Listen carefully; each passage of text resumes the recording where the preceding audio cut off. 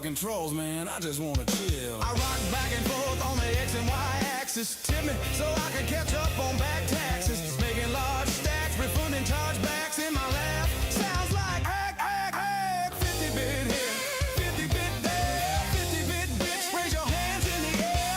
50-bit here, 50-bit there, 50-bit bitch. Raise your hands in the air. I need that money. I really, really do. I need that money. Really need that money. Really need that money. I need that money. I really, really do. I need that money. Really that money. Really that money. That money. I'm the one at a successful channel. I'm the one who just filed for bankruptcy. I'm the one who didn't pay my taxes. I'm the one, me, Reed.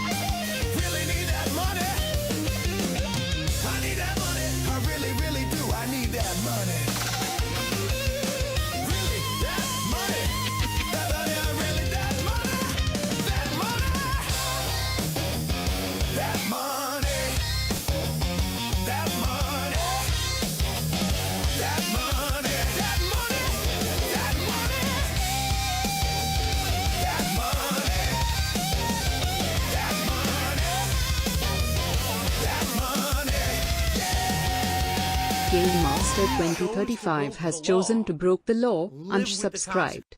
Try not to mushmouth it. Yep. It time torture indeed. Oh, so much fun. Finally getting towards the end, but the fact that he had to 3.5 hour documentary had to get stretched to 4 parts. Jesus fuck. Oh, no. Set up. Set the end bit. There we go. All right. Anyway. Let's get started.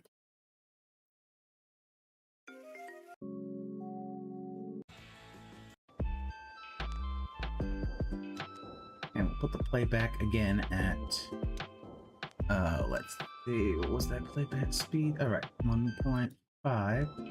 That way we can go through it faster. I mean, look at this. Look at this whole setup. You've got a jug of piss. I guess it's supposed to be LTG. Of course, then I hear that, oh, he's doing that thing with EDP watch. I'm like, Phil? I'm just thinking, Phil? That whole thing with EDP watch? Phil? You sure you want to do that? Because that shit can come back to you really quickly, and it ain't gonna be good. Okay? Like, you know, they'll go after Panda Lee with 17. They will destroy him for Derek. Like, there isn't, especially the fact that he didn't want to get rid of him, of Derek, until the casino and Null basically said he wants a W at 8. He wants that W, but he's gonna get, it's like take 1 L or draw 25. That's what Phil's doing. It will turn into, it's not just a bigger L. It's literally, it'd be like a stack of 25 Uno cards. They just say L on them. That's what he's doing. I don't get this. Like, this is not the way. But look at, like, it was just bad, you know. magazines, all this stuff. It's like, what are you doing here? Are you trying to own someone? Come on, come on.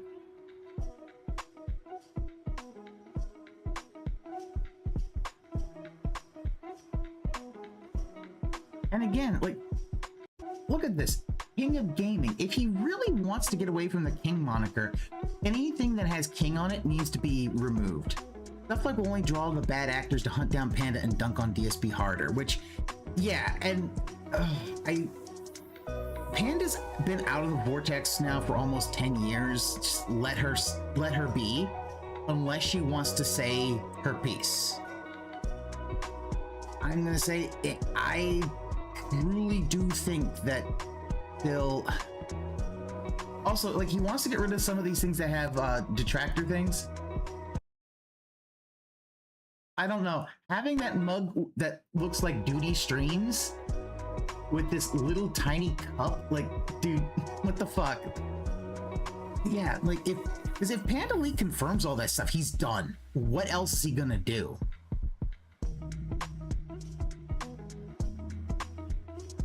As if she confirms that she was talking to him before she turned 18, that will completely, it's like, oh, he has no.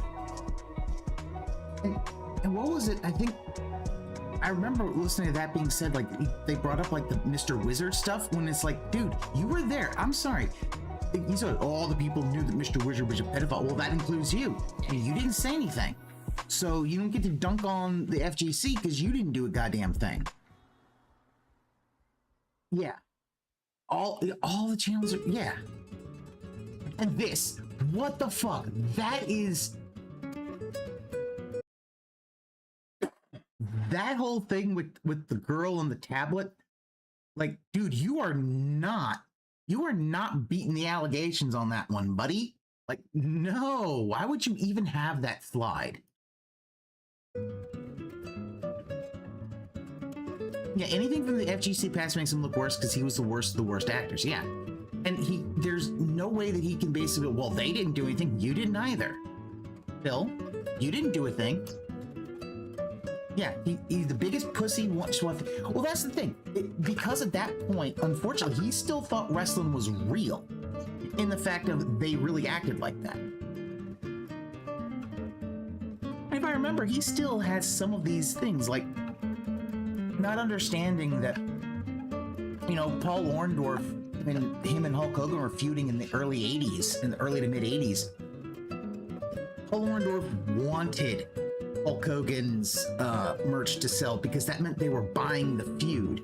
It really does kind of show that still in some ways doesn't understand that the way that people act isn't how they actually, you know, how they actually act off screen when it comes to wrestling.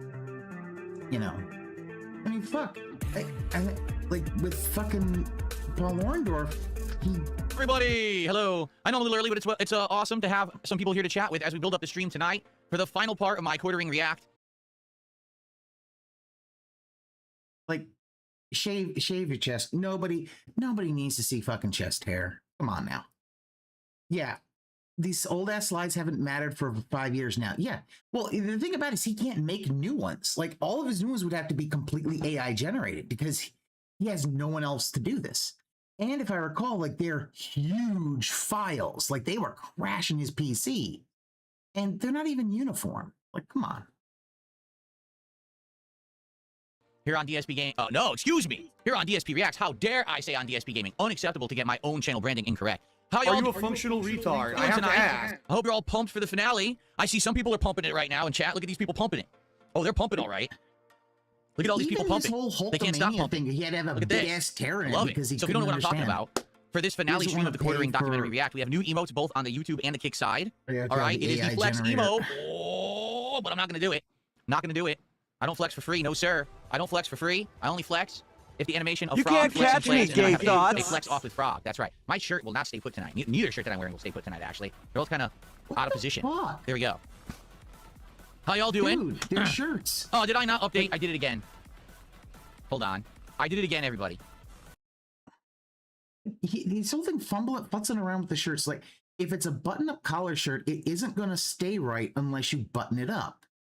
having it unbuttoned means it might look a little messy. But if you're having it unbuttoned, you're kind of looking for a messy look. And that's okay. Like, it's fine. Like, he needs to stop futzing with stuff. Give me 1 second to fix my mistake, okay? Once again, I did not rename the kick stream properly. Give me a sec to fix that. Bill, come on now. You've been doing this for how long? And it's okay, I fixed it. Well, I keep, whenever I do these streams and I set up the React stuff, I always forget to then set up the kick stream properly. Like, the thing of him trying to show off these muscles, even though it's like, dude, I read the things. He was having trouble lifting 75 pounds. Like, I thought you maxed out on weights. I thought you were super buff. Like, you should have been able to, you know, get 75 pounds up the stairs. It might be bulky and awkward to get it up there, but, you know, it shouldn't have been, strength-wise, not that big of a deal. You know, him having to stop on each floor, it's like, buddy, you don't have that strength that you keep saying you do. Like, if he was as buff as he wants to claim he is, he could have at least gotten halfway up the stairs before it's like, okay, I need to set this down, readjust, whatever. Each floor, it's only, that's true, it's only 2 floors. Sorry, I mean, halfway up the floor. I'm being dented today. Yeah, each stair is set. It's like, dude, you know, this is also why most workout machines and stuff like that are on the first floor. You don't have to carry them, like carrying it up the stairs. I'm like, if you don't know what you're doing, you could hurt you. You could strain yourself. You could get a hernia. That would be bad, but also funny. But yeah, it really does show, like, the living room is either completely offline, or I don't know why you just do it in the garage. Oh my God, it's not air conditioned. Who cares? Like, one of the things is sweating in there. That's part of the point of working out, is to sweat, is to actually strain yourself, you know? And guess what? After a good job and workout, guess what? Go shower. You can go and get, you know, clean, and then back into the air conditioning or the heat or whatever. Fucking hell, who, you know? Yeah, he can't, yeah, it's so weird. He can't put, because he only has 1 car. And we know that his garage is a 2-car garage, it could fit something else in there. Yeah, workout room is never meant to be comfortable. Yeah, no, workout rooms are never meant to be comfortable. The fact is that the comfort comes from the reward of working out. You know, whether it's lifting weights, whether it's, you know, something more cardio based like a treadmill or an elliptical or bike or whatever it is, like, it's supposed to be uncomfortable, because the uncomfortableness is how you know you're going beyond what your body is used to and actually beginning to improve itself. Because it's a whole different process from my usual process, and I screw it all up, and I'm very embarrassed, and I apologize. Now the kick stream should reflect what we're actually doing. Thank you for telling me. Yes, a little late for the morning show. That's correct. That's right. Season finale tonight of the Quartering documentary react. We will absolutely finish reacting to it tonight, one way or another. It will end tonight. And already, we've got people desiring to see me do more reacting. And I'm like, well, you realize I used to do this all the time. People got bored with it, which is why we stopped. Like, listen, I've definitely enjoyed doing this for variety. And I like hanging out with you guys here on this channel. I used to use the channel all the time for reacting. And then I stopped because people basically got bored. They told me, listen, we're bored with you reacting. He's had this for 10 years. But people, I think, wanted to see me do it again because I hadn't done it in so long. And it ended up being a good long-form react. He's never just invested into right now, getting set up with central air, which would make his life a lot better and probably cost him less money. We can maybe chat about that a little bit before we get started. In the long run, here tonight. Again, everything has to be a show. Yeah, I'm coming up with ideas. One was LTG's documentary by Joon the King from many years ago that LTG got so pissed off about that he actually went ahead and like tried to get the video taken down, and then Joon the King got the fake strikes removed. So maybe that. You know, many people have reacted to that since. So yeah, I guess we'll have to see. I would like to see him react to more of his documentaries. I want to see him deny. I'd like to hear them. The thing is, we're not going to do them right away. Like, we're going to finish this react tonight. We'll give it a little bit of a rest. Maybe this is something we go back to once a month. Maybe once a month I do a reaction stream series to a documentary. Keep in mind, most of these documentaries are not 3.5 hours long, right? Most of these documentaries at most are an hour to an hour and a half, so it would only be like 2 parts. You know, this one was this long. Why? Why GoldenEye? It takes a long time to get through that. You suck at GoldenEye. Soros, at least like Directive 8020 and Soros and all that. So we're going to build up attendance for about another 20 to 25 minutes. Basically, I start around 7:30 p.m. Pacific time. Then we'll begin with the final react. Okay? If you like this reacting, if you want to see more of it, by all means, please support tonight's stream. All right? Let's have this be a really awesome finale stream constant of this series that I've done over the last week. Let's end it strong, pushing right? the blame of everything onto Panda, especially when she had a fucking panic attack. Mercury plays I says believe that they were still together during that. Yeah, I've never reacted to anything Boogie.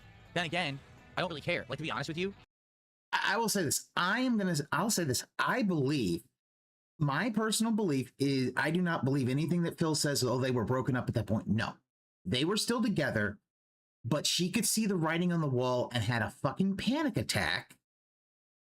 But he made it only about himself, in my opinion. Final straw I was talking about. That's what I believe. I believe that the hospital stream that he did was the final straw. Because, I mean, okay, she had a panic attack. Now, folks have panic attacks. This is something that happens. If Phil really did, this is why when Phil says I have depression, this is why I go, no. Because if Phil had depression and all this kind of stuff, he'd understand a panic attack and would understand, okay, what I need to do is I need to, be a little bit empathetic of, yeah, panic attack is bad. I've had anxiety attacks. I've never had a panic attack, but I've had anxiety where it's just like, where your body's kind of going a little bit, like if you were to change the body into like a car, it's kind of like going into the red a little bit. With a full panic attack, you are just pedal to the metal all the way, RPM all the way to the left. It's like, what the fuck? I couldn't imagine it.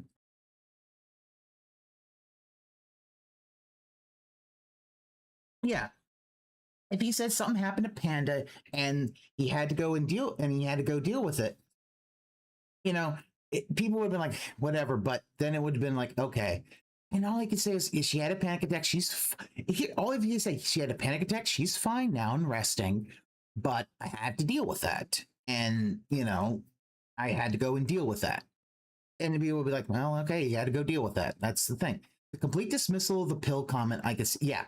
That, especially the fact that they weren't married and he did not have I don't think he had permission to be her like power of attorney when it comes to medical things.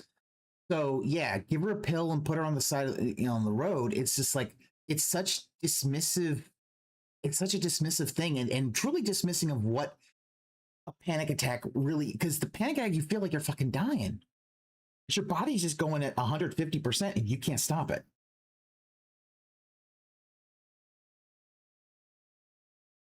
Yeah. You eat too much. Oh, yeah, no. The machine is probably never. Oh, no. If he ever actually set it up, it'll collect dust. He bought the machine to flex on. Here's the thing. Like, what would have been cheaper? A gym membership. You could then go and use the machines. You could go swim. Hell, the fact is he could push his show back, this show back like an hour or so. Go and do that. Go work out, go swim. And you know what? Because here's the thing. Most people aren't going to, and if any detractors decide to do that, it's like, no. Okay, don't fuck with people at the gym. Okay, that you just don't fucking do that. Because you could get someone really hurt. Don't fuck with folks at the gym. I don't, he could have done that. You do some swimming, do some weightlifting, and actually gotten into shape. Have a personal trainer that can help him get towards whatever goal he really wants to do. But nope, Yeah, EMT wouldn't have that. Yeah, no, the fact is that EMTs are not going to be trained to be able to just do panic attacks completely. Leaks prove that he only wants to look good and get W's against trolls at any cost, and prove he can't decide shit for himself that isn't completely retarded. Yeah, that's the thing. It's like it's all about he has to look like, yeah, it's all those narcissistic traits cranked up to 11. He has to look like he's winning. And it's not about genuine self-improvement. It's not about genuine wanting to be healthy. This is why he took the GLP-1 that I think he does take, because it makes him look thinner, but and it gets the W. Oh, I'm not fat anymore like everyone has in their art and stuff like that. but everybody can tell, you know, you're not working out. You're not somebody who is big enough where using GLP-1 to lose weight makes more sense. You're not like, unless you're like complete diabetic, but even then that's only used to, you know, control blood sugar. Like, it's obvious that he was using it, you know, just for weight loss. And if he was stealing it from Kat, like Kat needed it and she got the thing and he's kind of stealing it, I'm like, that's fucked up. And that is a possibility. But Never was like a big thing for me. Wow, and the that thing is, was the a lot of documentaries shit. you're talking about, like the Joon the King ones, are outdated. He Yeah, hasn't done a new hiding one Cat away for doesn't in, help like, the 2-3 years, and GLP all the kind of argument big either. drama was Yeah. happened in the last 2-3 years, ever since the whole fake cancer thing and stuff like that.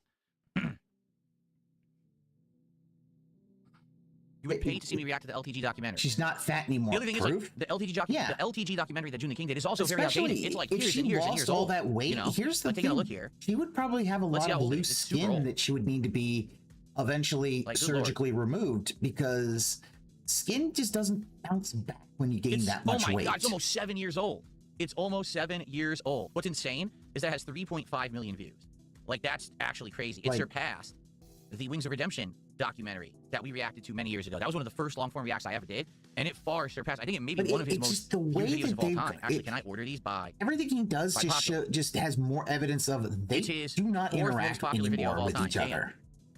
Like, I would not be surprised. Phil is only by a few hundred thousand views that it's has almost completely resigned that the top floor is Phil's floor, and she lives on the first floor. You know, the fact that people found out that he has a kid that basically 3.5 million views, but he's not Mr. Views. He's not jealous. It's like, God, dude, your envy is bad because Phil, your content is bad and it won't make anything.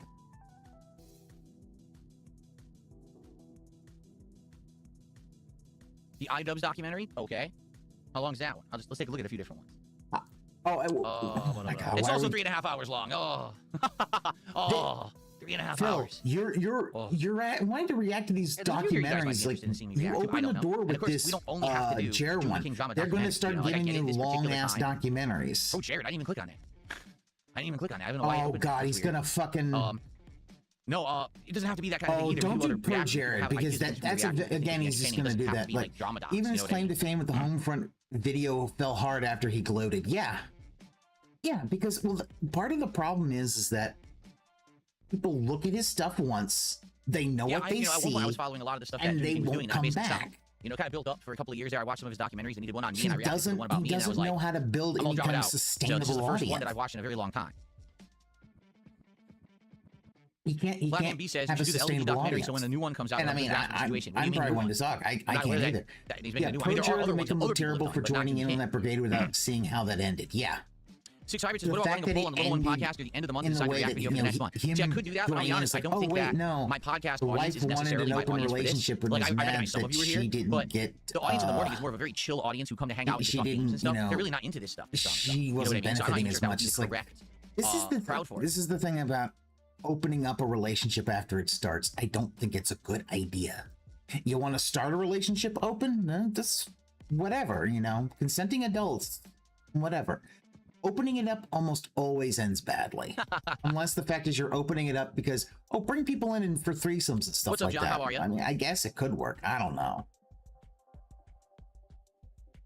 The Sailor Mercury thing is very bad. I'm like, okay, so see, I don't know. dude decided to if you weren't going to do a drama react, would you do a video essay on gaming or something? The weirdest thing I've seen on the internet. Like, I'm down for whatever. You have to understand that. I don't give a shit. But I want the audience. Okay. The thing was, I was doing react content for a shorter period of time. If Jared wants to cosplay Sailor Mercury and stuff like that, so I stopped doing it. Like, that's why I created this whole channel, DSP Reacts, to begin with. Whatever. You know? Now, this particular reason of doing this particular documentary at this particular time, I think, is why I have an audience for it. I'm not sure if I did other reacting that anyone would care, just to be honest with you. Lil Squish, what a name. How you doing? Everyone aside from Jared and Rubber Ross left the internet in shame too. Yeah. We're still just stalling, waiting. Oh my God. I hate when he does this. The stalling while just waiting for more people to come in. So right now, LTG seems to be a big leading thing to do next. That documentary. I guess it would be the Joon the King documentary. Oh, you can't see. He has 101 people watching at this point, which is, I think, on YouTube, so he's waiting. It's just night pre-show. It is. Got it clear. and then the other one is 5 years old. So, you know, it's way outdated. Go old school with. I'd be okay watching other stuff. Go old school with Chris Chan. I do not want to see Phil start reacting to Chris Chan documentaries. I don't. Going down that rabbit hole might. No. Maybe we could do something in June. Documentary reacts like internet is doing incredibly well. It makes sense. It has to be something that there's demand for. It went from 105 back down to 100. You know what I'm saying? Killer, if we were to change the subject, he needs to just. That mean both aim solid while on kick. He's waiting for more people to join. He just needs to get started. And if they get up late, they join can. Button. You look much like that. Be hey, join and do this and this. The thing is like I would like to do. You see what I mean? I don't care. Don't care. Just get on to it. Views. Looks like attendance is regular. The word so I am to covering something over the history of the AVGN. But again, I wouldn't know where to go for that. I'm not. Hour and.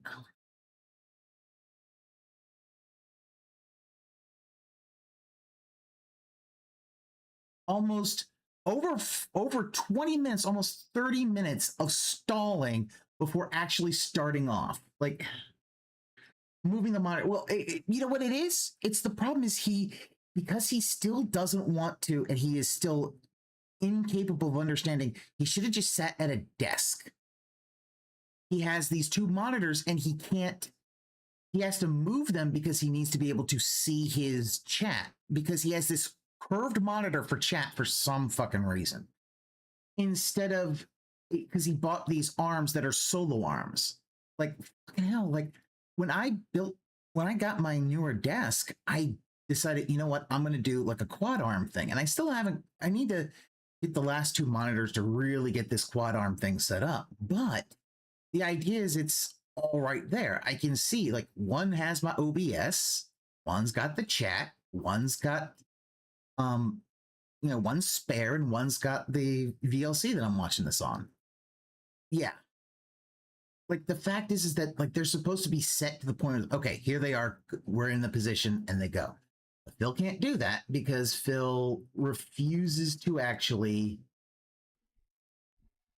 because Phil didn't think this set up AVGN fell from grace. I wouldn't be opposed to covering something about the history of the AVGN. AVGN falling from grace?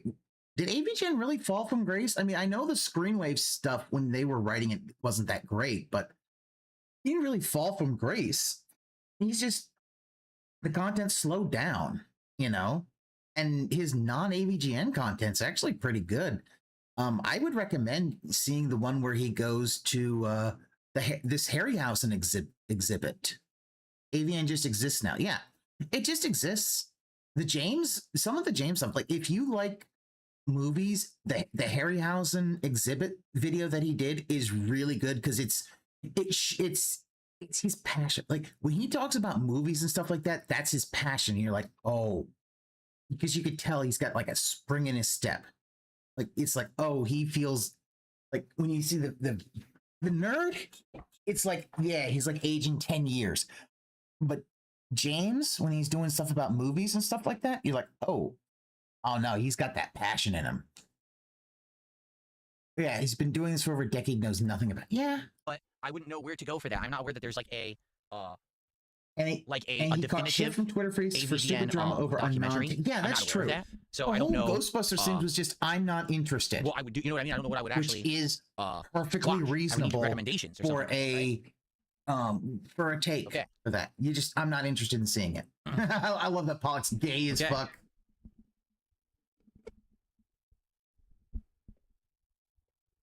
Alrighty, we're about to get started, everybody, with the fourth and final part of the quartering documentary react. Remember, this is from Joon the King on the Joon the King channel. I think his documentaries are well done. I enjoy them. Yeah, that is why usually if we react to a documentary, it's a Joon the King doc that we react to, right? And I think it's been informative and well done. So I hope that you guys have enjoyed it as well. We're going to finish this off tonight and see how it goes.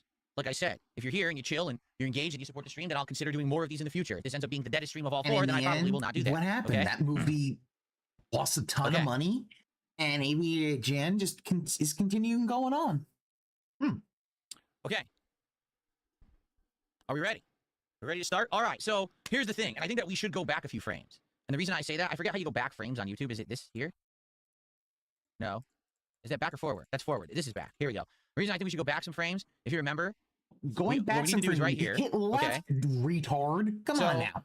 This is footage of the quartering and his two employees, Melody Mack and Hannah. I don't know her last name. I just know Hannah. And they're at this political convention in like December of last year, November of last year. It was definitely end of 2025. Okay, and so basically they're at this convention, and there's a scene. I just kind of want to play it right from the start. I want to go back last here. stream he forgot he needed to rewind. Everyone telling him. I want to rewind because it was just so wild what happened, and it actually like blew my mind, and I couldn't react to it immediately. I had to actually end the last react and save it for tonight. Okay. Why did you have to end it if you're your own boss? Oh God, the guy's like she's looking right at me. No, like why not just say yeah? I mean, was it that someone needed something? Like you are the boss of your own stream. You could have gone like a minute later, but now you had to, and instead of rewinding at that point, I mean, okay, I want to save this for the next time. Yeah, no soul. Stop staring at me.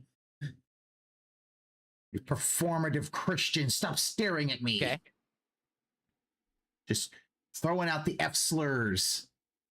Sweeping for your boss, who is a drunkard, lecherous goblin. It jumped way back. Okay, here we go. Whoa, this was the most replayed part. Are you kidding? This was the most replayed part of the entire documentary. Wow. Yeah. Okay, here it is. So, all right, ready? Here we go. They mumbles and mush mouths, and you go, "He's having who on?" And then there was this. Okay, hold on, it's too loud. Here we go. Reaction. Melanie and I will be watching the football game tonight, and It's too loud. I can't fucking hear it. Bill, I can't fucking hear that shit. What the fuck? Bill, you have sliders on OBS. How are you this bad at this? Like, what the fuck? I haven't been invited to this football game. maybe going somewhere family oriented. I can't watch football with you guys? You can. No, But Mel look goes, at- "Yeah, come, please." Is that what it is? And Hannah Claire will probably be going Watch. somewhere. Her family- lips. Watch her That lips. was a plea. Bring it back. Did she actually mouth help me to her? Like, the thing about Phil is, like, I don't understand how he is this unable to, set up, like, you have on OBS, I've got sliders where I can see my mic and I can see the VLC audio. And I try to have it, VLC to be just a little bit under mine, but it's so quiet. I can barely hear it. So I said, move the camera. I want to see Andy. Like, it almost seemed like Probably it, going bro. some- Oh my God! Wait, hang on. No, she did. Hannah will be I watching think the she football might game have. tonight, and Hannah Claire will probably be going. Help me. So this, I couldn't believe what I was seeing last time, but we are seeing it in real time. We're seeing what was actually said at the event. So I all of a have to sudden, adjust it recording because starts he's saying, so I'm going to be watching the loud football game compared with to Melanie Mack, and all of a sudden this other employee's like, the wait, what? Just video. you It's and like, Melanie. I'm not invited. Phil, how are What's you up with that? this Why am I bad not at invited? that? And then immediately No, Melanie's I like, no, will you can admit that come. I Right? She use was immediately stuff like, yeah, like you can come, Voice come. Meter And then she to mouths, help me. Okay? pull out my different out of audios everything that so we've they're seen up each to on this their point in own the thing. documentary, right? We've seen Jeremy drinking, getting on stream frequently acting a fool, let's be honest, saying ridiculous things, trying to contact women, saying things about the women that he has on his streams and on his show.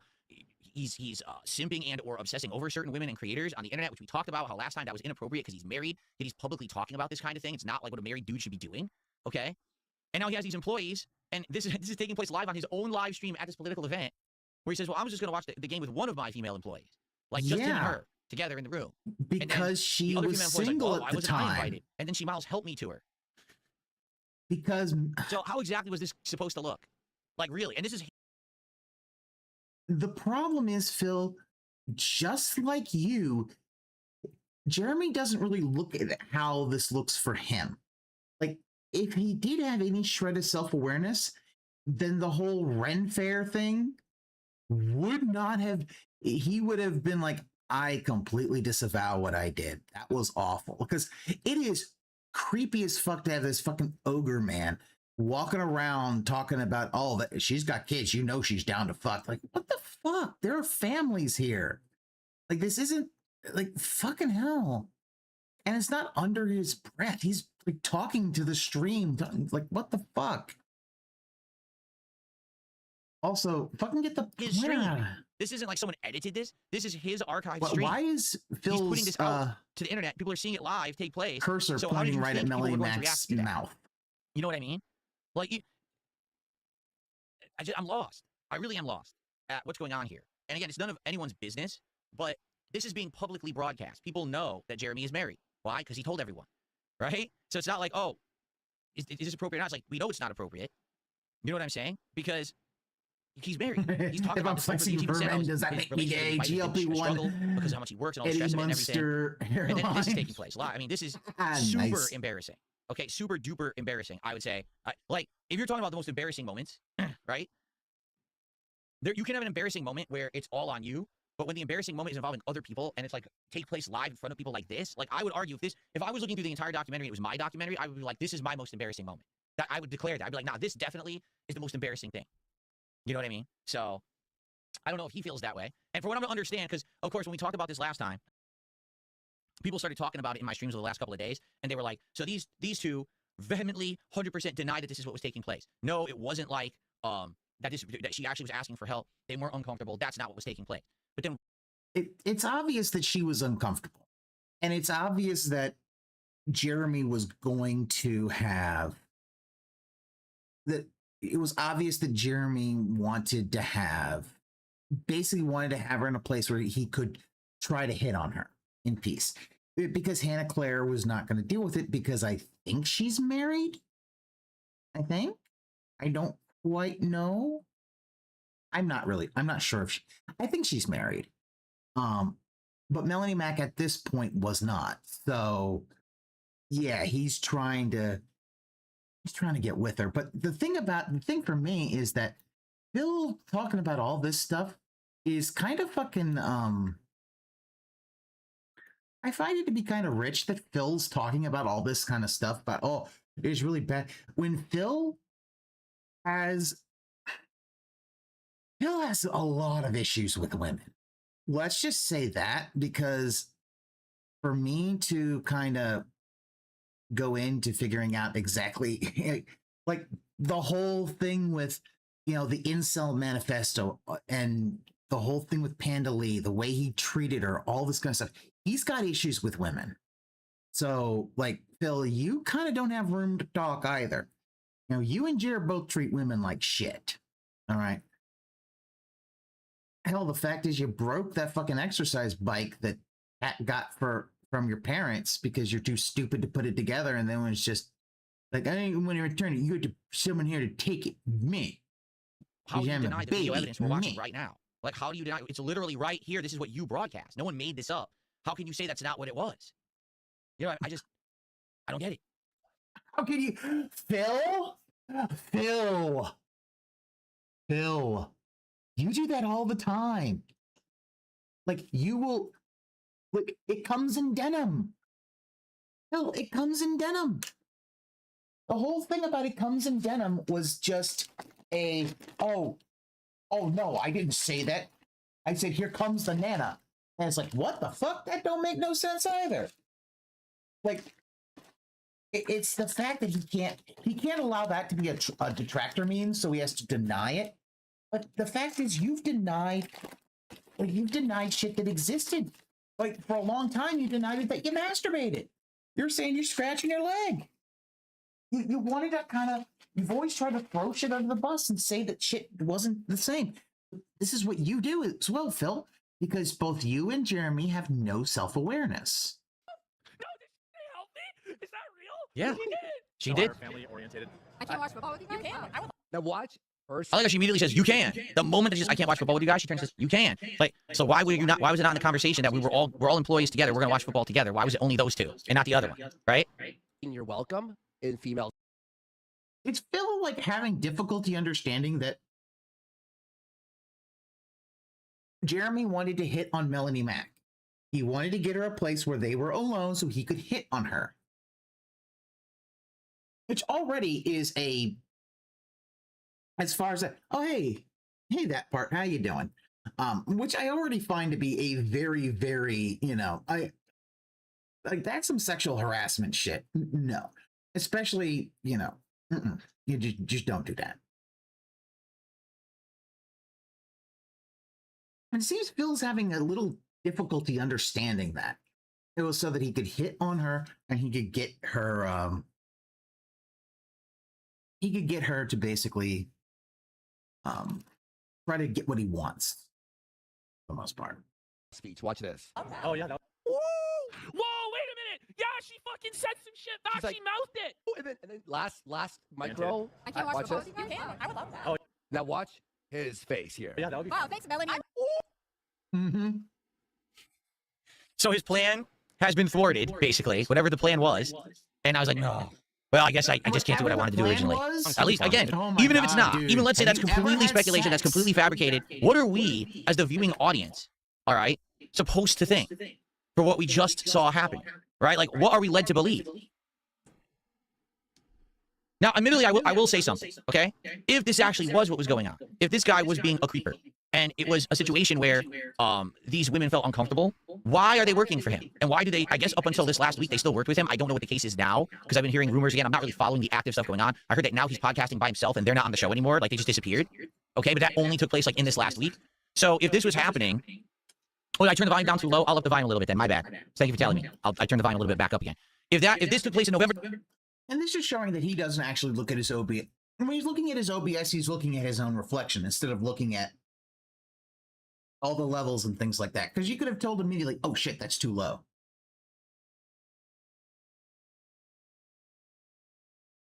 But I find it hilarious that he is so confused about why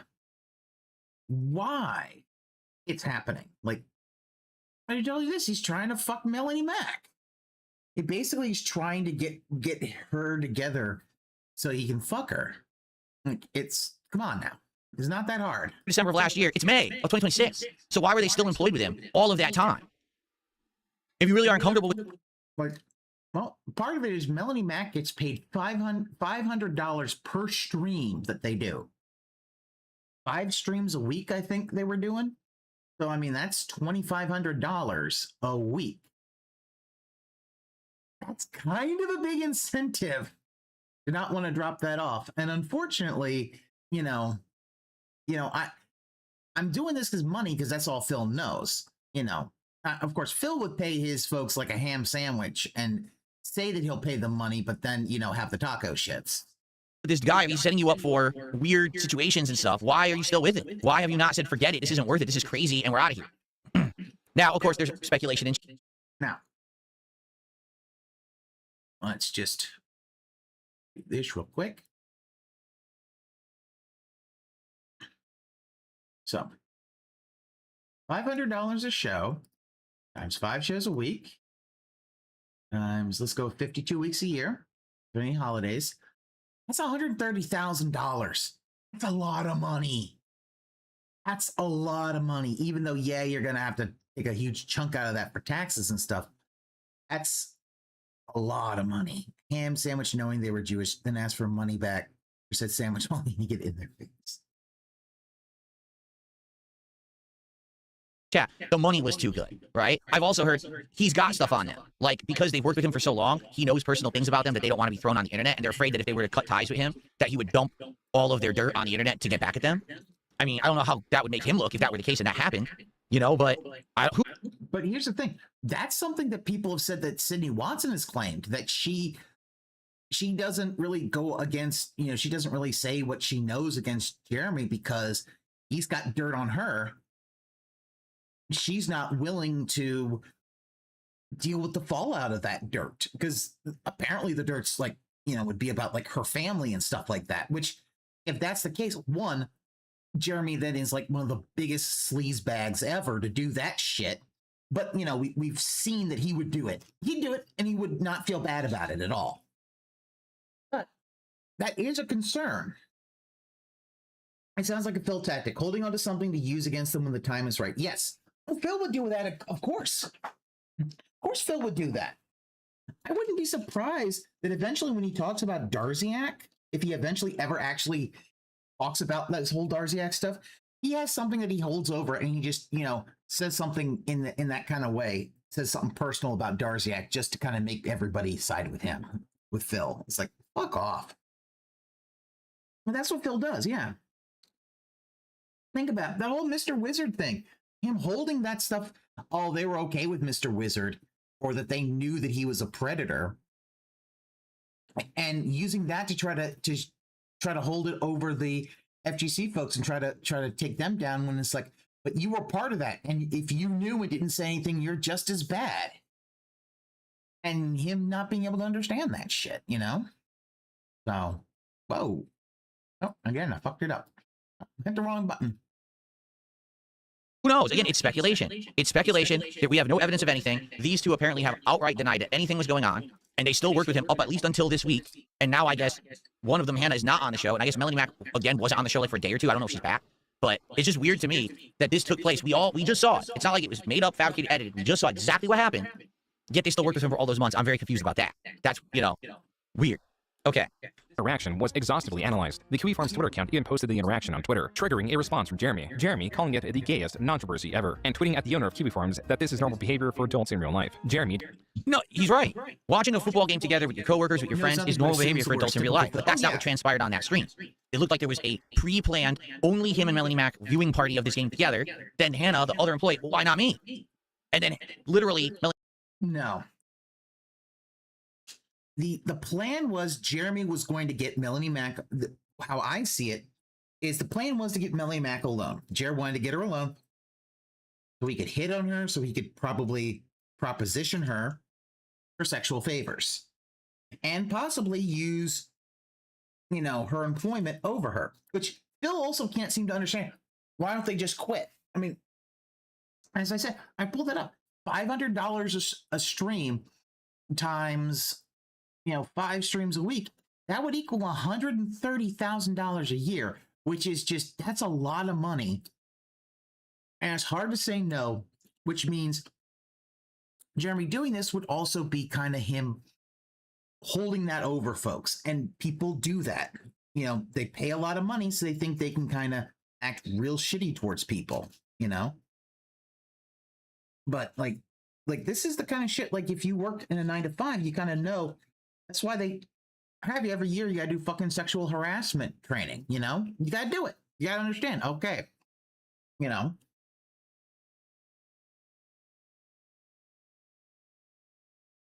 Complete bastard saying Mel was sending him racy DMs, flirting with the boss to secure a job. Then when push came to shove and it got too real, Cheer had her mouthing help to Hannah. Which, who knows? That could be the case. But Jer seemed to really be interested in Melanie Mac before. So I think some of it was he was going to shoot a shot. Melanie Mac saying, help me, saying, yes, you got to get involved here because, this is messed up what's going on. Like, that's not what happened. We saw what happened. It's not as he's describing here, right? These tweets, but not this one of an AI rendition of the 3 at Ampest. Jeremy is portrayed slovenly, next to a fearful Melanie Mac as Hannah Claire looks on with concern. The Kino Casino also covered day 2 and day 3 of the Ampest streams. Afterwards, they took a short break for the holidays and came back to cover Jeremy's declining channel. His video business, his YouTube channel, has declined to its lowest level in over 5 years, down 66%. 2026 was a different year for Jeremy, where he would normally make the New Year's resolution to stop drinking, to lose weight, to work less. It appears he has resigned himself to stay the same. An unprovoked monologue from a January stream captures this. A lot of people, you have to make the choice of what your mindset is going to be and follow through. And I think for some people, it's like you get into a mode and you're always looking for the next. Yeah. I would tell guys this all the time at the bar. The bar I hang out at. Vine's perfect. Vine's perfect now. Thank you for telling me that I needed to up it. I appreciate that. It's a dive bar. Okay. There has not been an attractive single chick that walked in that bar in 20 years. There is some truth to the fact that people, what is it saying? Like, people are living the exact life that they want to live. And that does play out. But I feel like compelled to always try and be like, yeah, but do you want it? Like, is this fun? Like, there was a point in my life when I was kind of depressed and feeling in a rut, and I would be at that bar 4 nights a week. But like, I had a wife at home, which was even less of an excuse. But what have we said about oversharing? Right? What did we say? You don't overshare. Kind of depressed and feeling in a rut, and I would be at that bar 4 nights a week. But like, I had a wife at home, which was even less of an excuse. But what have we said about oversharing? Right? What did we say? You don't overshare this kind of personal stuff ever. That's not. Shouldn't be your content, right? So now he's publicly admitting. You make it your content. Like, this is the thing about Phil. He can't understand. He does the same thing. His morning shows or his podcast, whatever the fuck you want to call them, because it doesn't matter, are nothing but a big old therapy session for him. He overshares. He keeps doing that. And the fact is, he's just talking about oversharing instead of, I don't know, the fact that Jeremy's going to this dive bar 4 nights a week. Yeah, don't overshare, but guys, save the house. Like, he completely cannot take that and put it to his own self. And the fact that there's no mention of, hey, maybe, yeah, the fact that, this should be a realization that you're kind of drinking too much, that you're going to a dive bar, a miserable dive bar 4 days out of the week. This isn't even like, it's not like a Cheers thing. Like you go after work, catch a few beers and then head on home, or something like that. Like where you have your regulars and stuff like that. And where it's not, where it's like a little, like it's a dive bar, nobody is having fun. It's like, you're there to get drunk, but Phil's not going to mention anything on the alcohol thing because I think it hits a little close to home. I think because Phil's not ready to have that conversation of, yeah, if you are an alcoholic or a recovering alcoholic, you should not be having alcohol. You shouldn't be drinking shots when you're fucking streaming. I was married at the time, but instead of staying home and spending time with my wife, I was going to the dive bar and drinking alone 4 nights a week. What are you doing? If it's true, whatever. It's your personal life. It's your personal problems. Now you're making your personal life public. You cannot do this. You cannot speak publicly as if the internet is your psychiatrist about your private life problems. It doesn't work. But you do that. You've done that the entire time. You've been doing that all the time. Like you keep doing that. You keep oversharing, and people get hints about this because you don't want to, like, Phil, you use your morning streams as fucking therapy because you refuse to interact with any other human being. Yeah, self-awareness minus 100. He doesn't look at these things like, God, I'm doing some of this. I need to improve my behavior. All that's going to happen is what's happening right now. They're reacting to it. Now Joon puts it in his documentary. Now I'm reacting to it. No one would have known. If he didn't open his mouth, no one would have ever known that this ever took place. Everyone in life has personal problems. Everyone has things that happen. It's your business. You don't have to turn it into content for the internet at all. That's your private business. Keep it to yourself. Make content for the internet that you choose to make public. That's okay. That can't be personal. That can be used to attack you, right? Or if it is, like, for example, oh no, I suck at a video game. Make fun of me on Reddit. Oh, boo-hoo, I'm really crying about that. I don't give a shit, right? It doesn't really affect me. This stuff will affect him. Like, yikes. I mean, correct. Alan Gray says, I love that Phil is a seasoned lolcow breaking this down like an ex-football player breaking down a play. Also the fact that, and even what they don't share your DMs, because that was something, remember when he decided to share the PPP DMs and basically claimed like I was lying the entire time, which makes him look worse. Like at no point in any of that thing during that entire time of showing those DMs did he look good in any way. Either him showing them and saying all this stuff and using it to manipulate people is awful, or lying about that kind of stuff to manipulate them is fucking awful. Yeah, he rages about this is how you don't play to this very day, saying that it doesn't affect him. It's like, Phil, we can tell you're lying because one, your lips are moving. Yeah, he shared his, you're right, Shadowblade, I forgot. Yeah, on Side Scrollers, he shared his wife's restraining order. She was not in the room. She didn't consent to that. He shared it and said, you didn't find that out. And no one would have known about it. No one would have looked for it if you hadn't fucking said that shit, Phil. But you did that because it got you felt it got you a win over the detractors and all that kind of stuff. Again, you'll do it. All this stuff he says he won't do, he will do the moment he feels he can get a W. And it hurts him, and it just makes him look, it shows how petty he is. I know what's going on, man. I've been there. I've been through it. I learned my lesson. I went through my, my crazy shit, just like everybody else, and I came out the other end, and I'm good. That's why I'm seeing that this just took place in what, 2025, late 2025, early 2026. Like, oh God, I wish this was Jeremy's ancient past. Like he was making these mistakes 7, 10, 12 years ago, like I was. Then you'd be like, okay, this just took place. Like, oh shit. Damn. Like, Phil, you oversharing your wife's restraining order was 3 years ago, Phil. This wasn't ancient history. You still do it to this day. Damn it. Saw the same fucking people there every night. The same 10 people every night. And it's like, guess what? You were one of them. Yeah, he shared his health problems. Shared his wife's health problems. This is a rut so deep, you're never going to get out of it. Somebody who drank probably 4 or 5 nights a week and has now gone to maybe once every 2 weeks. There's a book I read that is just, it's a really easy read. And I'm not telling anyone, hey, you got to quit drinking forever. I don't think I ever will. The plan is probably never to quit. But it made it way easier to not drink on a weeknight. I mean, you know, it went from like 1 to 2 times a week to like, hey, I'm just drinking like 6 days in a row. Like, what the fuck? In those clips, Jeremy claims he drank 4 times a week, but then it was 6 times a week. The important bit was that he was making peace with his addiction, aiming to drink less rather than not at all. There was a similar approach to his YouTube channel as the Kino Casino were noticing. Yeah, he got, on January 19th, 20,000 subs. On a day, he got 87,000 views. Okay. I was like, he bought subscribers. I'm like, no, I was running YouTube ads because things were leveling off. I wanted to see if I could re-engage. The views on that video, 80,000 of them were from my own channel. You get like 2,000 paid views, and it costs you about $2 to find a new subscriber. Jeremy was now utilizing what he previously called one of the most insulting services YouTube has ever offered him. As a comparison, the quartering in January. So if you don't know what they're talking about the YouTube promotion system. Like right now, I could pay YouTube money to promote this stream. I'm not kidding. Like I could just pay YouTube money and say, hey, promote it, and they would push it into the algorithm advanced so that basically I would get more views and I would show up at a higher priority. So big creators use it. Okay, I've never done it. I never will. I would much rather just have people find my content and enjoy it. Not they saw it because I paid for it to be featured. You know what I mean? And he outright at the end of the last react, remember, was saying, "Oh, that's a horrible service." Now he's admitting, "I'm doing it. I'm doing it now."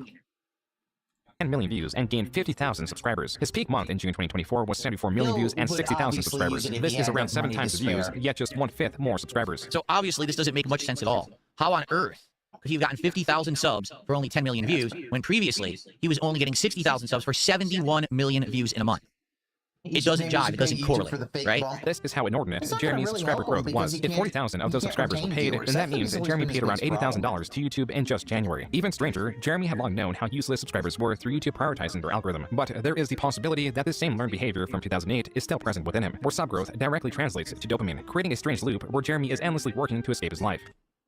I don't know if it's dopamine. I can tell you personally from my perspective as an 18-year creator on YouTube, if you get a channel that you're actively making content for and it starts bleeding subs, that's horrible. It looks terrible to the public-facing audience. How can you claim to be someone who is operating a successful business if you're losing the amount of people who are subscribed to you? Now, there have been a couple exceptions. Over the years, YouTube has... He's not talking about that. He's talking about something else. And Phil only sees it as YouTube views. $80 to YouTube in just January. Even stranger, Jeremy had long known how useless subscribers were through YouTube prioritizing their algorithm. But there is the possibility that this same learned behavior from 2008 is still present within him, where sub growth directly translates to dopamine, creating a strange loop where Jeremy is endlessly working to escape his life. I don't know if it's... There's definitely him doing and getting things to satisfy dopamine hits. Like yes, SCP. I've been doing a few late night streams just to kind of get through this, to kind of watch how Phil reacts to this. Mostly because of like work stuff, I can't really restream I can't do live restreams. So yeah, for Phil it's money, but him talking about like views, like dopamine, I can tell you personally from my perspective as an 18-year creator on YouTube, if you get a channel that you're actively making content for and it starts bleeding subs, that's horrible. It looks terrible to the public-facing audience. How can you claim to be someone who is operating a successful business if you're losing the amount of people who are subscribed to you? Now, there have been a couple exceptions. Over the years, YouTube has done what they call a bot purge or a old account purge, and that will always hit you with a negative sub. There's nothing you can do about it, but everyone gets hit by that. Like, everyone loses subs when they do those. But if you're actively doing all your content and it just says, oh, you're losing followers, you're losing people who care, that's horrible, So I don't think it's dopamine. I don't think, in this case, I don't think that's, oh, he gets a big positive feeling when he goes up. I think he's trying to avoid the inevitable crash out. No, Phil can't understand the fact that, no. Because Phil's dopamine hits are fast food, WWE champions, and alcohol. That's his dopamine hit. Like, the gacha games that basically give him the 95% win rate, that's his dopamine hits. For Jeremy, the thing is he's been... What Phil's missing is Jeremy is chasing the dopamine rabbit of how his first channel got bought by VC. Oh, the Pokemon. Yeah, that was some slop. That's some big slop.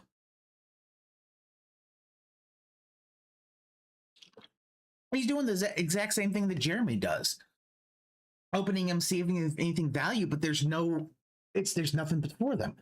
But the thing about the dopamine hit with Jeremy is he's trying to do that dopamine thing so that maybe he can get someone to swoop in, like the Daily Wire or Turning Point USA.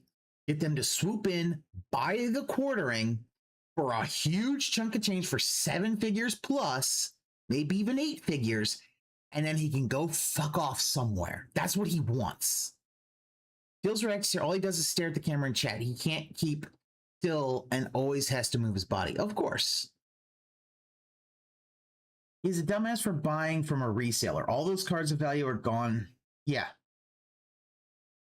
Yeah, he obviously bought it from a reseller.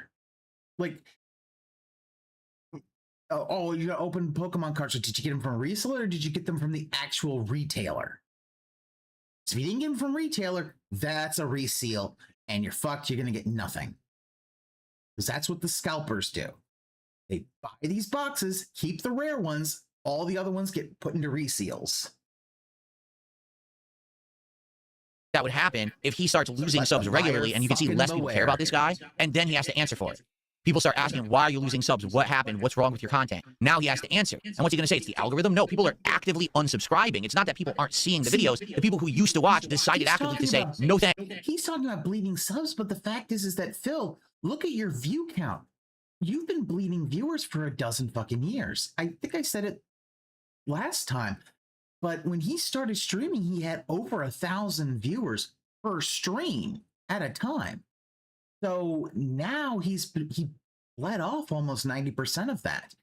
He doesn't quite equate it, but the fact is, you can tell he's just looking at all that. He's buy it right from the Walmart site. Yes, buy it from the Walmart site. Buy it from the retailer. It's themselves, so that it doesn't go through, because the scalpers will sell it to you, but they've taken everything of value. Because that's what's happened. I forget which Paul brother it is that did this, but they basically made that collectible card game, trading card games have become nothing but fucking, people trying to score it big, and you ain't gonna get that. I'm gone. That's a different kind of thing. So he can't make an excuse that it's YouTube's fault in that case. It would directly be blamed on him. So the only way to counter that is to show fake growth by buying subs. Do you understand? It's not dopamine. Oh, I felt good because I got more subs. I'm avoiding the embarrassment of being someone who's bleeding and losing a following. Does that make sense? I hope so. Okay. No, found, and exhausting his money to artificially grow his channel, all done to feel better. What's more, exposing that he does this exposes that he has much more money that he's let on. $80,000 is how much he mentioned the K-Cup machine costs. It still does not stop there, because Jeremy was reviving Unsleeved Media also at a cost. In fact, I have about his Pikachu card chain. $10,000 in product to open up to celebrate coming back. Jeremy claims he was unbanned by Wizards of the See, the thing about it is that he can't understand with unboxing all this stuff. This is dopamine hits. And Phil doesn't understand it because Phil is a fake ass fan of all this stuff. So he can't understand what someone else's dopamine hits are. Because, yeah, Jeremy did that just to feel good about himself. It is a full-on dopamine hit, not this is all that. Who does Phil blame for any of his decline of the streams aside from trolls again, right? He blames book smart morons at YouTube. Yeah, he will never blame himself. He won't blame himself that, he basically treated his fans like shit. He took advantage of a few of them. The fact that he refuses to do anything by himself. He has to look up guides. He has to basically be handheld through everything. He can't figure things out. He refuses to use his brain so much that his own cognitive abilities have atrophied. And yeah, it's the fact that, yeah, this is what's caused his own channel to basically completely die. As for the packs, he was phenomenally unlucky with the cards he received, obtaining many inexpensive rare duplicates. The pinned and love comment on this video reads, quote, "Thanks for the heads up. Forgot about this channel. Unsubbed immediately. I would prefer an actual rectal prolapse than having to suffer through any content from Jeremy. The walking prolapse." Wow! Oh, God! Oh, my God! Damn, son! And the comment, he left it. He liked it. He actually he hearted the comment because he probably thinks, oh, that's funny. But oh my God. Yeah, I do not know why Unsleeved Media would like that one. That is... you know what? It probably, what he probably did is he probably put a thumbs up after reading, thanks for heads up, forgot about this channel. That's all he read. But yeah, and obviously what you say, Phil won't ever take any of the blame himself for his decline in YouTube. The fact that he kept using, the fact that he didn't get into streaming until a little bit later, the fact that he didn't, he outright refused to do anything but camcorder Let's Plays, basically for his main popularity. The fact that, every time something little bad happened, he blamed other people. Oh, they gave him a lemon PC, even though it's like, no, it's just you didn't configure it right and wouldn't spend the time to offline to actually try to work through that and figure out why that is. Because he doesn't want to do that. Nope. It's everyone else's fault. Nothing is ever his fault, which is why nothing ever changes. Wow. For the record, since I started this react, I didn't have anyone leave a comment like that on my video yet, but now they will because I brought it up. There'll be like 20 of those tonight. Anyway. So he live streamed this on the Quartering Live, and it has a grand total in a day of 1,500 views. Live viewers? Not live viewers. Views. Just replay views. No! Wait, is his sweater inside out? For the record, okay, just for the record, all of my streams do better than that. But this is supposedly, like, this is his side thing. You know what I'm saying? This is not his main thing he's doing. It's like his side project or whatever. But all my gameplay streams, this is viewers. Just replay views. No! 15 those tonight. Live viewers. Just replay views. A grand total in a day of 1,500 views. Live viewers? Not live viewers. Just replay views. No! Wait, is his sweater inside out? For the record, okay, just for the record, all of my streams do better than that.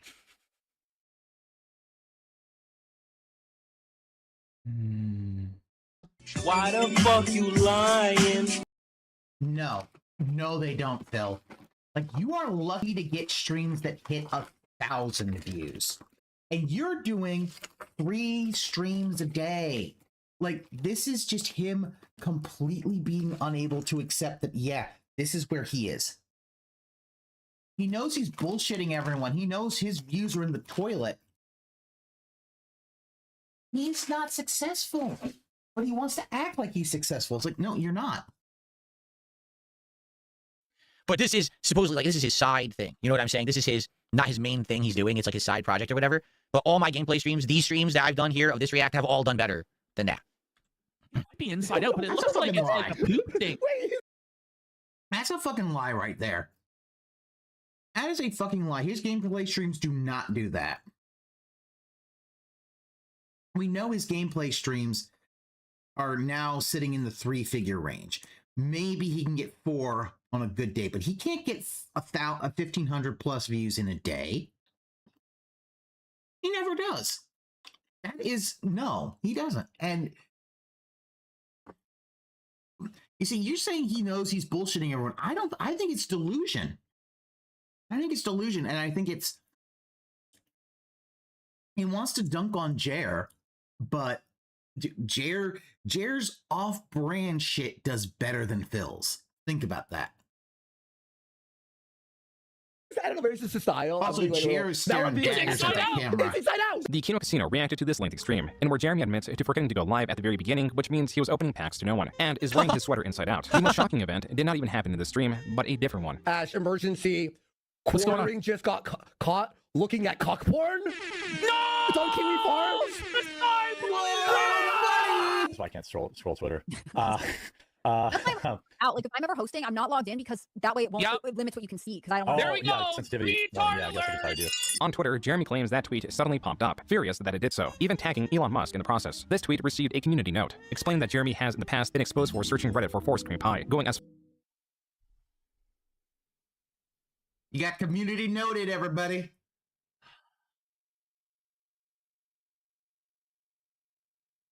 Bill, you want to say something, Bill? Bill? Second-hand embarrassment. I can't stand it. I can't stand second-hand embarrassment. It drives me crazy.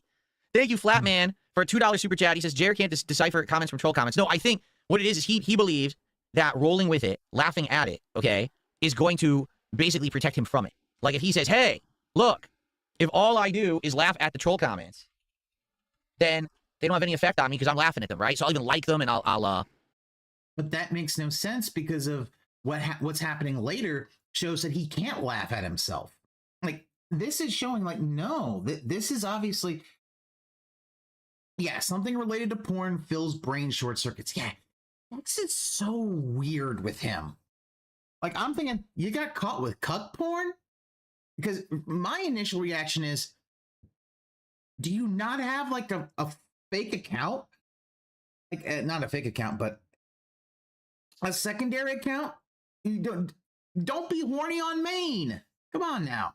Get on your alt account where you can go and look up all that stuff, and no one has to know your stuff because nobody needs to know whatever fetish you're into. Okay, we don't need to know that. Okay. And yeah, like him talking about, oh, him looking up cuck porn and he's secondhand embarrassed, even though Phil was caught masturbating on stream. Okay. He was caught jorking it before a stream. Just caught. The camera was on the whole time, huh? Hello. Like, what the fuck? you know what I'm saying? I think that's what he thinks, but it's not. Like, it's still embarrassing. Sorry, you know?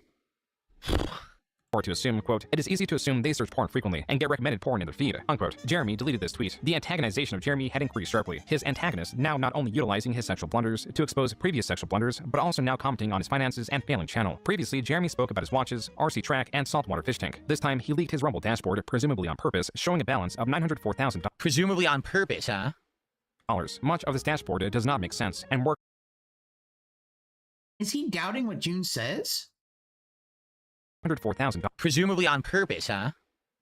Much of this dashboard does not make sense and works against improving the image of Jeremy. To start, the center notification states that he has been rejected from the Rumble Creator Program. His balance from the last 30 days is $2,594 from 6.6 million views, a tremendously low pay rate, and with the views he has 158,000 hours viewed. This is even less than last time he leaked his dashboard. Now it averages to 86 seconds of watch time per viewer. Jeremy soon after admitted that the balance of $900,000 is false. This is the super chat that makes him seethe and crash out here. Jeremy, if you have 900K in a Rumble account, why are you asking people for 14K to go to AmFest? And why couldn't you donate the 6K to Toys for Tots? He crashes out about this, and this is the moment where he admits the 900K isn't real. And so this is just crazy. Like, constantly now, there's leaks, right? And we've seen this before that he showed. Oh my God, Phil. Are you a functional retard? I have to ask. Jeez! You flunked out of tard school or something? This wasn't a leak. This was him deliberately posting this to flex on the pores, to flex on the brokies, okay? That's what he's doing. He's deliberately flexing, but then the narrative falls apart because he needed 14 grand to go to AmFest. As what the casino said, then if you needed this, why did you have to crowdfund all this stuff? Like, this is stuff you could have, and 14 grand for AmFest. If you've got 900 grand in the bank for Rumble, 14 grand ain't nothing. And because you're going to do content there, it means all that is tax deductible. You just deduct it off of your taxes. And if you're keeping up on your taxes, doing quarterlies and stuff like that, that is gonna, like, they're all business expenses and things like that. I mean, what do businessmen do? They have these business lunches where they talk a little bit business for a little bit, and then they just, and go to these expensive restaurants. And guess what? It's because it's business related. And that gets you enough that it's tax deductible. How much his YouTube channel made. Now he showed his Rumble. Like, what on earth is going on? Okay, again, why would that even be something on the screen? You know what I'm saying? Like, right now, as I stream to you, I have just the Joon the King channel and my own YouTube channel open in a browser and nothing else. He cannot seem to fathom that this was all done in a way to kind of so that Jeremy could flex on people and say that because people were calling him poor. So he's flexing on, see, I'm not poor. And then they're asking, well, why did you need to crowdfund for this paltry amount if you're so not poor? Like, if you're making hundreds of thousands of dollars per month, you don't need someone to fucking crowdfund you 14 grand for AmFest. Yeah. Yeah, Phil wants to dunk on this, but the question then, Phil, if you're doing so well, why'd you have to crowdfund for a new PC? Why'd you have to have people gift it to you? Why crowdfund to fix his bathroom? Yeah, why constantly bitch at your audience for low support? Like, if you're successful, you don't ever have to think about that. You kind of know what's going on. He's doing this because he isn't successful, and he's trying to make it look like he is successful. I don't have my dashboards open with my revenue in them. I don't have private DMs open with other people on the screen. Not saying that I've never made. Does he not understand the fact that Jeremy deliberately leaked that to flex on the brokies? He can't do it. A mistake before. I have. There's been a couple times. Oops, I had something open. But you learn your lesson the one time, right? You fix it, and then you never have that happen again. How does this keep happening? That he keeps leaking data to people on the internet. Now people are saying it's all planted. Okay, let's say that it was done on purpose. Why? For what reason would you want people to think you have $900,000 sitting in an account that you can cash out at any time if you're going to?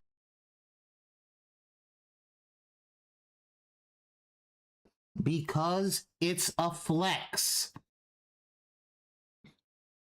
He is poor, pretending to be rich, so he's trying to flex on this. How is it that he can't figure that out?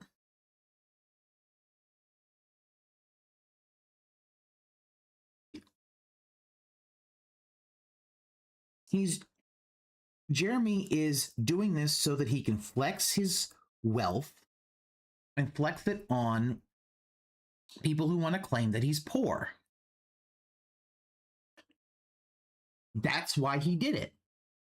Because people don't like being called poor.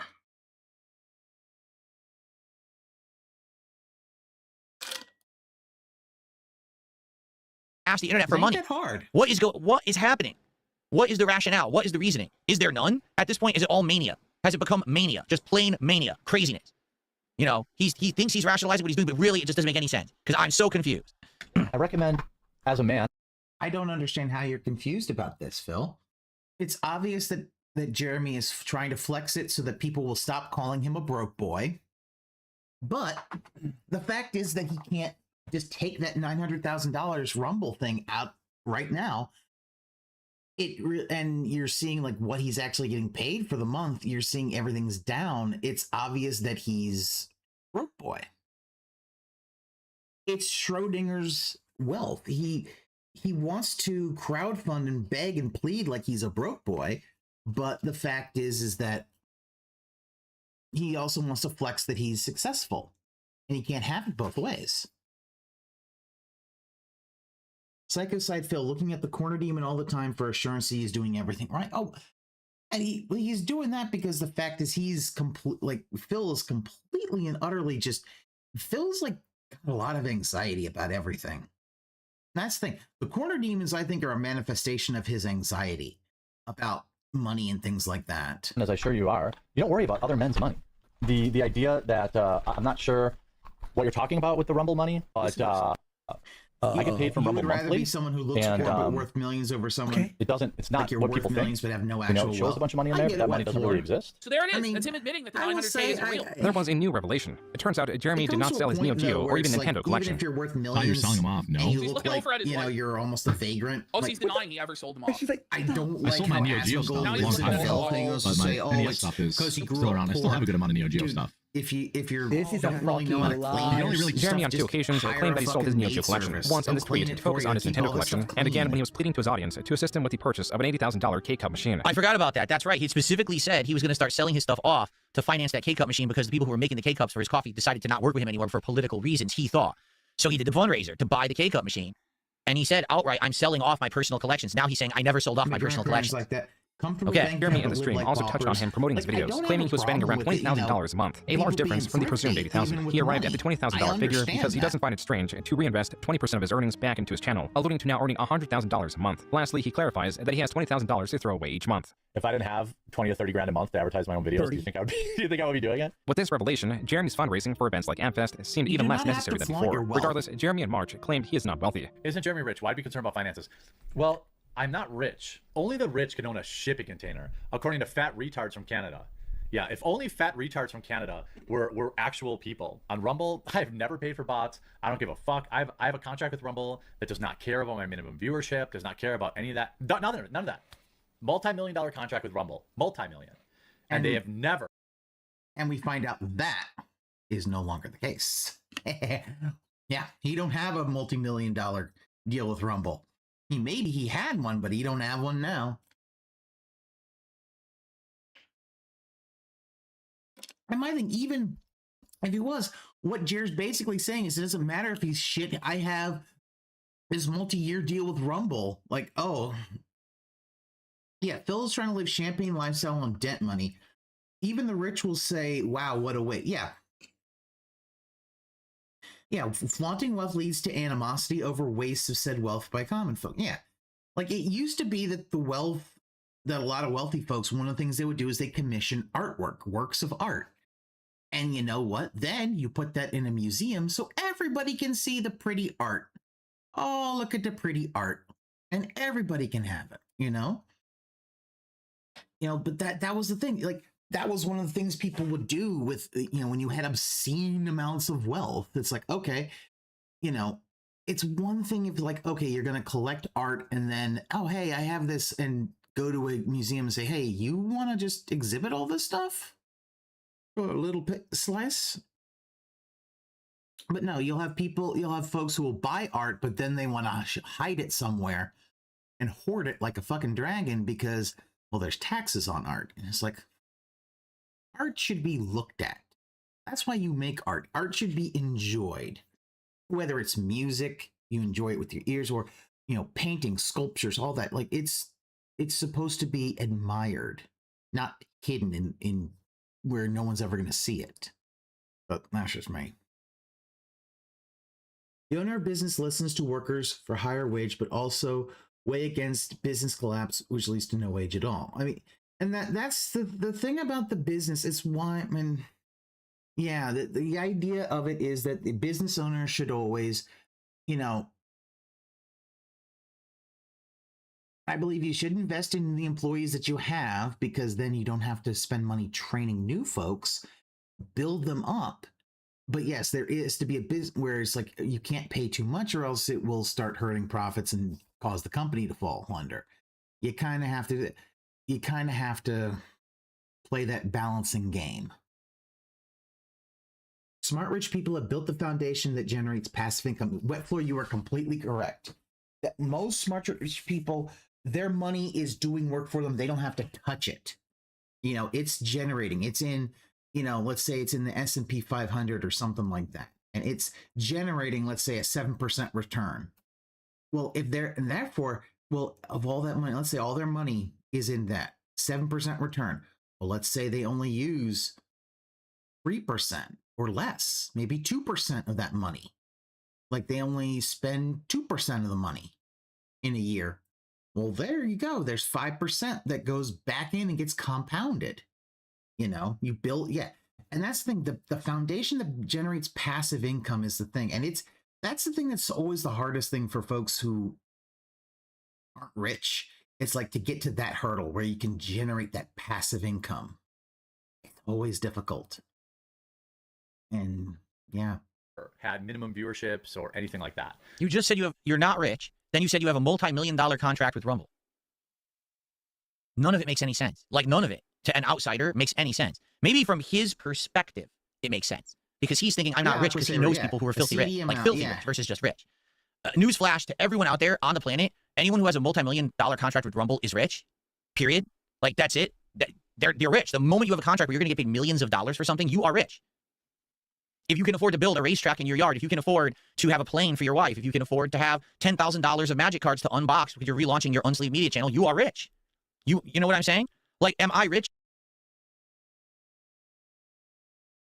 Like, again, Phil's just taking this at face value that Jeremy has this thing, which has been proven that he does not. Viewerships or anything like that. You just said you're not rich. Then you said you have a multi-million-dollar contract with Rumble. None of it makes any sense. Like none of it to an outsider makes any sense. Maybe from his perspective, it makes sense because he's thinking I'm not rich because he knows people who are filthy rich, like filthy rich versus just rich. newsflash to everyone out there on the planet, anyone who has a multi-million-dollar contract with Rumble is rich. Period. Like, that's it. Well, no. Here's the thing. Okay, so let's say you're an NFL football player. You just signed this big contract. This contract could be worth hundreds of millions of dollars. But let's say you blow your knee out early on. Oh, that's what? They're going to void the contract. You don't get a goddamn bit of that. The only thing you get are what are called signing bonuses. So the fact is, the money's only real if it's in your hand. That's why a lot of your athletes, they do signing bonuses to get that money up front. They will have incentive-based ones to kind of so they get more money if they do well. But the fact is that a contract, like, we don't know the terms of the contract. For his multi-million-dollar thing, it might be view-based. Who knows? Like, we don't know about that. And Jeremy, and if it was a good contract, he would need to have his lawyer go over it, Okay, yeah, like, Phil has been crying poor for 18 years every day, click on the ad so we can get money and all this kind of stuff. So, yeah, and I'm not going to take financial advice from somebody who had a fucking personal bankruptcy and is now wanting his credit to come back so he can basically blow through a second one. Because once he gets credit, he's going to burn through it again and try to do another fucking bankruptcy, but miss the fact that, yeah, in COVID, they couldn't verify this shit. They'll know that you have collectibles. And those collectibles will be sold to pay for debts, as they should have been. They're rich. The moment you have a contract where you're going to get paid millions of dollars for something, you are rich. If you can afford to build a racetrack in your yard. Not unless you have the money in hand. Contract means nothing unless they give you the money in hand. There are people, he got lucky that COVID was during his first bankruptcy. Yes, without that, he wouldn't have gotten it. He would not have gotten that Chapter 7. He would have been stuck on a Chapter 13 at best. He's living the American dream and he blew it. Yep. He's trying to use all these documentaries to show how good he is, but like, no. Like him talking about, well, he's a millionaire. It's like, no, because that money hadn't been paid out yet. Until the money is in your hand, it doesn't exist. You have to think like it doesn't exist until they pay you the money. Because how many times, like, people, you can make a contract, but guess what? Someone will find a loophole to get out of it, or just say, fuck you, I'm not going to pay you money. What are you going to do about it? People do that. And that's shit. And the idiot called not asking, and the one idiot called out not asking the right question. All these services and memberships, can we not find a way to balance out $34 and change? What's it?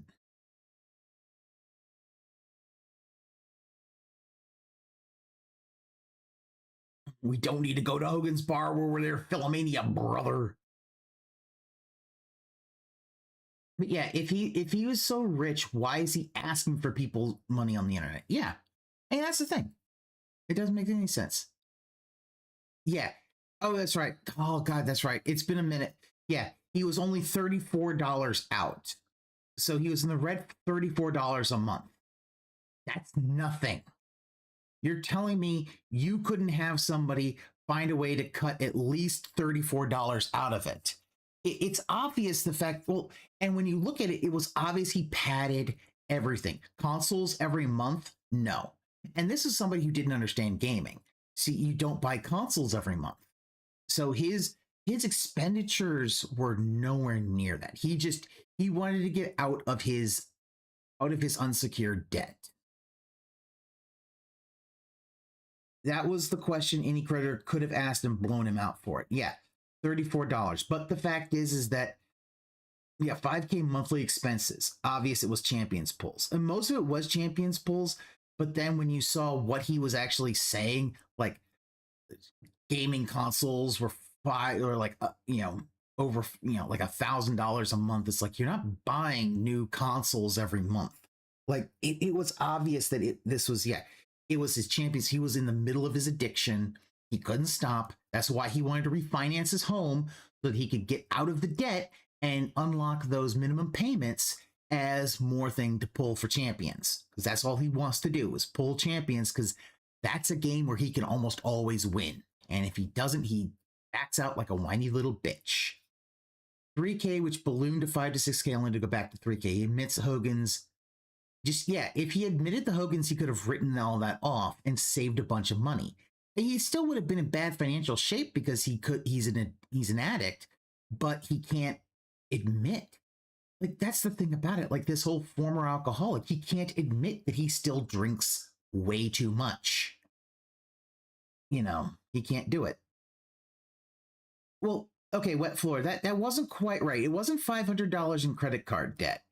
It was, I believe, $120,000 to $140,000 of credit card debt. The rest of the money, most of the rest of it was either in two small business loans, and the others were the other, like, 300,000 or so almost was in the mortgage of both the Connecticut and the Snortfort. Both of his homes were the main part of that. Yeah, the $500, I don't know where people came up with the $500 in credit card debt. I think somebody read the $100,000 in debt and forgot that included his 2 mortgages. Oh, and his car note. So an overwhelming majority of it was in the mortgages. And remember, he was able to keep his house, but, you know, he couldn't discharge his mortgage off that. Oh, yeah, it's been a while.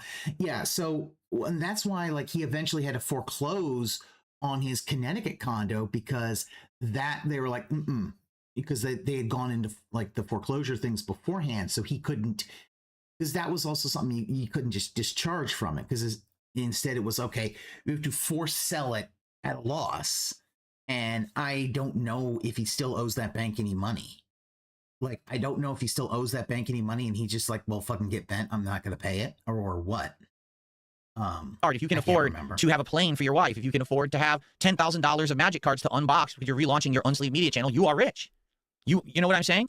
Like, am I rich? No. But am I doing well for myself? Yes. And I am publicly honest with all of you. I am doing well for myself right now. At this time, things are going very well for me. I can afford anything that I need for my setup, right? I do well for myself. I'm not sitting here complaining saying I'm destitute, and I wouldn't do that because that'd be pretty stupid. Why would you believe that I'm destitute when I'm surrounded by all this stuff every day on stream? You know what I'm saying? When I can afford any game, when I can do, it wouldn't even make sense. So you begged and pleaded for Untitled Goose Game till DJ Runo gave it to you, and then once he gave it to you, you then the next day kept begging and pleading. You didn't have money to pay for it. And DJ Runo's like, what the fuck? I gave you that money to buy the game. And he's like, oh, I had to go to bills. Yeah, no, and also, and you're right, Aqua Teal, nobody cares about porting games, because guess what? Some streamers don't buy the newest games. Like, you look at Corona, she's just playing she's playing whatever retro games that goes into that doggo's head. Who cares? Like, if you have a big enough Steam library, you could probably do a comfortable live streaming with a Steam library, not touch new stuff until Steam sales. I'll be honest, I don't normally buy much games on Steam until Steam sales. Unless it's something I really, really wanted. Like, when I got Space Marine 2. When I got Space Marine 2, I bought that not on a Steam sale. Because I did get I got the collector's edition. I got the little thing with Titus holding a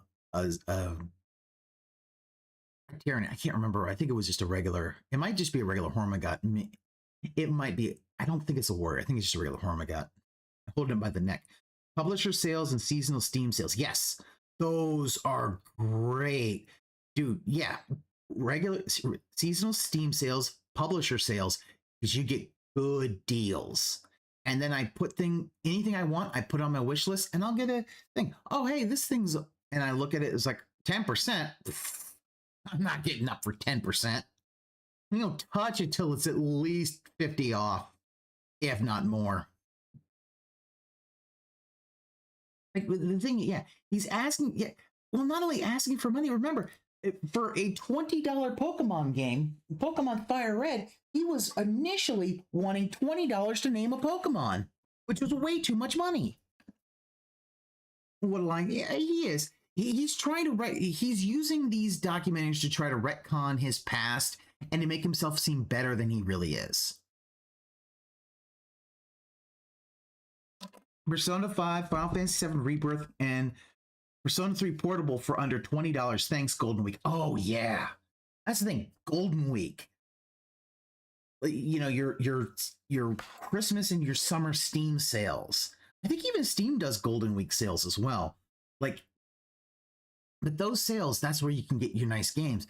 And you might even, and I know like Ann Leak does, okay, they did. Oh, that's good.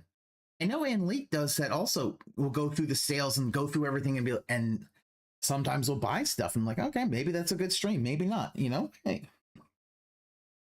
we all got Steam libraries that are just like, well, we'll get through one of these days. And that's why Gabe Newell is winning when all others are not. The problem here that I think has happened, okay, it's a two-pronged problem. There's two prongs. Prong number one is that Jeremy all these years has been a grifter, and I don't think anyone would disagree with that, including him. I almost bet he would even say I'm a grifter. Just like I will admit, in the past, I used to be a really bad grifter. I'm not nearly as bad anymore, and I'm more transparent. Whoa. Back the fuck up. Agree with that, including him. I almost bet he would even say I'm a grifter. Just like I will admit, in the past, I used to be a really bad grifter. I'm not nearly as bad anymore, and I'm more transparent and honest with. I'm not nearly as bad anymore. Phil, did you? Chroma Squad Pass. Yeah. You're not nearly as bad, but that means you're still a grifter, Phil. Did you not listen to yourself talk? Did you not let your brain have a moment and be like, oh, no, yeah, no, that doesn't sound good. Chroma Squad. Sentai Parody Tactics. I haven't done a lot of tactics games, but I'll take a look at that. I'll have to take a look at that. Like, yeah. And what floor, you're right. Phil will go with this. Is he rich? Is he poor? If he's rich and he's successful, why isn't his bathroom fixed? That hasn't been fixed in 5 years. Why is it that it sounds like his house is falling apart? Why hasn't he gotten that stuff done? You know? Like, I'm sorry, your master bathroom leaking or like not working well, that's a big problem. Why don't you get that stuff done? A massive parody of cheap Super Sentai. I'll have to take a look at that. I mean, we've been Goku fans have been eating good this last few years. We got Tojima. I liked Red Ranger Isekai. That was pretty fun. The fact that it's this adventuring world, and he's just the Red Ranger. He just he just blows it up. He's got the Sentai "fuck you, I win" cannon. Yeah, and that's the thing. The fact is he talks about all this stuff and how he has to buy all these, replace the garbage disposal, replace, all this, his appliances are fucking up. Well, then that sounds like you're poor. But then you say you're really successful, Phil. Well, which is it? Because a successful person would have money squirreled away for when you need to have emergencies. Like paying for a plumber to fix your bathroom so that you could use your master bathroom in your bedroom like an adult. Phil. With all of you now, okay? So a grifter can see how a grifter works. You understand? He's been a grifter his entire YouTube career, and he's been able to pull the fast one on everyone. But now he can't do it anymore because he's finally hit the point where it's like, but I don't get it. Phil. You're on Rumble making big bank. You're on YouTube making big bank. You got this event going on, that event going on. You can afford this. You can afford that. You're doing this. You're doing that. How can you be destitute and need us to give you $14,000 to go on a trip? The answer is you're not. You just don't want to spend any money. You want to keep it all for yourself and never reinvest your money into the business. You want us to finance your entire business, plus then some, so you can live a high life. Ew!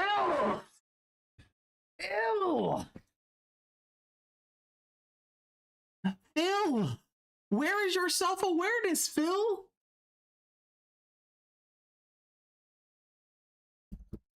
Why? Yeah, why is it ever the streamer's audience's problem to fix the streamer's house? Yeah. Like Phil just said that. He just literally projected everything that he feels all over to Jeremy. Like, what the fuck? I got hit with that. I'm like, what? I think we gotta watch that again. I think we gotta listen to that again.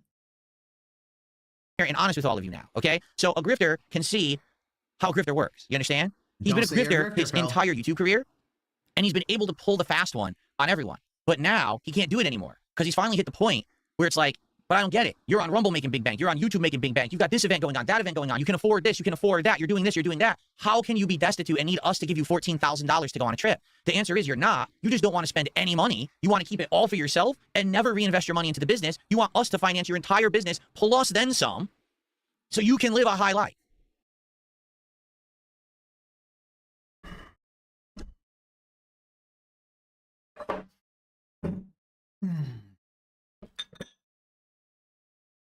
Phil? So many people could say that about you because you don't take any of that money that you get and put it into. For years, he didn't have any kind of improvements on the stream. It was all coming from fan donated things. Remember all the stuff that was donated by a fan, which really meant he probably did buy it, but he didn't want to admit it because he was, you know, he needs that money. He needs that money. He really, really does. He needs that money. And again, this fucking self-own, this fucking thing of you're admitting your entire thing, which is don't put any money into the business and expect that everyone else who's watching you to basically fund your lifestyle until you die.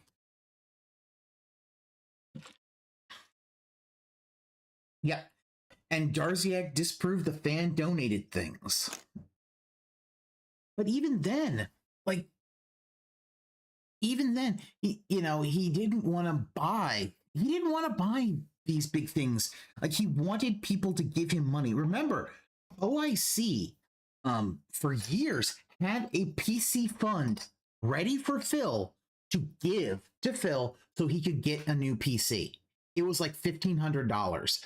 But Phil didn't want to use that because he wanted a really super duper PC that would have cost like $4,000. Darziak buys, Phil reimburses him only to have Darziak donate it back. Yeah, it was sick. It was disgusting what he did. And he won't admit it. It's like, dude, that is fucking disgusting. This dude basically got it for you, has to be your fucking tech support and all that. He's going through problems, and then Phil's like, oh, that's terrible. Hey, do you have my thumbnail? Like, Phil made it all about himself, and all like the sad thing about it is that he's gonna rope another dent into doing that in the same way, acting parasocial as fuck and all this shit. Sad. It's really sad. So that's the first prong, is that his actual grift has finally broken. Because now he can't actually fool his audience into believing this stuff anymore. Oh, the channel's under attack. Oh, I need your help with this. And now he's getting caught out on all this stuff. But the second prong that went right up his ass is Kino Casino. Because they are now daily micro-analyzing everything that this guy is saying. And they are extrapolating it and just shouting it out to the masses in a way that it's never been amplified before. He's never had his grift analyzed before. No. So because of that, for the first time ever, it's hitting him in the face. And he can't handle it. Instead of being able to just say, well, I don't care. He's sitting here. The Kino Casino was at that point pretty small. Like, they hadn't quite gotten, like, after they got flagged, they jumped in a huge amount. Like, I think now they get somewhere between like 10 and 15,000 viewers a day. Yeah, he's well, here's the thing, Aqua, he's kind of happy they don't care about him to the extent, but he wants them to cover him a little bit because he wants some of the Kino dents to donate to him. Yeah, because he needs the drama views. Because like Kick support has dried up completely because they were all the folks from Kick were for the most part coming in from the casino. So he doesn't have any support there. but also the fact that, yeah, they don't cover him because he's too fucking boring.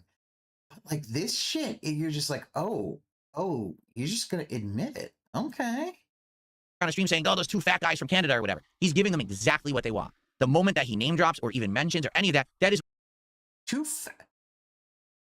Andy Worski's fat? I missed that part. I mean, PPP, yeah, just look at him. Look at the dude. I mean, but PPP also will admit he's a fat guy from Canada. If we could weaponize the lack of self-awareness on the stream, the stream of our moves would already be open. Yeah, that's the one thing about these that is so funny, is just seeing the lack of self-awareness for Phil. That he can see this in other people, but he cannot see the flaws in himself. And that he cannot see that he's doing the same things. He's doing the same thing. Or just projecting what they want, because they want a war. People. They want him to clap back so they can go back, and it's an endless back and forth, and only they will profit. This man will never profit from. Well, and that's the thing. It's why they say the house always wins. Like, the fact is, the casino they're just laughing at him at this point. They're just laughing. Ha ha ha, you're poor. You pooped in a Walmart. You shat your pants at a Walmart. That's funny. That's all they care about.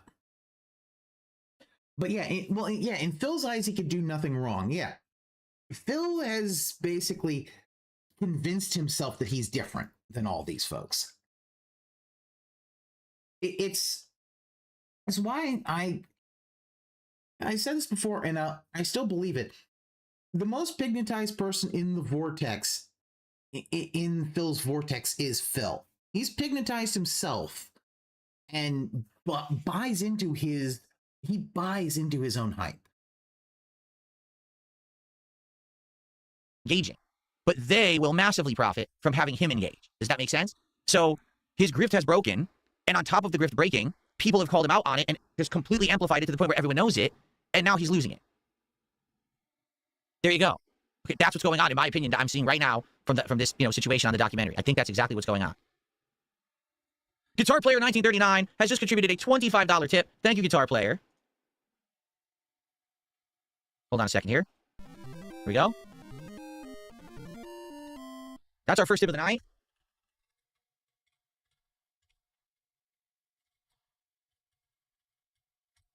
And Guitar Player says, hopefully this helps you get through all of this secondhand embarrassment. Thank you. You know what's happening right now? Like, out of the entire documentary, this part I feel is the most pertinent to me.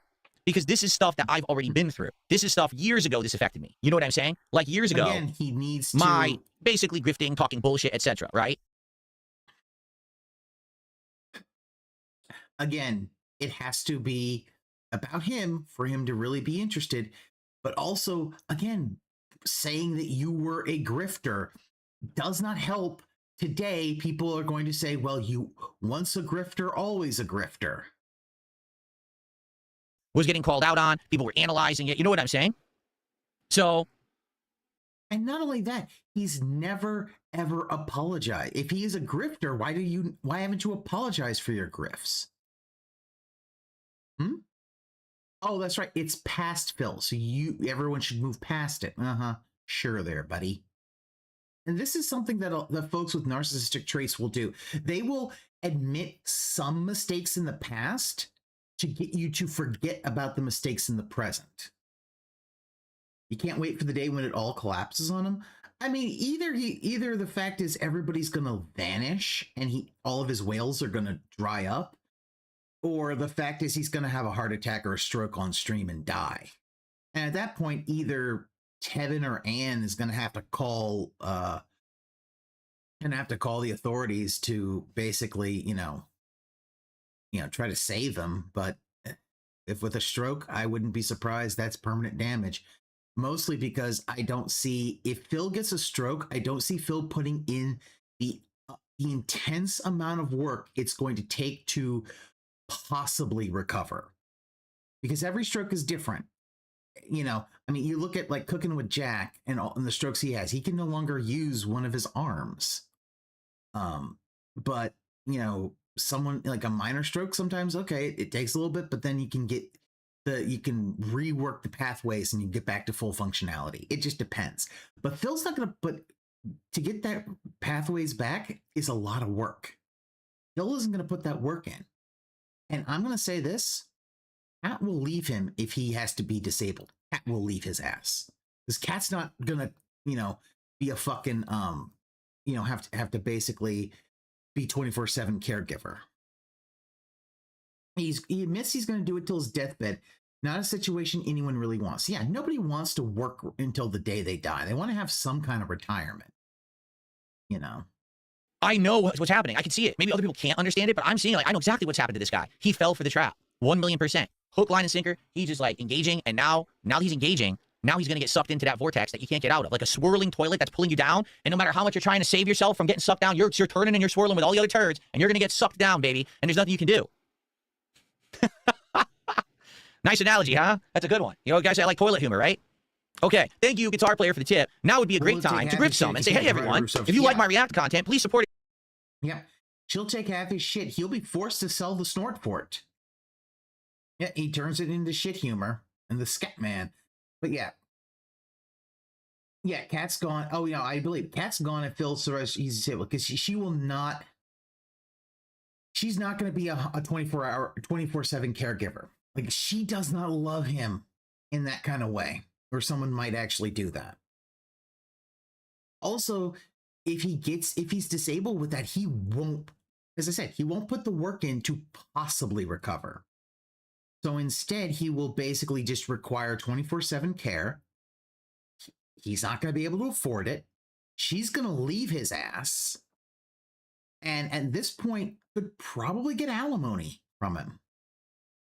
And yeah, his snort fort will be gone because he'll be forced to sell it to, you know, clear out the assets. I mean, think about it.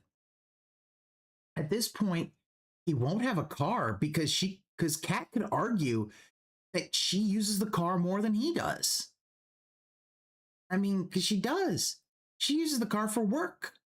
What does he use it for? Maybe to take stuff to the dump.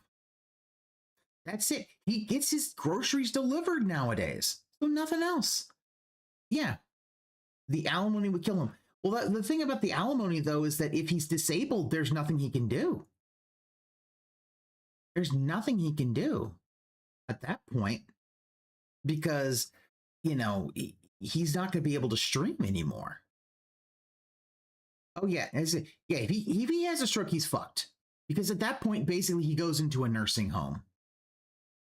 And if he runs out of money, he gets kicked out onto the street. Because that's just going to be how it is. Tonight, because you guys have now said you really liked this react to the quartering documentary, and you'd like to see me do more in the future. I'm down for that. But I need to know that it's worth my while and that you care. So tonight, you can engage and support this stream. Right now, we've got one tip from Flatman. Right. And a stroke is more likely, in my opinion, than a heart attack because of the amount of drinking he's done. I think a stroke is more likely than a heart attack, especially with him losing weight. For the reacting content that I put out for you, he will stream shall we? Okay, good stuff.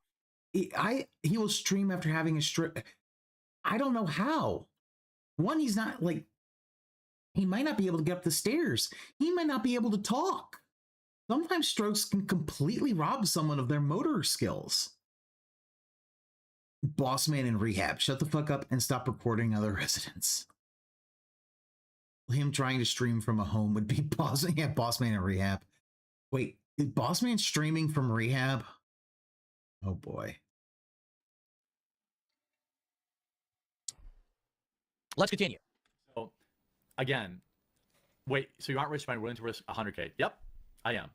If you can prove that I've ever bought bots for my live streams, I will give you 100,000 USD or even in Bitcoin if that's what you want. Just because you're begging us to buy your charity coffee at the same time you're trying to flex your finances. I'm not begging anyone to buy my coffee. You're living in a fucking loser mindset. Do you have any idea? Like, I sell $150,000 of coffee a month, every month. You think I'm fucking poor? I'm saying I make well over $1 million a year just on coffee. You think? Now hold on. He makes over $1 million a year on coffee. Profit or just net income? It's different. I would believe maybe he sells $1 million. Net income is profit. Like, what are you talking about? Hold on. It's over $1 million a year on coffee. Profit or just net income? It's wouldn't you go like profit or gross income? Because it's the gross that has to be then subtracted by the overhead and everything else to get the net.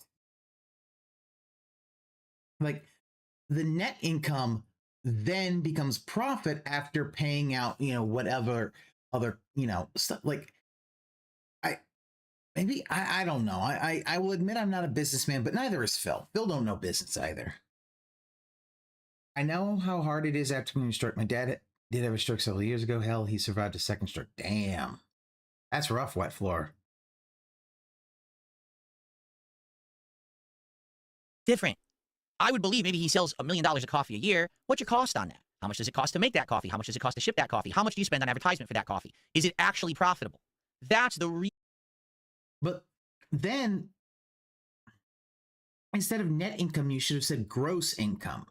Because the gross income is that, and then you subtract all of the expenditures.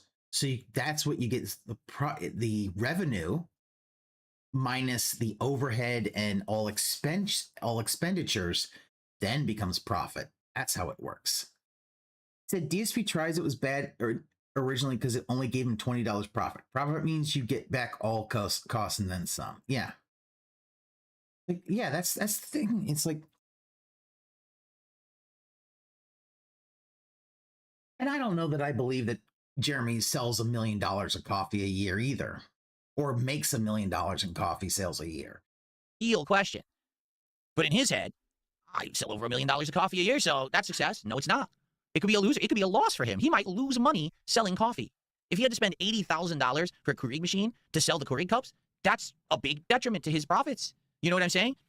These are the real questions, and these questions need to be asked. Not how much money do you make net? Yeah. How much past all your expenses and all the stuff you're blowing on everything? How much do you really make? Especially when he said, in my opinion, profit or he has net income. drifted his way to a point where he just anything. makes it sound always like he needs everyone to finance everything for him, and he's just been pocketing all the profits the entire time. But the thing that's sticking him in the ass here is the coffee. The coffee doesn't make him money. He wanted it to, but now he's stuck with this thing. He can't get rid of it, and he just has to try to make a way to turn it into profits, and it really doesn't work. And it's driving him bonkers because it just doesn't work. But he can't give up on it because he's stuck with this thing, you know?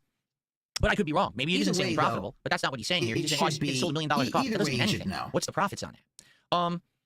Was there a gifted? There was a gifted membership from Oh No Not Him Again. Thank you to Oh No Not Him Again. Oh, by the way, the block, I missed your super chat. I'm sorry. I got to shout out the block as well, guys. Give me a second. I completely missed the super chat here. I never saw it. So Oh No Not Him Again.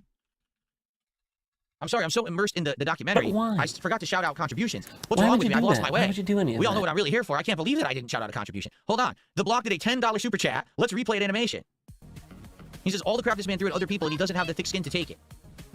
There you go. I mean, literally his business on the quarter. That's also is Phil.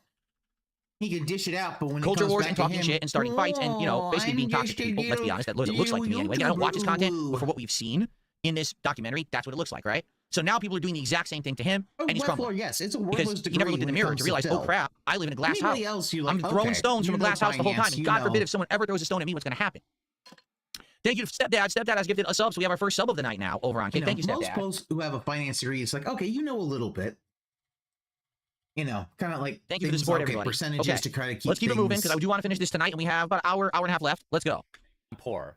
So I'm done addressing you unless you put your money where your mouth is. That last video is where this video was meant to end, and this post by Return of the Mac and Cheese, posted March 24th, was only a footnote. Now, it is the reason this video had to be rewritten to include a new chapter. Quote, yep, I got an anonymous tip from someone who claims to know people who know of Jer IRL that Quartering's best friend is a legit wife-busting bull. I looked into it and can 100% confirm this is real, and dude and his wife swing through the Hambly house to get blackout drunk and hang out in the hot tub and use your imagination, what else? Unquote. Jeremy's friend has stated publicly on Twitter that they are friends. He is also part of the Quartering's Discord server, even given the unique role of Quartering legend. Mac and Cheese then shows it. So now I'm gonna go on record here, okay? I'm gonna go on record here. This is the kind of shit that I don't agree with whatsoever.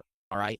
If you're gonna go after someone, okay, you go after their public problems, the things that they have pushed to the forefront through their behavior that has been public on their streams. So everything that we've done in this documentary up to now, right? His grifting, his businesses, his begging for money, because this is that his sky is falling, chicken little crying stuff, that everything's ending and he needs help. But then he claims that he's super affluent. You're right. The relationship, supposedly, I guess you could say with his wife, he keeps saying it's falling apart. His attitude towards his employees and things like that. This is all public. 100%. This has all been public. Okay? This right now, this Kiwi Farm shit, okay? This is now delving into the behind-the-scenes private shit. Okay? To be honest with you, unless this actually takes place on a stream or something that he has presented to the public, I really don't care. And that's my take. And I know a lot of people disagree and say, oh no, he's a public figure and therefore this is all pertinent. I disagree. I don't care about his private life, to be honest with you. I only care about what he is presenting to the internet as part of his business. These leaks and hearsay and rumors and all this stuff, I don't care. Even if all of this part right now is true, and I don't know how long this is going to be covered in the documentary, I still don't care. It has nothing to do with anything that I'm involved in or have anything to say about. So I'll watch. I might not have much to say here. We'll have to see. His friends at Discord. Here's the problem with that. I get that, you know, this is private, but here's the thing. Jeremy has publicly said that he is, you know, found Christ. And he's doing swinging shit? Like, you can't pretend to be a right-wing Christian and try to, you know, present that in public and then be a swinger in private. That is a contradiction in values. You know, Phil, you can't do that. Like, you know, if the fact is he was just whatever, it don't matter. It doesn't matter at that point. Like, I don't give, you know, if it was, oh, you know what, he's just, you know, whatever, you know, atheist, doesn't really give a shit, whatever. But when you decide that, you know, when you want to flex that you have a $10,000 crucifix and all that stuff, going to church and all that, being in an open relationship doesn't quite mesh with that kind of image. ID is GrapeJelly817. There is a Reddit account with this exact same username. The problem was that this post and commentary was hidden, but a bug allowed Mac and Cheese to somehow view the hidden comments. Several comments were made on r/Midwest Hotwives, a subreddit dedicated to lewd photos and swinging, and also the Wisconsin Bull subreddit. This is specifically dedicated to seeking out a quote-unquote bull, a third party to join in intercourse with a couple, sometimes as one partner observes rather than joining in. And Jeremy's friend, with his real name on Twitter, can be seen petitioning women for sex. This all proving that Jeremy's friend is an active swinger. The rest of the post is full of clips or photos meant to convince readers that Jeremy and or his wife is involved with his friend and or his friend's wife. First of note is this clip considered to be a Freudian slip. Right? Like, he's got some STD or clearly he's taking part in that lifestyle. You know, in my experience, I've never taken part in this lifestyle, but I know I have friends who have, and then obviously I've covered people who have, you know, swingers. Instead of cucking now, they call it hot wifing, which is literally just letting your wife bone other dudes. Yeah. This post also includes Jeremy's belief that Nick Rekieta, a different controversial creator receiving oral sex from a woman who is on his wife on stream, is not a quote-unquote own. Jeremy's previously leaked search of Reddit for Screen Pies. And that's something that the casino has brought on. The fact that, you know, he wants to, you know, profess being a Christian, but then is going into this kind of a very unchristian type of fetish. Like, cucking and swinging is not really what I would consider something that's really with the Christian faith. Because it's supposed to be you and your spouse, and that's it. So, you know, this kind of comes into play. And the fact of, oh, it doesn't matter. But this whole thing, this getting brought up and then the casino covering that, then causes the whole thing of the flagging. Specific type of pornography that appeared on his Twitter timeline when he streamed, a time that Jeremy allegedly posted cuck porn to his Twitter, a fantasy he explained while showcasing an interview with Gina Carano, where he is a loyal friend who... Was it the Black New World Order? Oh, I said the Black New World Order, uh-oh. Hulk Hogan, we coming for you, nigga. No, the Gina Carano thing, that was pretty cringe. Sits on the sidelines while Gina would be sleeping with various other individuals before gravitating to Jeremy inviting his friend and his friend's wife over to join him in his hot tub while also commenting on his friend's wife's big old boobs, various other mentions of Jeremy's friend's wife visiting his house sometimes to clean, other mentions of Jeremy acting inappropriately towards women who are not his wife, and finally is this part of Mac and Cheese's closing statement. Quote, obviously nothing here is stone cold proof, but perhaps there is something to the long-term speculation in this thread. Let's just focus on the objective facts. Jer is a pervert and creep. Jeremy's best friend is a bull and swinger. Redacted appears to be wealthy and owns a $1.25 million 6-bedroom 5-bath home according to public record, yet his wife goes to court in his house alone to quote-unquote clean regularly. That's a huge, a $1.25 million 6-bedroom 5-bath home. Jesus Christ.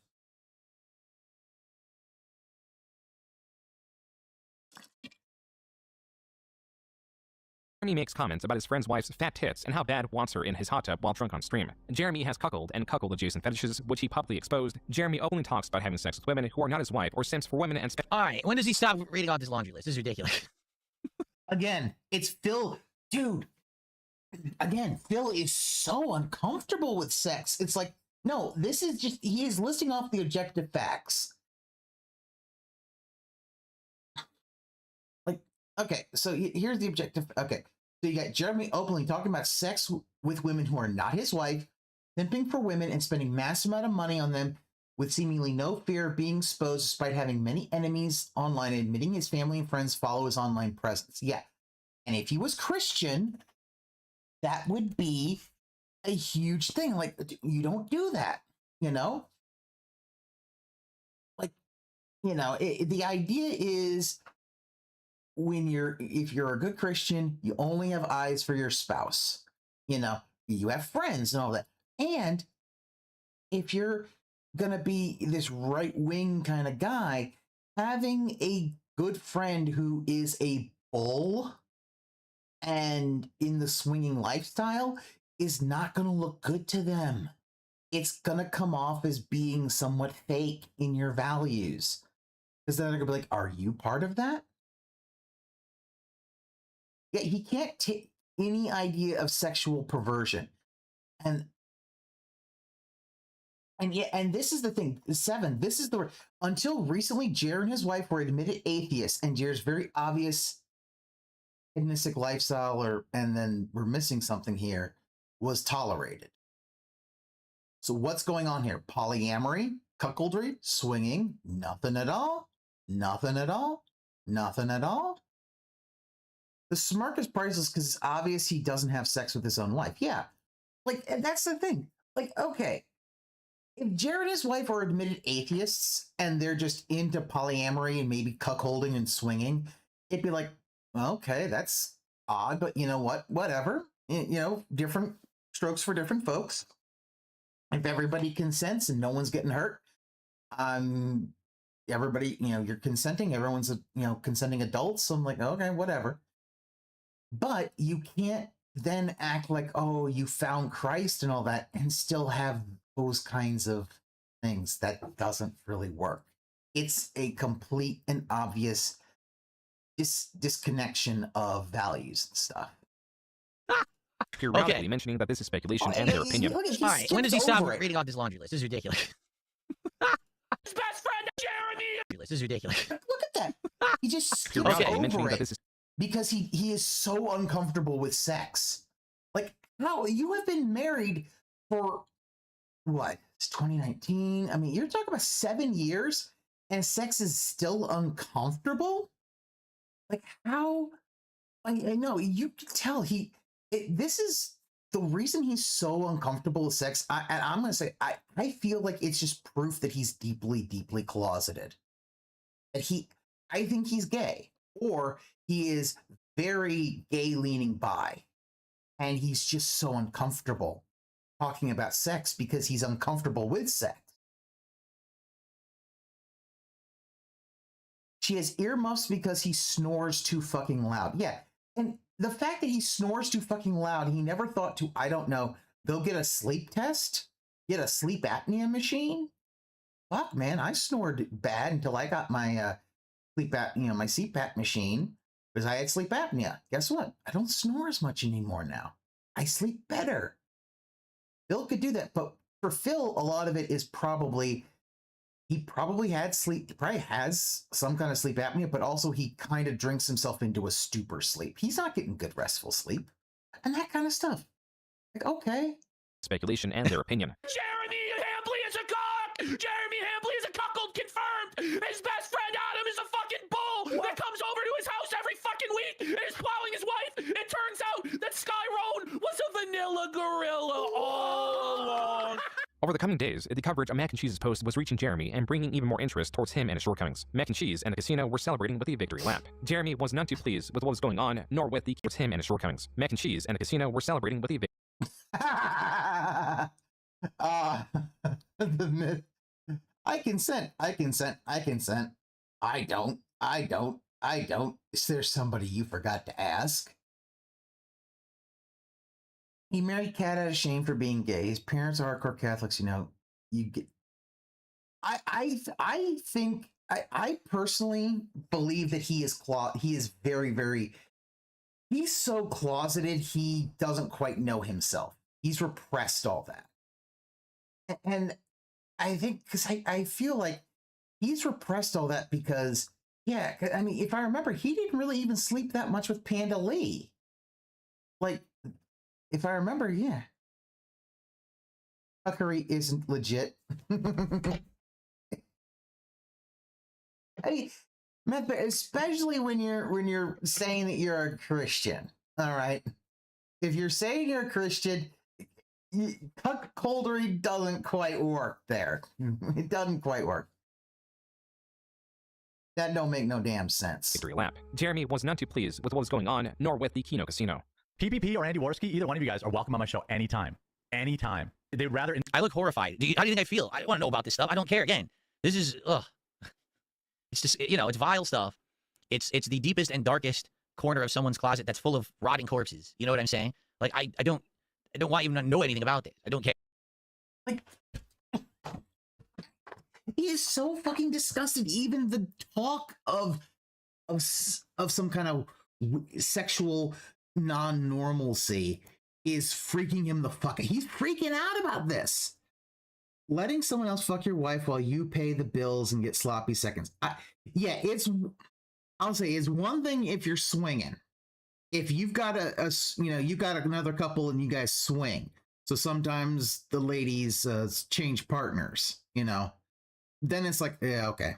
If Panda Panda full on presenting and basically screaming, "Come fuck me, Phil," and he just couldn't. Yeah. Swinging is bad in your mind.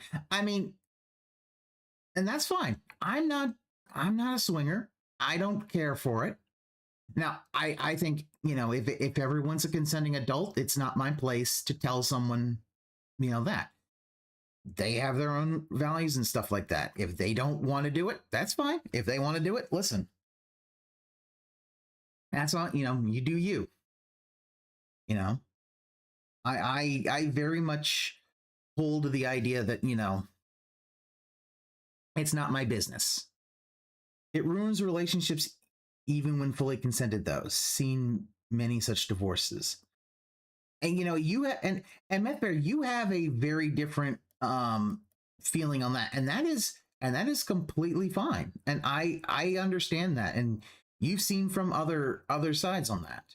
And to me, it's more of a what other people do in the bedroom as consenting adults is not my. It's not my. I don't care. I just. It's more of. It's not my business. So, you know. That's them. If they want to do it, that's fine. You know, but you know, if there are consequences that come to that, my wife of 15 years is having an affair with somebody else and put that shit out on the internet like it's a fact based on nothing, then you know, I've reached out to both of them. People tend to catch feelings when even when agreed not to. It just happens. On March 30th, yeah, Jeremy that tweeted to is address something the I do. ongoing I know drama, that can denying happen. that he has an open marriage, and while he's fine with people making fun of him. So this is it. This is the beginning of the end, because he has engaged. He has, even if he outright denies everything, you've given them exactly what they wanted. You gave them the time of day. Even I want to go on their show. I've invited them on my show. I've contacted them. I've done that. You did all the wrong things. You literally had the list. Wrong thing, wrong thing, wrong thing, wrong thing. You know, really, because the truth is that all they want, as you've already said, they want the war. They want the smoke. That's what they say, right? They want the smoke. Phil, they want to laugh at him. Like, him engaging is more of just fanning the flames, but all PPP and Worski wanted to do was basically laugh at him. And their main thing at this point was still about the finances. They wanted to have Jeremy go on Caleb Hammer's show, Financial Audit, and look into that stuff. And no one will give a shit if Phil were to come out as gay. He's done so much gay bashing in the past. Yeah. No, nobody's going to care. The fact is that, you know, he will be just as toxic and asshole-ish depending on what team he's playing for. It ain't going to matter. But I think that the thing about this is that what Phil can't understand is that this is what he does. I mean, oh, you're not supposed to engage them. You know, who was the one who spent their wedding night, you know, talking to trolls on Twitter instead of plowing his bride? It's Dark Side Phil. Right? They want him to start responding. So now you can have a back and forth attack, and now they benefit from it, right? They will now get that boost of attention because every time they talk about it, they know you're going to respond. And they can't wait to respond to your response every time on the next episode of their show. That's what they're pushing. So the moment you respond DSP here, special, in a video, anywhere, they've won. They've gotten what they want. It doesn't matter. Phil, you don't understand that kind of thing. Even if he said nothing about it, they would milk all that shit, because they would milk the fact that if you are this supposed Christian man, why is it that one of your good friends is a swinger that you invite over to the house? It looks suspicious. It doesn't look, you know, on the up and up. It looks like you might be into swinging, even if you aren't, you know? And they're going to grab it and they're going to continue on with it. So this is all bad what's going on here right now. Guitar Player, thanks for $5. I agree, don't bring people's personal lives into it. But this is the thing, okay? And this is a big difference, I think, that some people don't get it. I wouldn't, me personally. And that's just me, because, you know, I have a different set of morals, values, and beliefs than many other people. Like I've said, my content, I want, at the end of the day, when I go to sleep at night, I want to go to sleep feeling sound and assured that the content that I made today did not hurt someone, did not crush someone, that I didn't have to step on someone to get ahead today, to make a buck or to stay afloat or whatever it may be. Phil, just earlier, last night, you were trying to get fucking EDP Watch to basically turn their eye to fucking LTG. Like, you step on people all the fucking time. Yeah. He hurts his fans. I mean, the whole Darziak thing, when he says, oh, I've got an editor now who knows what he's doing. And I was saying this in Ann's Discord. I think that was a throwaway thing. I don't think he actually had any thought into it. But because he wasn't thinking, he says something that comes off very, very callous and very awful to Darziak. And that's why Darziak released all the DMs. Because, you know, what the fuck? If he had said, yeah, you know, I had another editor, but he couldn't do anymore. And I got this editor and all that. And that's it. He says, I have a new editor. I had an old editor. Now I have a new editor.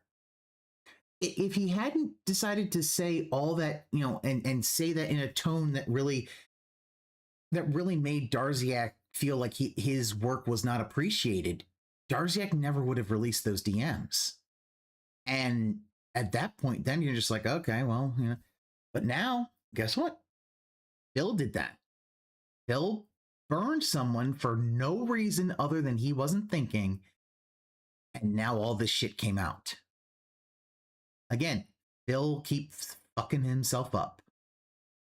Because I want to leave a legacy of content that's meaningful and that people can watch for as long as they ever choose to. Because it's on the internet, public for everyone. And it's pertinent today, and it's pertinent tomorrow, and it's pertinent in 5 years, it's pertinent in 10 years. You know, people still say to me to this day, I can go back and watch one of your old playthroughs of games from 5 years, 10 years, 15, 18 years ago, and it's still fun, and it's still pertinent. Yeah, because the playthrough is a game. And no hard feelings, Wingo. No one was hurt in the making of that playthrough. No one was stomped on. No one's reputation was ruined. No one's dirty laundry was personally aired out. What about your quote-unquote April Fool's Day ones, where you fucking went after Dale in a way that wasn't even funny? It just felt like you were fucking harassing him. It felt like harassment and bullying from you, Phil. And then you did it to Wingo. And this is the thing. You did that. And now you want to act like, I never do anything like that. Yet you do. You do the drama stuff. What was it about the whole thing with Keemstar and his, and what was it, Etika's mom saying, don't blame Keemstar for her son's death? And he's like, well, you know what? She's wrong. Because you wanted to have an own on Keemstar and wanted to blame Keemstar for that man's death. Fucking hell. Can't wait to Repcon later when he really starts up the stream and copes. Yeah. How pertinent is it to scold fans for picking a game he doesn't? Yeah. The fact that he's the one who sets the poll up, they pick a game, but they don't fully support as much as he wants, and he fucking flips out at them. They're all trolls. They didn't do what he was supposed to do. He fucking flips out at them. He flipped out of that. Oh, there was that one that when the bank leaks came out. There's a guy named Special K on YouTube who was saying that, you know, who was kind of, and not trying to be mean or anything, but he was trying to tell Phil that, you know, if someone stole money from you, if they did identity theft, you can go to the bank and you could be made whole, which is definitely true. There are laws so that you get whole, so you're not fucked over from identity theft. And he's like, no, that doesn't happen. You don't know what the fuck you think you're doing. Fuck you and your mother. And it's like, how is that? Like you're just stepping on anybody else who won't go with whatever your line is at this moment. The Throwback Channel, stealing someone else's content for his video. Great job, Darziak. Yep. Yeah. Oh, that's my opinion based on how I was raised, based on my own moral compass. And, you know, not everyone is me. I can't expect that every single person. Yeah. What about the King Snake? You really hurt those guys. Is going to be up to the same moral standards as me. Okay? I don't stand for that personal attack stuff. I literally don't. Okay? I can't. It actually, I feel like it's messed up when someone feels like there's absolutely no line that can't be crossed or whatever. I've already said this about Kiwi Farms. I think it's a heinous site. I don't care what Josh Moon says. I feel like that's a toxic place that is completely anti-humanity and it should not exist. Okay? I really do. And holier than it's just a really disgusting situation. That there are people, tons of people, who their entire business is based around, let's hurt people today. How is that allowed? How is that legal? Why is this something that we all accept? Yeah, he loves to, and people, and the Kick Chat really are bringing up LTG. I don't give a shit what the YouTube chat is. I wonder if Phil Sepp's sound when he bodied LTG a little while back. Like, it really is. And think about it, you know, he doesn't like to attack personally, but then he'll bring on people like he wants to talk about, oh, you know, he doesn't like that, but he brought on fucking Ethan Ralph. He brought on the Ralph male to try to score one over PPP. Now, one, PPP didn't give two fucks.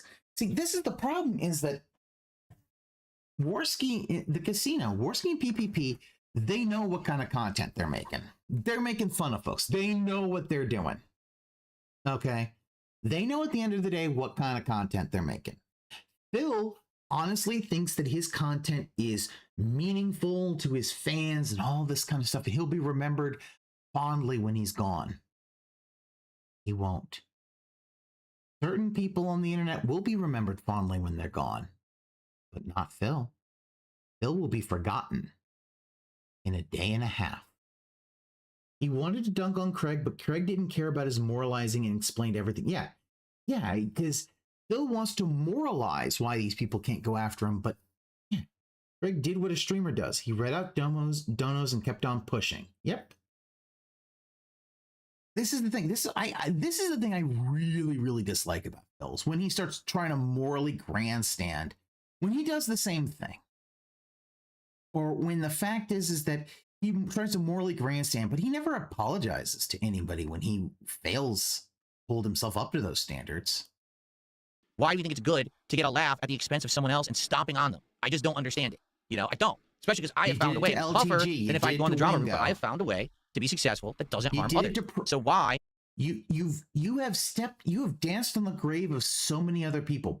You danced on Pro Jared's grave when he had his problems.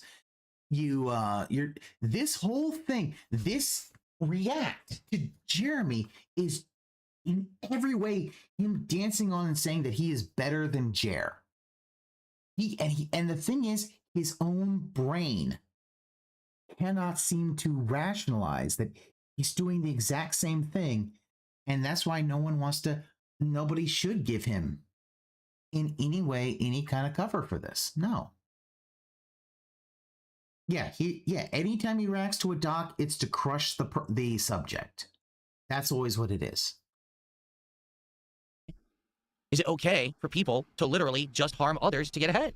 I'm lost. But is it right for you to take advantage of somebody who admits they were autistic and had physical disabilities, but then constantly use them as tech support and unpaid labor doing thumbnails for you for basically peanuts.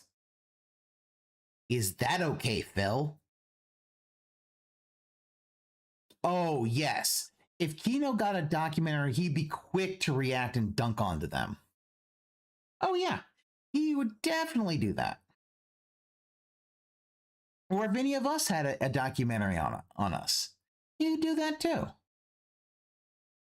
Like if any of the bigger folks, like, you know, someone like, you know, if Tevin had a documentary on him, or Piece of Peace or anything like that. And especially if Ralph pissed him off, he would watch a Ralph Email doc and get even more yeah, because Ralph Email is like, oh, it's like, yeah, because that was the thing of, you don't want Ethan Ralph on your fucking content. But he had him on the content and you're just like, just showing he did not know anything. But then again, you know, oh, you know, oh, I can't believe he's gonna punch down. Like, that's all you do. You punch down to everybody in every bit of fighting game streams. He punches on the people who he's playing. He shits on them constantly. Oh, they don't know how to play. They can't play offline. I bet you I could beat you in a tournament. It's all this childish bullshit instead of, damn, they beat me. Oh, well. And he gets so riled up on that and not understanding he does the exact same things that he claims here he doesn't want to do. And the fact is, you could put all that together and he'll explain every single inconsistency out of it. I've changed.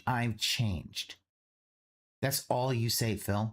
But he's never actually shown his capacity to change. Again, I'm built different than a lot of other people. And I get that. No, you're not. Not everyone is the same. Okay. No. But you are, because you're a weird potato-headed man. But no, this is like, you're monetizing drama right now. Like, if you were really, I don't want to get into it, you would have been like, I don't want to get into it. And I'm not going to react to it. And that's that. But nope. Use it and then quickly moralize that, oh, these people are just as bad. Like, Phil. Like, I'm sorry, Phil. the best way to engage here is to not engage. These people are saying horrible things about me and my family and all that. Just ignore it. Because if you don't give them anything, all they can ever do is speculate, right? That's it. All they can ever do is speculate based on hearsay, based on guesses, all of that. But the moment that you engage, you're just giving them the next thing to go after. Yep. You're giving them the bait they want. And he fell right into the trap. Dead on, face first, charged into it because he was angry. Emotion can make you make big mistakes in life. I know that, again, firsthand. I've made tons of mistakes in my life. The fact that with Darziak's DMs listed, we've gotten the idea that the most important thing for Phil has always been he needs to get that W from the trolls. That's it. Anything else is superfluous. He needs that W. It's like, what the fuck? People can speculate that his only true proof is always trust me, bro. Yeah.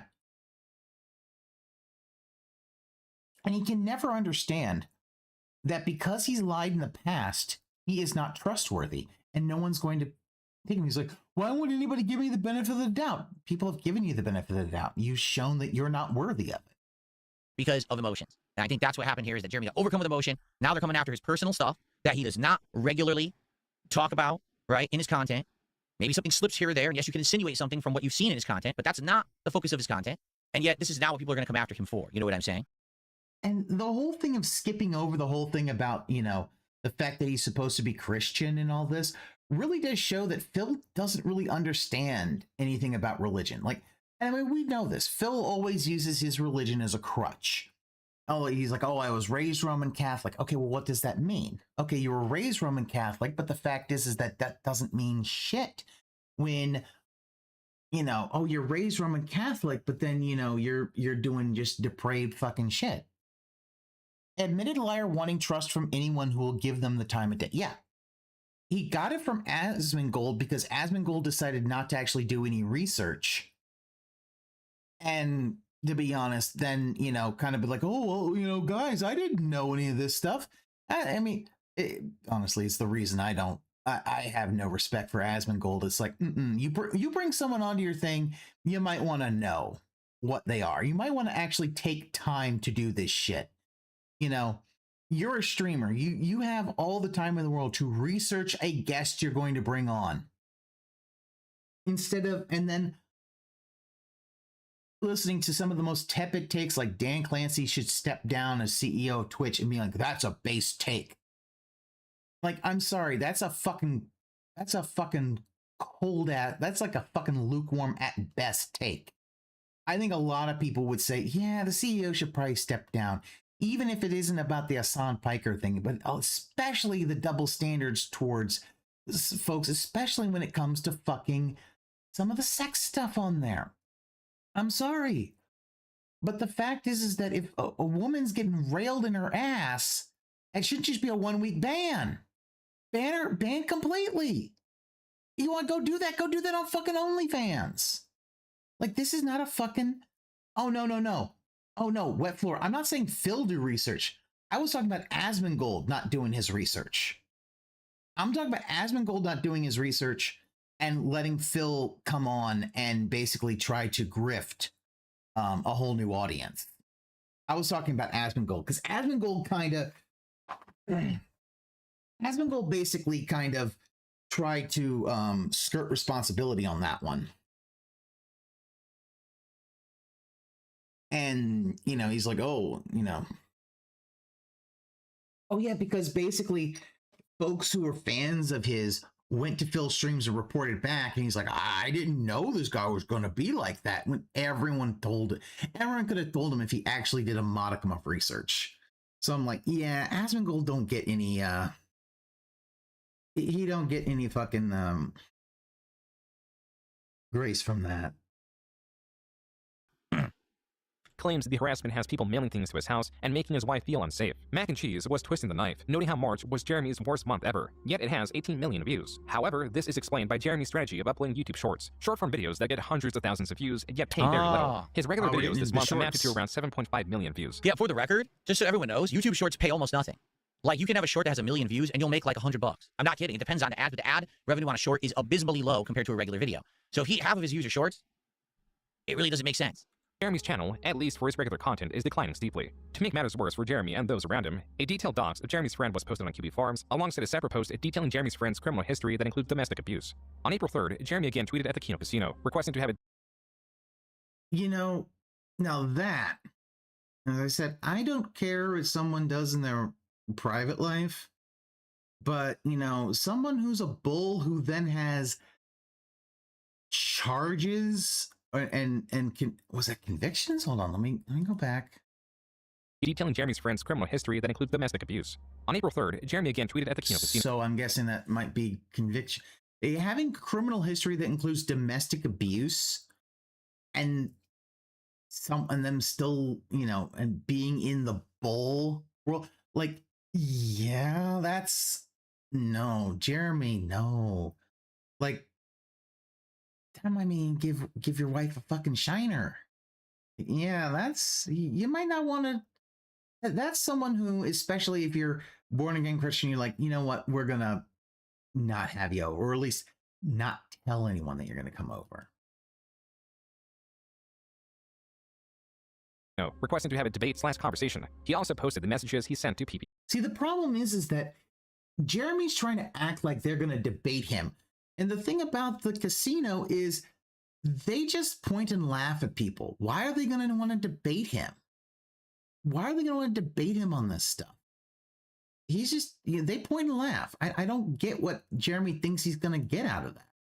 PP, and the considerably lengthier and far more numerous messages sent to Worski, likely because of their history covering similar topics in 2018. He'd even petitioned Noel to host a possible debate. Noel responded by clarifying that PPP is after Jeremy's financial information, likely circumventing the debate by mentioning how inconsistent Jeremy is with the status of his finances. Jeremy... Yeah. And yeah, you see, and then Quartering says happy to share, but then he pulls that back. TV's mostly after your finances. Depending on the day, you're either loaded and offering to give a random kit causes thousands of dollars, or at the verge of financial collapse and threatening to fire Hannah Claire. It's tax season. You got your 1099 and itemizations. See, yeah, So that's the whole thing.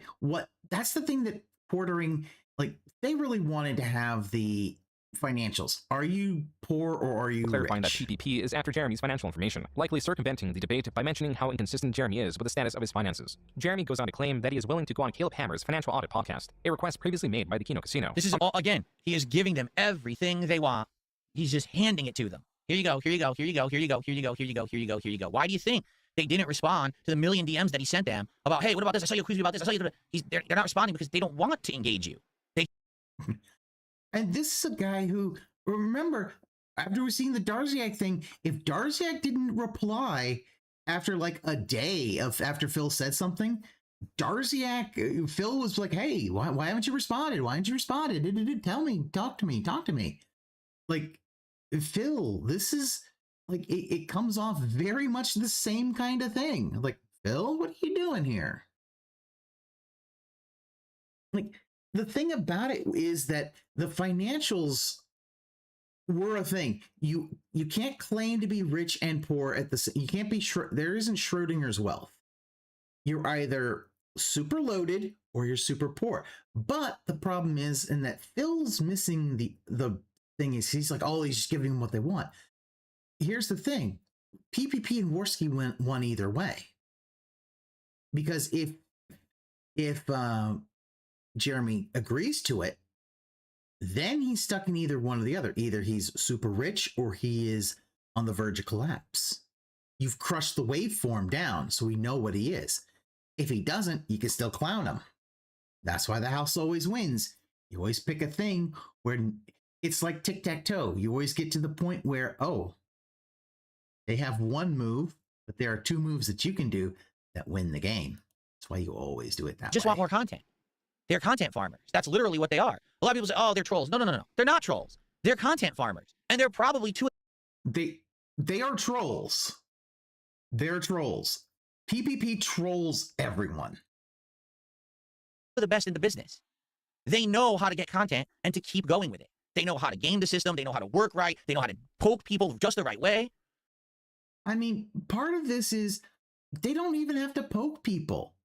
Like, hell, the shit they got with like Ethan Ralph or Styx and all these other folks, they don't have to poke them. They're just looking. Half of them is just like, a lot of their shit is like watching streams and editing down the funny parts, the lolcow bit. You know, taking the ore and refining it. So Bill can't quite understand that they are trolls. Like, they are definitely trolls.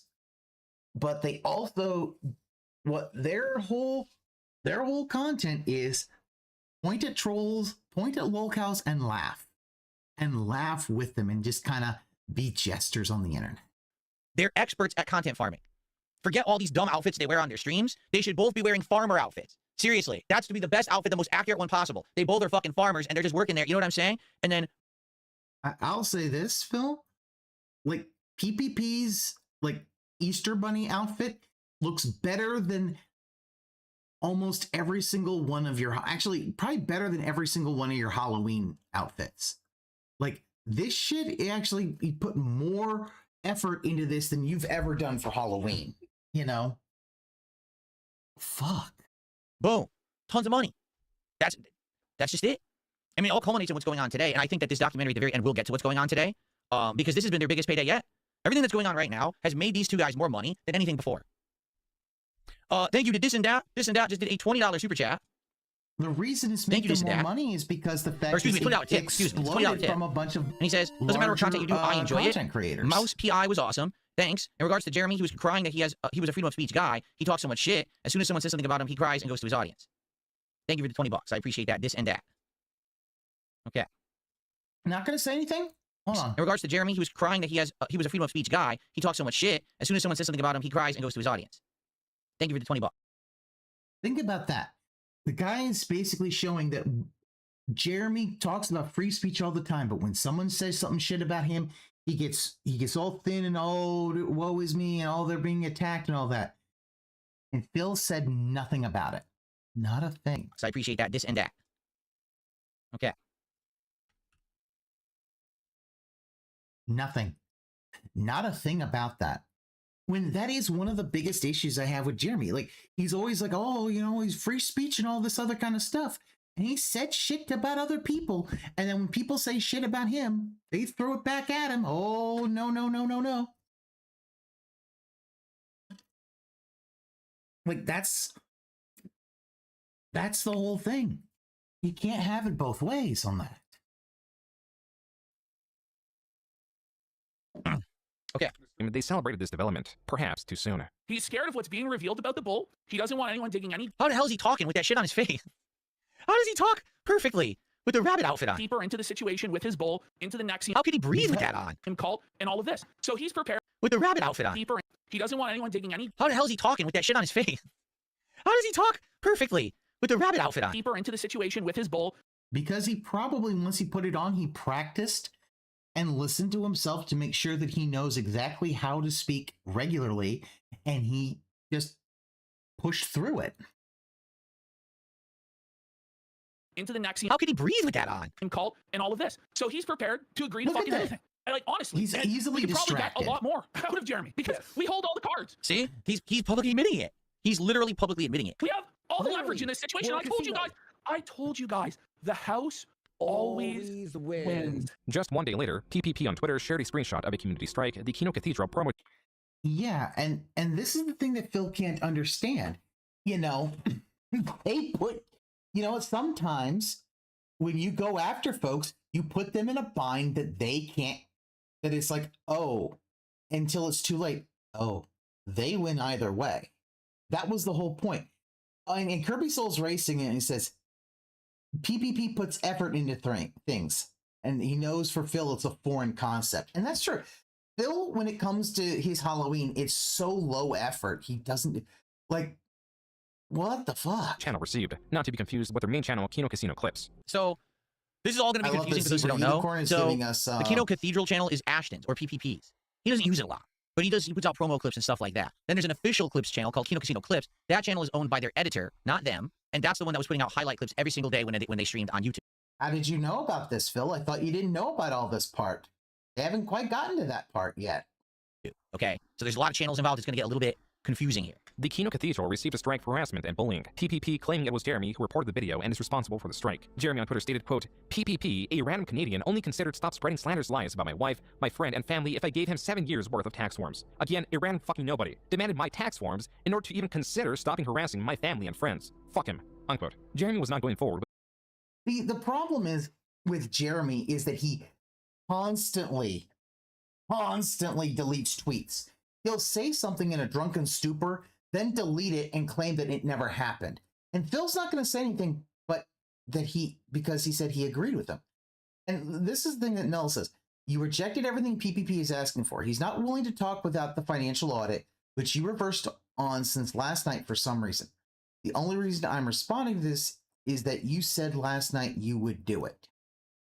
The Caleb Hammer podcast, or any debate for that matter. Later that night, PPP posted again. Another video had been taken down, this time on the Kino Casino's main channel, for violating YouTube's policy on personally identifiable information. PPP later confirmed that it was filed by Jeremy's friend. The way the YouTube strike system works is that after a warning and 3 community guideline strikes, the channel is banned. This means that if just 2 more videos are taken down for a community guideline strike, so would the entire Kino Casino clip channel. Worski reported that Jeremy had shown the quartering YouTube channel was not the source of the initial report. Worski also believing that while it may not have been the quartering, Jeremy still has countless other channels. So the possibility of Jeremy being the source of the reports still remains. I guess we're going to get technical now. So, to be honest with you, there's been a lot of misunderstanding and misinformation in regards to how YouTube works, okay? The only time on YouTube that you can officially issue something that's related directly to your channel is a copyright strike. That is it. You can issue a copyright takedown request through your channel. You can actually do it right through the auto match system that is present on your YouTube channel, or...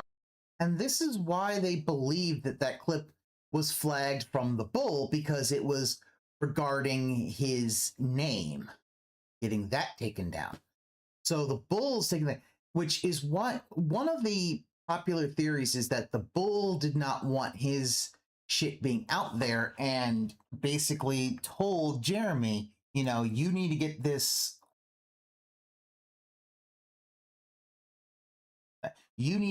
off the internet. You gotta get that off the damn internet. And then the bull, Jeremy not knowing anything, is like, just, you know, went into full fucking defensive mode. But the fact is that, you know, a lot of this is happening because Jeremy drinks and says stuff, and then when he wakes up from his stupor, he deletes it because it either doesn't fit his narrative or, oh, it makes him look really, really awful. Or you can manually submit a copyright takedown request through a form on the YouTube website, and you put all your channel information into it. That is it. Okay? If you Jeremy doesn't are have going a to super put puppy a to do it for him. community No, he strike does against not. someone, which could be for SCP. harassment, for bullying, for doxing, for egregious content, for example, extreme violence, sexual content, all those would be considered community guideline strikes. None of that is done through a YouTube channel. Those are all separate reports that anyone can do. Okay? So the confusing thing about this part of the whole situation is that everyone seemed to want to find what was the evidence that it was Jeremy who did it through one of his channels. That doesn't exist because it's not done through a channel. Okay? It's not at all. So this part, I think, was kind of like they were misguided. They didn't really know what was going on. And they're like, well, I don't know. Is it tied to a channel? Is it tied to this? It doesn't matter. It's not through a channel. Only a copyright strike is done through a channel, ever.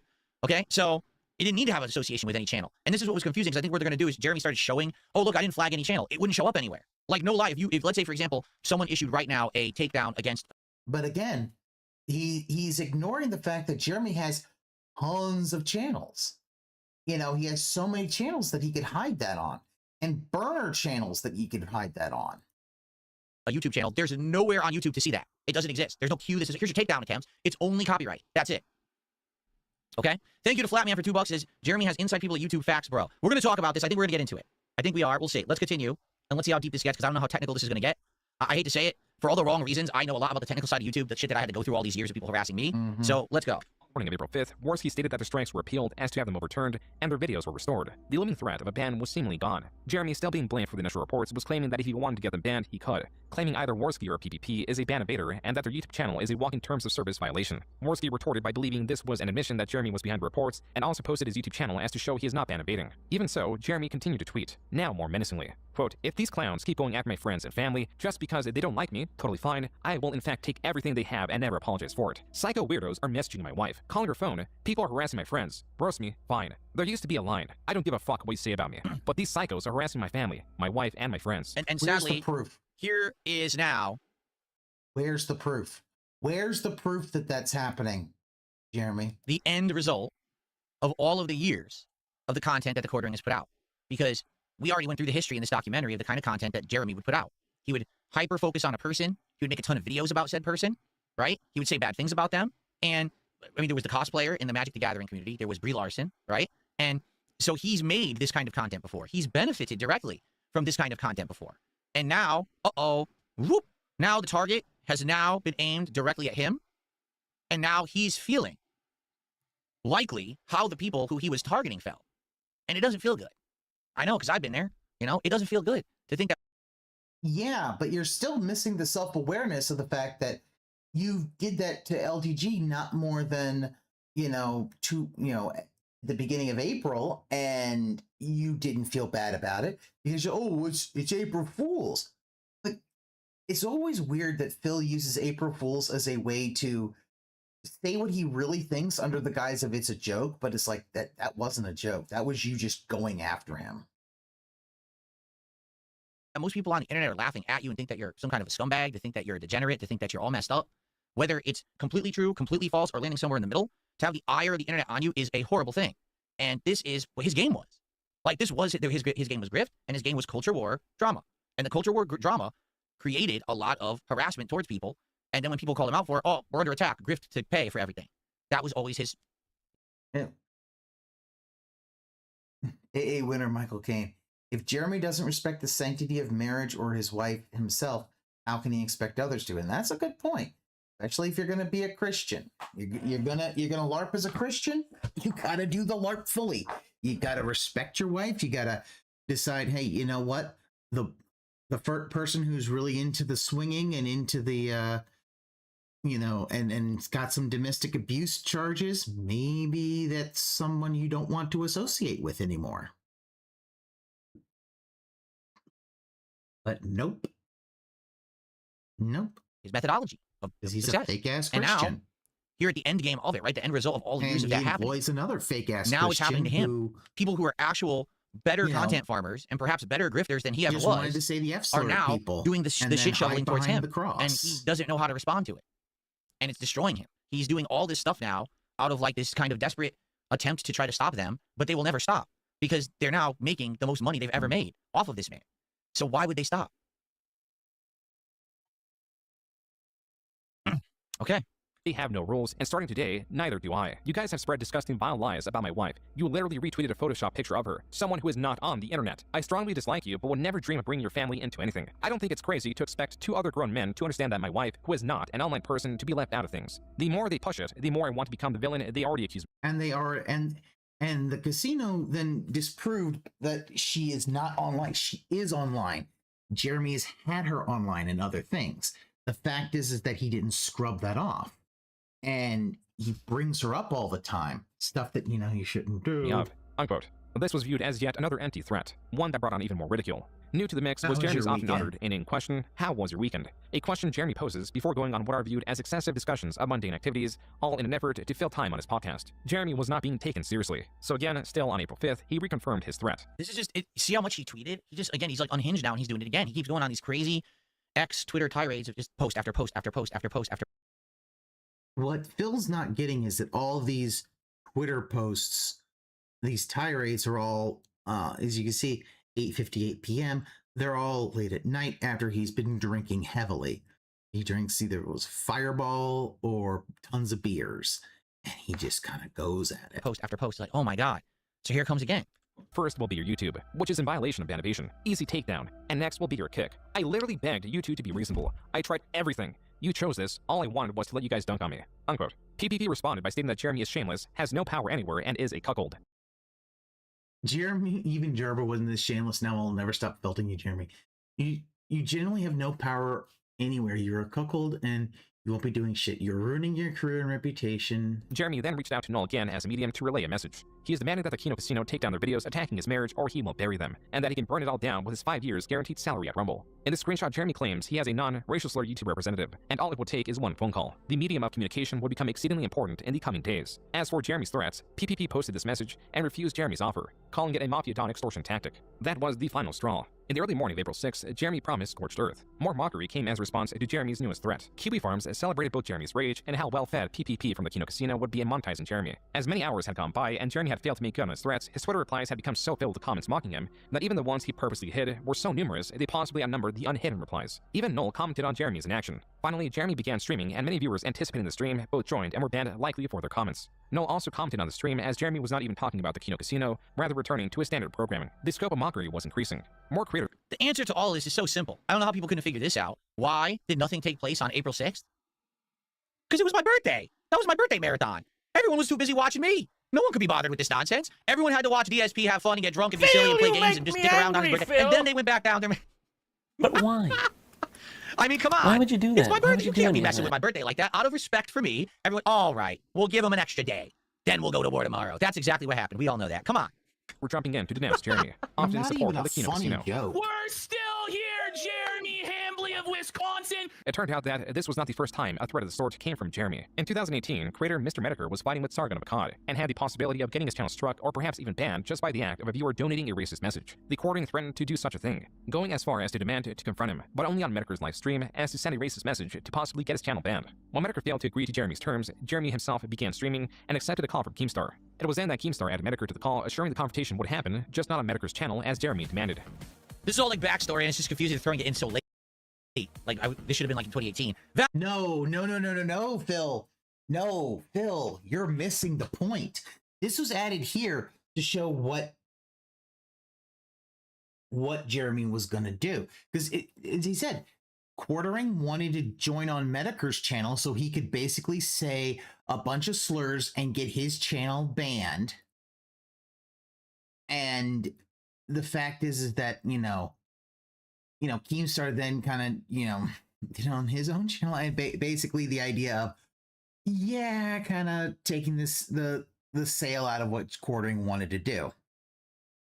It sets up the idea. It sets up the evidence, so it's not buried previously. It sets up the evidence that Jeremy is a flagger who will do underhanded things to get a channel banned. So thank you for 1313 super chats. All is peaceful in the world on DSP's birthday. Damn straight. Actually, it was a pretty messed up day because that was the day that Asmongold was supposed to come on my stream to wish me a happy birthday, and he got banned from Twitch. So maybe already there was enough drama that day that they said that's the limit of drama we could do today. So that maybe that's what it was. I don't know. But thank you, Vassal, for a 1313 super chat. I appreciate that. That's actually our biggest super chat of the night. So thank you for that. Since now we've basically passed the halfway point of tonight's stream and the finale of my react to this documentary, again, I would just like to say if you guys have enjoyed my reaction to this documentary and you want to see me do more of this kind of content in the future, to please engage and support the stream, give the stream a like the stream archive, leave comments on it, and please tonight support the stream, all right? I want to know that it's worth my while. Like I said, I have had big success recently with all of my gameplay content and my podcasting, all right? This has been a departure for me to go back to this kind of content. And if you like it, I want to know that you do. I need to know that you do. Please support it tonight. And this will weigh heavily on my conscience on if I'll do more of this in the future. Okay, grift mode off. Let's continue. Basically said, I can't wait to fucking super chat you 1488. Give me money, give me money, give me money, give me money, give me money. I'm gonna super chat you 1488. Wink, wink. Fuck you. No, that's not what I said. You're obvious. Fuck you. That's not what I said. That was what Jeremy, in essence, said. You just told me you didn't say it though.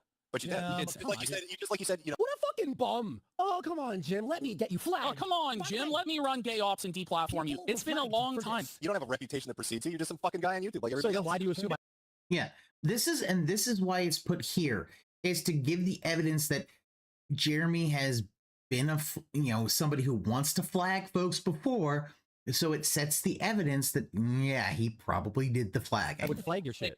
He kind of does have a reputation. Like, pretty much everybody hates him, and now Yes. Star from the top. This 2018 stream had one more standout comment from Jeremy. Your content isn't even art, Jim. Your content isn't even artistic. Yeah, that's great. I mean, your content isn't artistic. I know. All right. Well, yeah, I'm gonna go. Be good. Bye. As for the Kino Casino stream, it opened with a particularly passionate and directed monologue by PPP, both challenging Jeremy to act and emphasizing PPP's resolve. You think they'll ever stop fucking with you, bitch? Send the fucking papers, cock. Fucking do it. You'll never do fucking shit. So,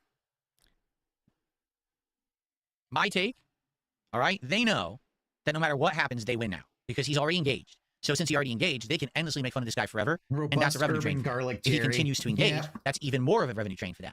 But if they can go to him into actually trying to take an action against that, okay, what ends up happening is they go from the content farmers that people like to martyrs, because now they can stand on the hill of The thing about it was they put him in a position where he either says yes to the financial audit or he doesn't. They win either way. The fact is that then he tries to, threaten them. And the thing about it is when you threaten someone, DSP thinks he's the king of drama content, StokeX. Or Stoke SX. Yeah, he thinks he's the king of drama content, but it's like, no. You see, when Jeremy threatens like that, you can do one of two things. You can either, capitulate to him, in which case, anytime they made fun of him, he would pull out that threaten. Because that's what people do like that. They will threaten you once and they will never let it go. They will continue threatening with that hammer. Or you say, I'm not afraid of that hammer because I know you either use it or you won't. But guess what? I'm not afraid of that hammer. Then Jeremy's the one who has to decide. And Phil, I don't think quite gets that. We were just doing what everyone else does. I don't understand why everyone else can make drama content and we can't. So why on earth are we going to be attacked for it? It's not fair. It's not right. You shouldn't be able to flag channels. You shouldn't be able to take people down for it, right? And the thing is, it's like I've said, an eye for an eye doesn't work because at the end of the day, everyone ends up blind, right? One of the unspoken things that you... Oh, fuck off, Phil. Don't use that eye for an eye makes the world blind. Fuck off with that shit, Phil. Like, the fact is, you gleefully went on against LTG April 1st. It went beyond just, I'm just, razzing and just kind of light trolling. That went on the full fucking harassment and all that. Just going after him, just non-fucking stop. Like, you did that with fucking Keemstar. You did that with fucking Wingo when you would, in the April 1st one, going after Wingo, going after all this stuff. Like, what the fuck, Phil? You do this and you act like and now you're trying to act all high and mighty and moral. You're trying to moral this shit. What the fuck? If they're blind, Phil can steal their wallet. Yeah. Yep. That and the fact that with the Darziak DMs, it just shows you don't have any moral high ground or anything like that. All you care about is making sure your detractors don't get a W.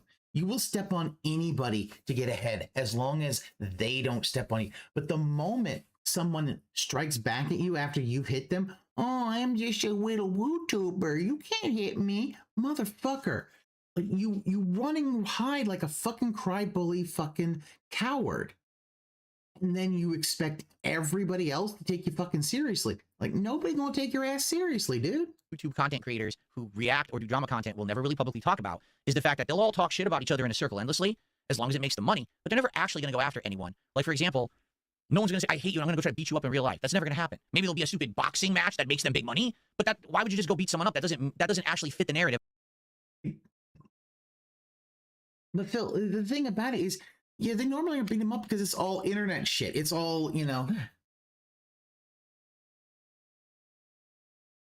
I mean, people wanted to beat the shit out of you, Phil. And, you know, you then hid in a bathroom and like, I'm just an alcoholic. Ooh, have pity on me. Like, Phil, everybody knows that. And the thing about this is all just internet shit. And the fact that Jeremy decided to go and have these threats that, oh, he'll take their YouTube, then he'll take their Kick. As if Kick is ever gonna capitulate to fucking Jer. Like, that was never gonna happen. Kick don't give a fuck.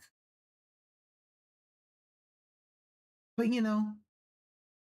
But what you're trying to do, you're trying to have an endless cycle of drama so everyone can make money and benefit. That's the game. In a lot of ways, the ultimate suckers of this kind of content are the viewers. Because in reality, do you really think that any of these people really hate each other? No. What? What the fuck? Ew. Now you want to believe in kayfabe? You want to believe that, like, I'm sorry, no. Like, you listen to what they're saying. They do not like Jeremy.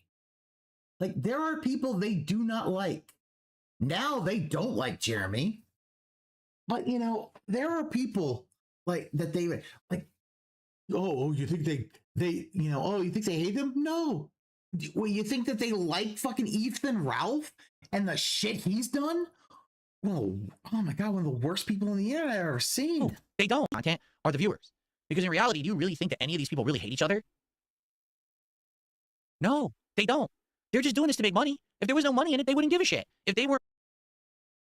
I mean, there were always people, trolls calling out other folks and not making money for it for a while, Phil.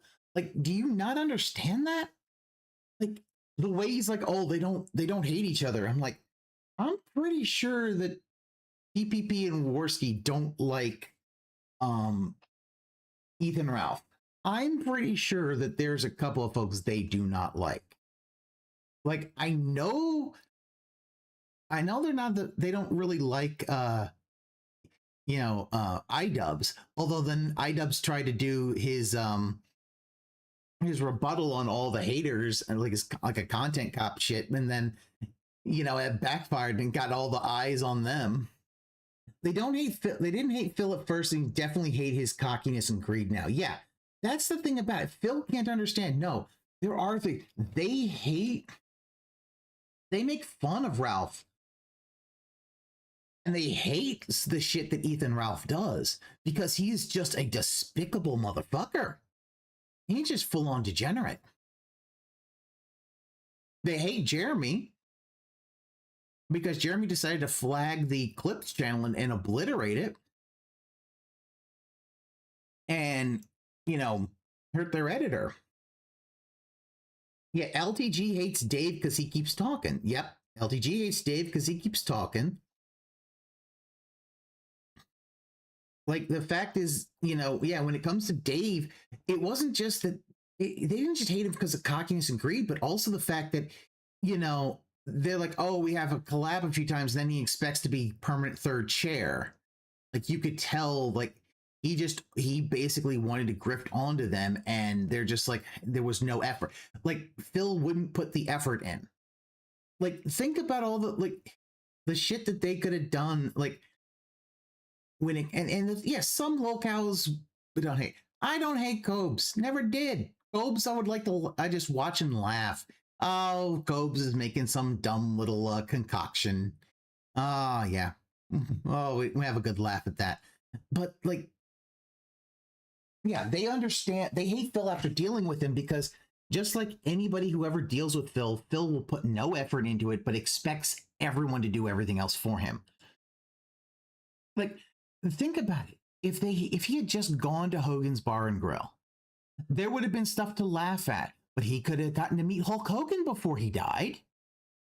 He could have brought Cat out there. He could have genuinely had a good time, meeting Hulk Hogan, getting to, hearing stories and stuff like that, hanging out with folks and all that. But no, he's too paranoid because other people might see, because he is so paranoid. He just wants to be in his house, talk shit, and never have to deal with the consequences of his actions. Making hand over fist money, making fun of the quartering, they would never have brought up his name. And if they all of a sudden stopped making money on him, they would move on to somebody else who would make them more. That's how they operate. They don't actually want Jeremy or the quartering to be hurt. Jeremy or the quartering shouldn't want them to be hurt because this is all a reciprocal thing where everyone can make money, right? That's not how that works, Phil. Because the quartering isn't making money off of the casino.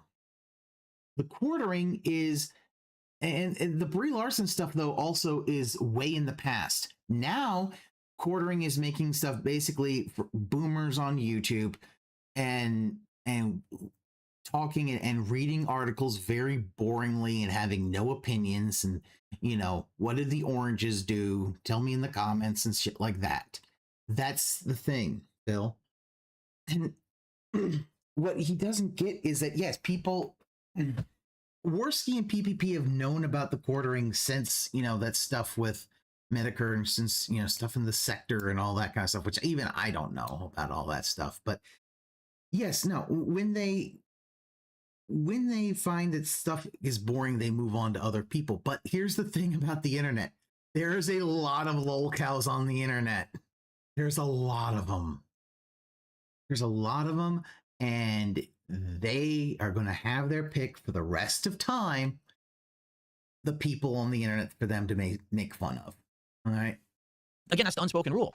So what they're hoping is either he's never going to do anything, in which case we win because we just keep making fun of him, or he will take action. And the moment that he strikes me down, what is the quote that Obi-Wan Kenobi says in Star Wars A New Hope? If you strike me down, I will become more powerful than you can ever imagine, because you become more powerful as a martyr than just as a normal person. And therefore... But I love the fact that he thinks this is WWE, when for the longest time he believed WWE was real. If he does the thing he's claiming he's going to do, it's just going to help them more. Okay? Seriously? No, it won't. Bandits admits that the $2 super chat says it's YouTube WWE hype. In a lot of ways, you're absolutely positively correct. The difference here is WWE is fake, and this stuff, this internet blood... But you had to... Rambo had to tell you as an adult that wrestling was not on the level. Like, they had to tell you that wrestling was fake. Phil, like, let's be completely honest here. For stuff, okay, is real. Meaning, they're actually talking about real people, not created characters. They're actually talking about real occurrences and personal stuff, not made-up plot lines that Vince McMahon and Triple H came up with in a stupid boardroom. This is real shit. Once these people get embroiled into this level of content, if they willingly engage in it, they're never going to get out. They'll always be embroiled in it forever. There's no really avoiding it anymore. And yet he is doing all these live drama reviews. Phil can't understand. He's part of this as well. He just doesn't get it.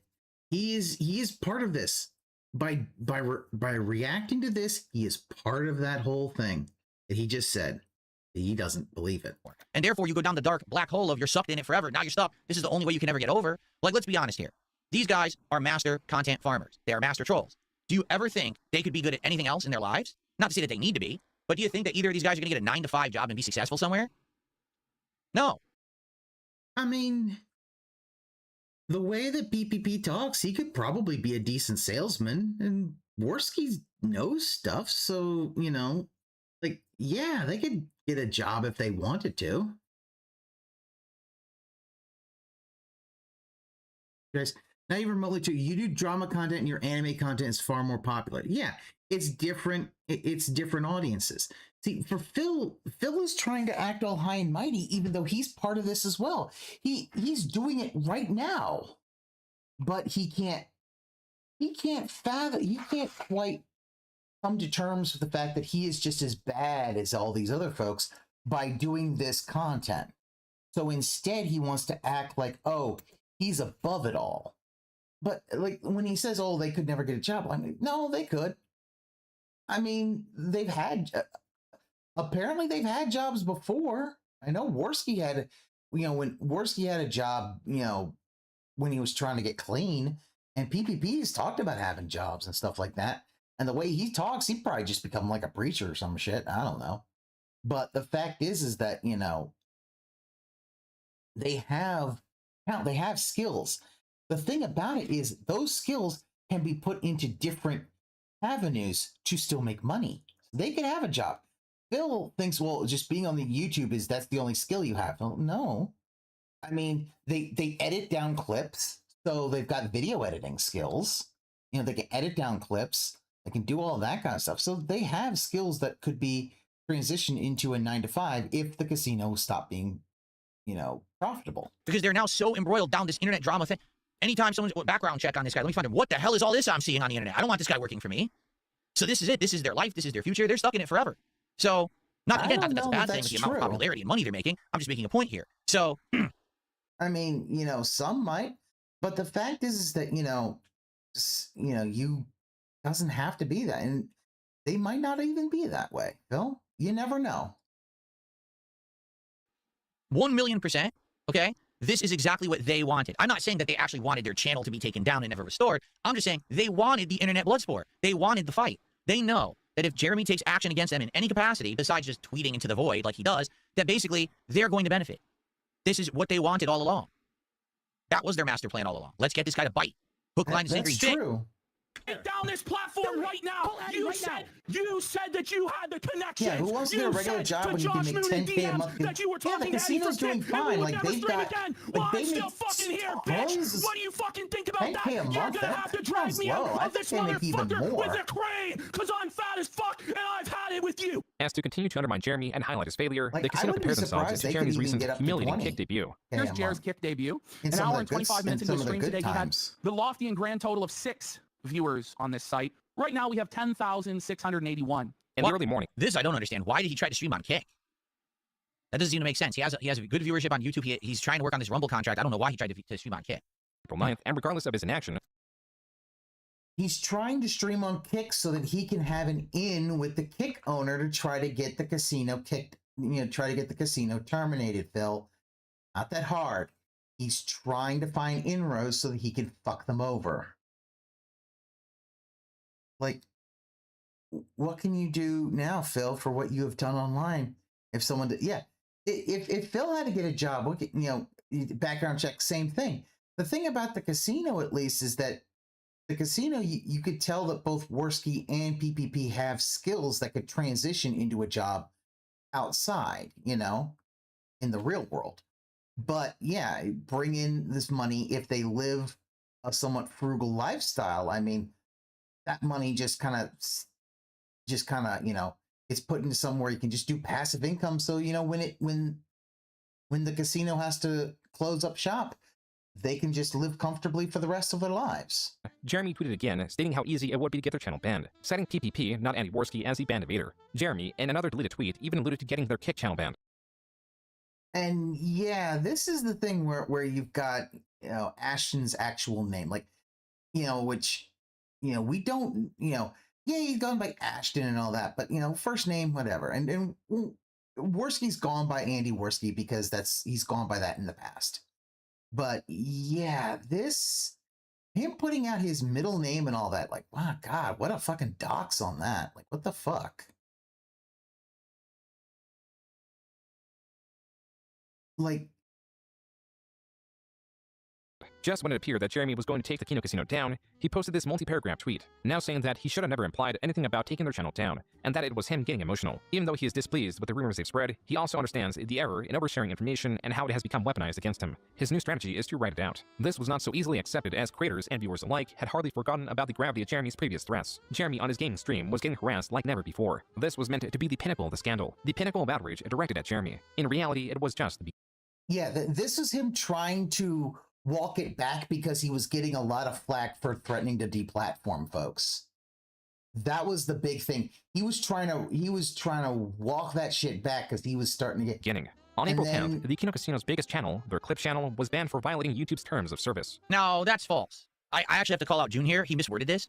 He said their biggest channel, the Clips channel, was taken down. No, their biggest channel is their Kick channel. Now, it's not a YouTube channel, but their biggest... Oh my fucking God, Phil. Gonna be fucking pedantic, aren't you? That is their income. That is the source of all of their attention on the internet, is their Kick channel. So their biggest source of income, their way that they stream every day, where they're getting to tens of thousands of viewers, that's Kick. That's a misstatement. This is a side channel where they're making some side revenue on clips, and the editor makes a ton of money on it. Like, that's his major life income. The source of all of their attention on the internet is their Kick channel. So their biggest source of income, their way that they stream every day, where they're getting to tens of thousands of viewers, that's Kick. That's a misstatement. This is a side channel where they're making some side revenue on clips, and the editor makes a ton of money on it. You know what? For being fucking pedantic and shit about that, then they get it. He gets it wrong. PPP and Worski, as they've stated, according to them, they take no revenue from the Clips channel. The editor has sole ownership and sole revenue from the Kino Casino clips. Yeah, oh yeah, Drax. Quartering doesn't even have a Rumble contract anymore. Apparently he's spending more money than he's making. Oh yeah, no. Like, Quartering's done. Like, he is just trying to make it seem like he's fine until midterms, to which, when Hannah Claire would about to come back, she's going to get let go. He's not going to be able to hold on to Melanie Mac. He'll probably let Hannah Claire go and try to get who is that Simpcast person? Chrissy something or other. I can't remember her name. He's going to try to get her, but the fact is, it's not making enough money. But Phil's saying that, the fact that Phil wants to be pedantic, but made a major thing of, yeah, PPP and Worski don't have anything to do with the Kino Casino Clips channel. It's the only way that they were able to actually get that whole thing with the Clips channel and also with Worski, get that resolved, was because, oh yeah, their editor lived in Ireland somewhere, and their editor was able to basically make a thing about, with legal and the legal thing, and that kind of took it out of the YouTube reps' hands, which it then became the idea that, oh yeah, Jeremy's YouTube rep was basically had that and then just sat on it for a while to kind of quash everything. Yeah, the Keemstar trick. Well, the thing about it is that trick would only work with their editor because their editor lived in Ireland because of YouTube having a European headquarters in Ireland or something. Like, and PPP and Worski not having anything to do, not paying the Clips channel also had something to do. It's a little more complicated, but I don't quite know all that. Like, that's his major life income. And they, from what I understand, they are making some money on the Clips channel. At least they were at one point. I don't know if they currently were when this happened, but that's how it worked. They were making some side content there. The editor kept most of it, but that's not their biggest channel. Their biggest channel, by 1,000,000%, is their Kick channel, okay? They were not making anything off of it. They only made off of the... Quartering flagged down our entire Clip channel for quote-unquote ban invasion. He really is the most pathetic worm you could possibly imagine. Free speech warrior my ass, our channel is under attack. Now here's where the big mystery begins. How could they be flagged for ban evasion if they're not banned anywhere? If none of PPP's channels are banned, if none of Andy's channels are banned, how could their Clips channel get banned for ban evasion? In addition, the Clips channel is owned by their editor. If it's owned by their editor, as they claimed all along, how could it be, banned for ban evasion? Because Jeremy's YouTube rep banned Andy's channel and then went after that. it was done through the YouTube rep. It was done through shadowy means. I already talked about this when I talked about this almost a month ago, but I'll reiterate for the sake of this react. The way that YouTube works is you can only be banned for ban evasion if you have another existing channel that's violated community rules a certain amount of times and it's banned, then you're also banned for making other content on YouTube. But Worski also had a But there's something that I channel, like to call but it got Keemstar rule. unbanned. Because years ago, this exact same thing happened to Keemstar. He was banned from one channel, tried to make content for another, and that one got banned because it was his channel. So he had someone else make a channel. They owned it. All revenue went to them. He was able to make content for that channel, and because he didn't directly own it, it was allowed. And that's how he got around this rule for many, many, many years. You're right. They had 50K So even if subscribers on their Clips one of channel. PPP's channels or one of Andy Worski's channels were banned on YouTube, it wouldn't make sense that their Clips channel, which supposedly is owned by their editor, would be banned for ban evading. It actually doesn't make any sense whatsoever. Okay? All right. Quote, hundreds. I'm not saying they're lying, for the record. I'm just saying this is where the fishiness comes in. This is where the big question mark for the last month. Everyone's been scratching their head. How is this possible? This doesn't make sense per the rules. The rules are the rules. They apply to everyone. How could they have their thing banned for ban evading? They're not ban evading. Creators and Twitter users were quote tweeting in support of the Kino Casino. Andy Worski reconfirmed the reason the channel was taken down was for ban evasion, just like Jeremy threatened. Even Andy Worski's main channel was banned just minutes afterward. Jeremy shared this photo. Did you hear that? I hate to say it. That shouldn't have been glossed over. Even Andy Worski's channel was banned just a few minutes afterward. Now we don't just have a one-off weird situation. Now we have a pattern. We have two channels that were not banned, that supposedly were both banned, and I believe they were both banned for ban evasion, right? What is going on?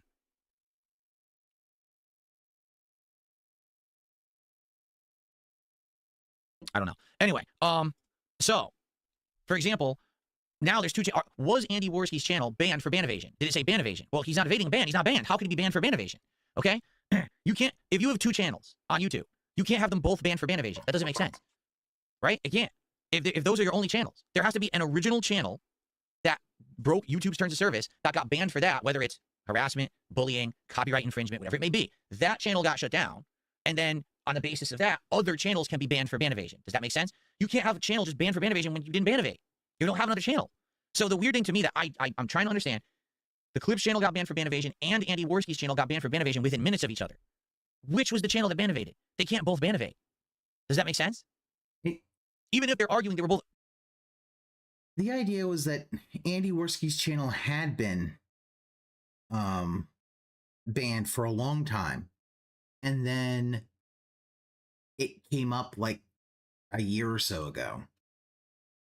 It's obviously that what the YouTube rep did was they pulled something a little fast and loose. And that's what happened. But Phil is owned by the same person. You can't. It doesn't make any logical sense. And I have a theory, but let's continue because I will tell you my theory in a bit.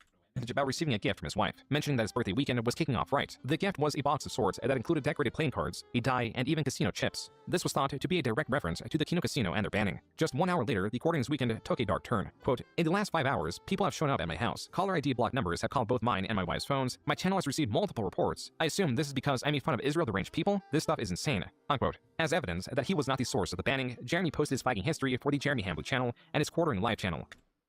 YouTube.com/report this. Where is that?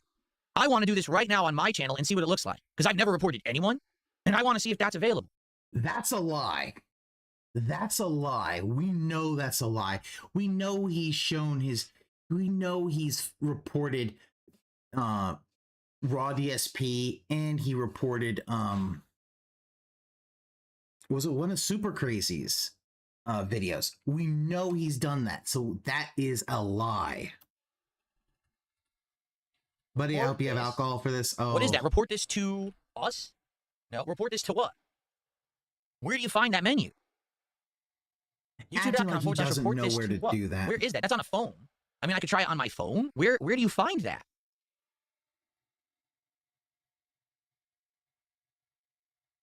Where do you even see that? Like, no screen on my phone looks like that. Maybe that's not the app. Is that the browser? I'm trying to get to the bottom of this, guys. So, youtube.com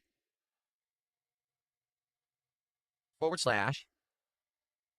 report this to report this. Maybe it's the report history. Okay. Yeah, it's report. Okay. God, you can't read. I see. Motherfucker, where are your fucking reading glasses, Phil? So Blind this shows man? your entire history of the existence of your channel of any report that's been associated with it. Okay. All right.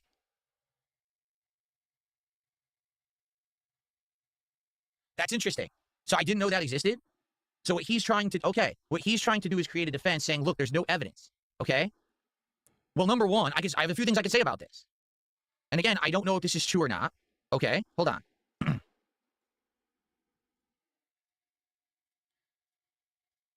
Okay. He claims he did this live and he showed his account. So this could be some of his accounts, but not all of them, which is, I think, is what they said, right? But there's also an ability to withdraw reports. But if you withdraw the report, would that withdraw the consequence of the report? Like, let's say, for example, someone flags someone for harassment and cyberbullying, and YouTube reviews it and says, yeah, that video actually did violate our terms of service, hit him with a community strike. Well, now you can just withdraw your request. This is where DSP thinks there's a way to report. A report can be done and deleted to hide the evidence in plain sight. What the? What? The fuck?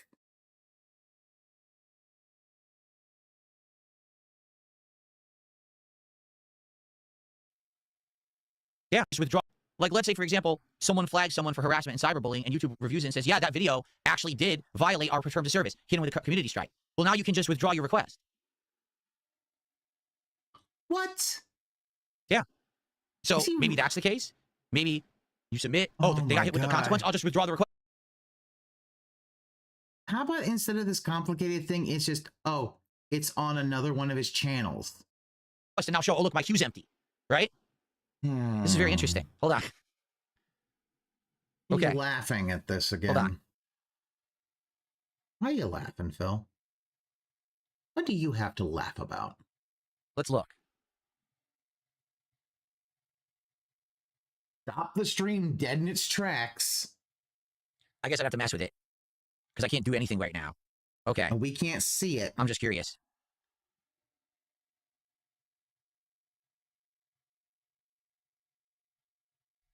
I'll have to look into it later. Sadly, I can't do it live.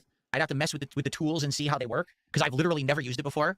I would have to mess with it to see and do some testing myself. I'm sorry, I didn't watch this documentary ahead of time, so I didn't come to you guys with this stuff. I wish I had known that this was in it, but I don't spoil myself when I do live reacting. You know what I'm saying? So I'd have to experiment with it later. I can't do it right now. You know, it's not going to work. So, okay. Well, I don't know. Can you withdraw a report? I don't know. I'd have to test it. Because I know for a fact, I can tell you this, you can withdraw a copyright strike. I've done that before. In the past, there were a strike that I issued against someone. In retro, I thought you said you never struck anybody. In retrospect, I look back at it, I said, okay, that really was fair use, and I made an error, and I was able to remove the request, and I believe it removed the copyright strike from the person. So I know it works with copyright. I don't know if it works with the reporting system. I'm not well versed in that, okay? But I guess what people are saying is, here, that he basically was showing some of his channels, right? But not all of them. I think that's what people are getting at here, that he didn't reveal all of his channels, and he has so many channels, because this is true. He's got so many channels. We just saw he's got the unsleeved media channel. He's got the quartering channel. He's got the streaming channel. He's probably got all those other ancient channels that he doesn't use, but they're still there. He still has access to them. Did he use those to report? Okay. Yeah. I just received an anonymous $5 tip from somebody. We've been asking for this kind of content. Thank you. Thank you. I appreciate it. Thanks for the $5. What did I just click? Oh, don't I just screw up my screen? Okay, I didn't. Okay. Phew. Okay.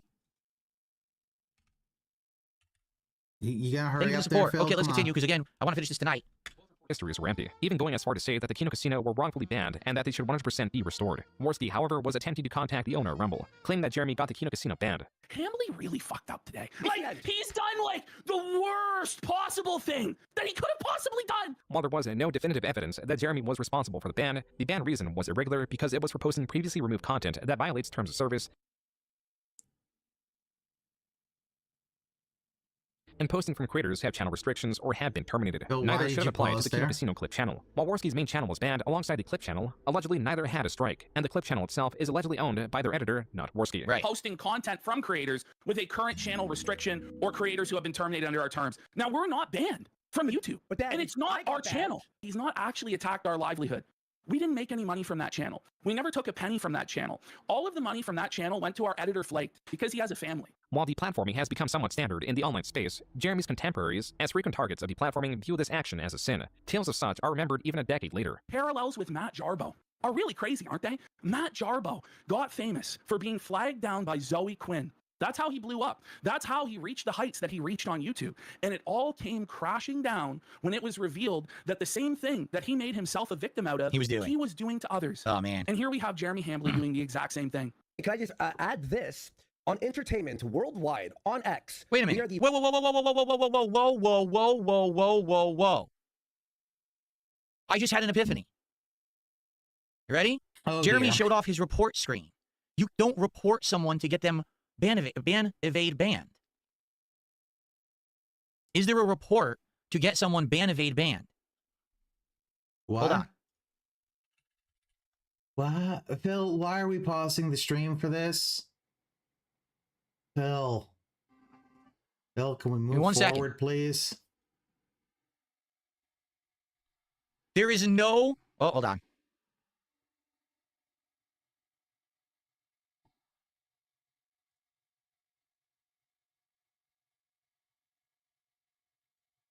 Phil confused himself. He's heard himself in his own confusion. There is no report for ban evasion reporting. Yes. I've just confirmed it. There is no report on YouTube. It gives evidence to the fact that Jeremy had his YouTube rep put the thing for the ban evasion. Yeah, he learned about other side channels striking from the Soma Julius crew striking his own detractors. Yeah. Yeah. But he's also just acting like, stop, look this up. It's like for ban evasion. So remember, they were banned for ban evasion. That's what they were banned for. They weren't banned for a community infraction, meaning harassment, cyberbullying, or any of that. Oh my God. At all. Phil. They were banned. It was ban evasion. That would not show in a reporting queue at all. Period. It would not show. It's done differently. 100%. I promise you. It doesn't show through. You cannot report a video for ban evasion anywhere. I'm not going to do this, but I'm going to show you guys what I'm talking about. Okay, report. I'm not going to report Joon the King's video. Okay, I just want to show you what's in the queue. Okay, this is what's in the queue. Sexual content, violent, repulsive content, hateful, harassment, cyberbullying, harmful or dangerous acts, suicide, self-harm, misinformation, child abuse, promotes terrorism, spam or misleading, or legal issue. The only thing you could think of would be legal issue. When you click on legal issue, it gives you actual legal issues, but it doesn't say ban evasion. Okay, so there is no defense. Like what I guess Jeremy was like, oh look, I'm innocent. That wouldn't prove his innocence because it's not done through that queue, and it wouldn't show in your reporting history. If someone was banned for ban evasion, it would not happen. Yeah. The question is, how do you report someone for ban evasion? I don't know. Like, let's say you thought someone was running a second channel and their first channel was banned. How would you report that to YouTube? I don't know.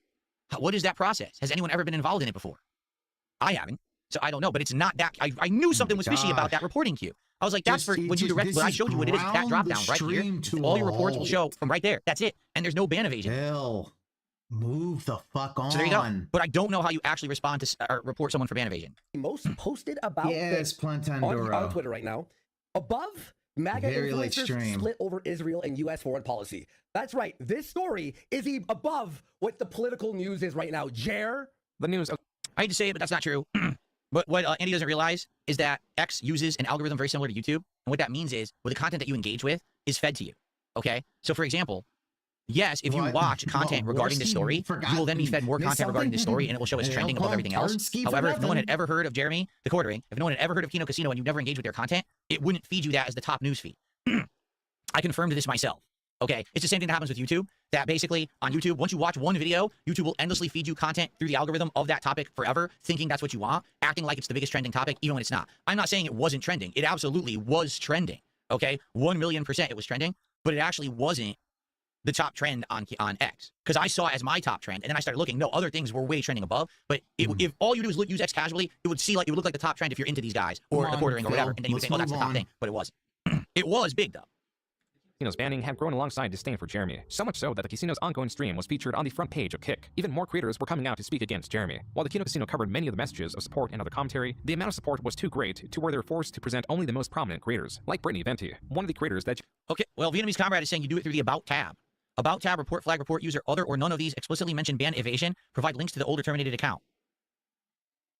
So you do it through a completely different menu that's not the reporting menu. You do it from the About tab of a YouTube channel, in which case you would have no evidence you ever did it. I don't know if that's true or not. direct sexual comments about during his most infamous drunken stream, and a newly resurfaced different drunken stream. Let me tell you this She about didn't show as Venti. much I as would, the host do either. I would give everything I had to have babies with that girl. Venti, after the clips resurfaced, Here we go Jeremy again. being a creep, a pervert, talking about how he would give up everything that he has in this world, including his wife, his mansion, his YouTube channels, just for a chance to impregnate Brittany Venti, okay? And also clips of him directly being drunk and creepy with her on live stream. She said that she was going to go scorched earth, that she was going to do a stream on Jeremy Hambley exposing him. Well, Jer didn't want this to happen because he's desperate to control the narrative, and that's how we end up where we end up now. So he starts DMing her, saying he's acting a little female-coded lately. No doubt, buddy. No doubt, buddy. To add to Jeremy's comments, it was now being alleged that he attempted to cheat with a porn star. Why the fuck does she have this? Well, Ralph and her have now come out to say that Jeremy tried to cheat on his wife with Scarlett Hampton. By the way, Scarlett is based in the Milwaukee area, not very far from Jer's home, in his home state. Well, I mean, do I really have to comment on this? From the rage pig? Do I have to? Oh, no. Jeremy in a stream played the video game Crimson Desert while noticeably becoming more intoxicated and more belligerent at everything that was coming out. The Kino Casino made sure to cover it. Hey, maiden, can I be of assistance? Yeah, can I put a baby in your belly? Whoa, buddy! This is nothing yet, by the way, Creeper folks. alert! Is she holding out for hero? Gonna force a cream pie in her. There we Oh, go. there it is! He's owning the cream pie meme, folks! Her Jew bull Trying cock to own the husband. meme. Left to hear And from Phil, you. look at Phil. Phil can't. No panic diarrheas. Sorry, you'll have to spend your Thursday night. Someone else. The Walmart janitor asked if he's having panic diarrhea. Oh no. Jeremy was being brigaded by detractors so fiercely that even several newly promoted chat moderators could not keep up with the constant stream of detractors. This No, I know. See, Narwhal Gaming says he's just bringing up the detractor memes. I know he is. Why? You know what I'm saying? Like everything, in light of everything that's going on, and in light of everything, why would he be doing this on a stream? Phil. on YouTube as Jeremy was multi-streaming on You Kick as try well, to bring where his up chat the ran detractor rampant memes to until he was debunk them notified so of he it can't and have set it to funny subscriber chat memes, only. and it doesn't After he work. did so, not a single chat message could be seen, implying his Kick chat was entirely made up of detractors. Opposition against Jeremy was innumerable, and support for Jeremy came down to a handful of creators like Melanie Mack, who released a video this day. She refutes the accusation that Jeremy has ever made her uncomfortable, and the accusations that she is constrained to the podcast due to her finances. She also believes that the hate towards Jeremy is manufactured as a topic of the week, and also believes this is Satan's doing, as Jeremy has recently come to Christ. I'm truly convinced that it's because If he's come to Christ, why is he Melanie's video was not defending well the received bull? to the point that she turned the comments off. I mean, again, we've already talked about this situation. It's so bizarre with what they apparently went through and what they did on camera at this convention. And here they are, all these months later, and they're still defending this guy. I'm so confused. I just don't get it.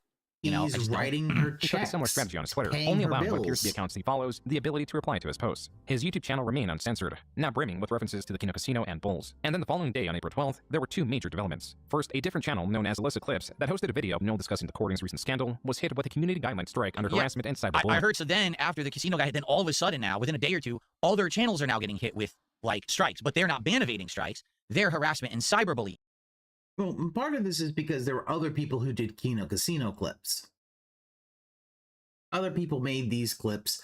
So yeah, this is him going after other folks. Strikes, okay?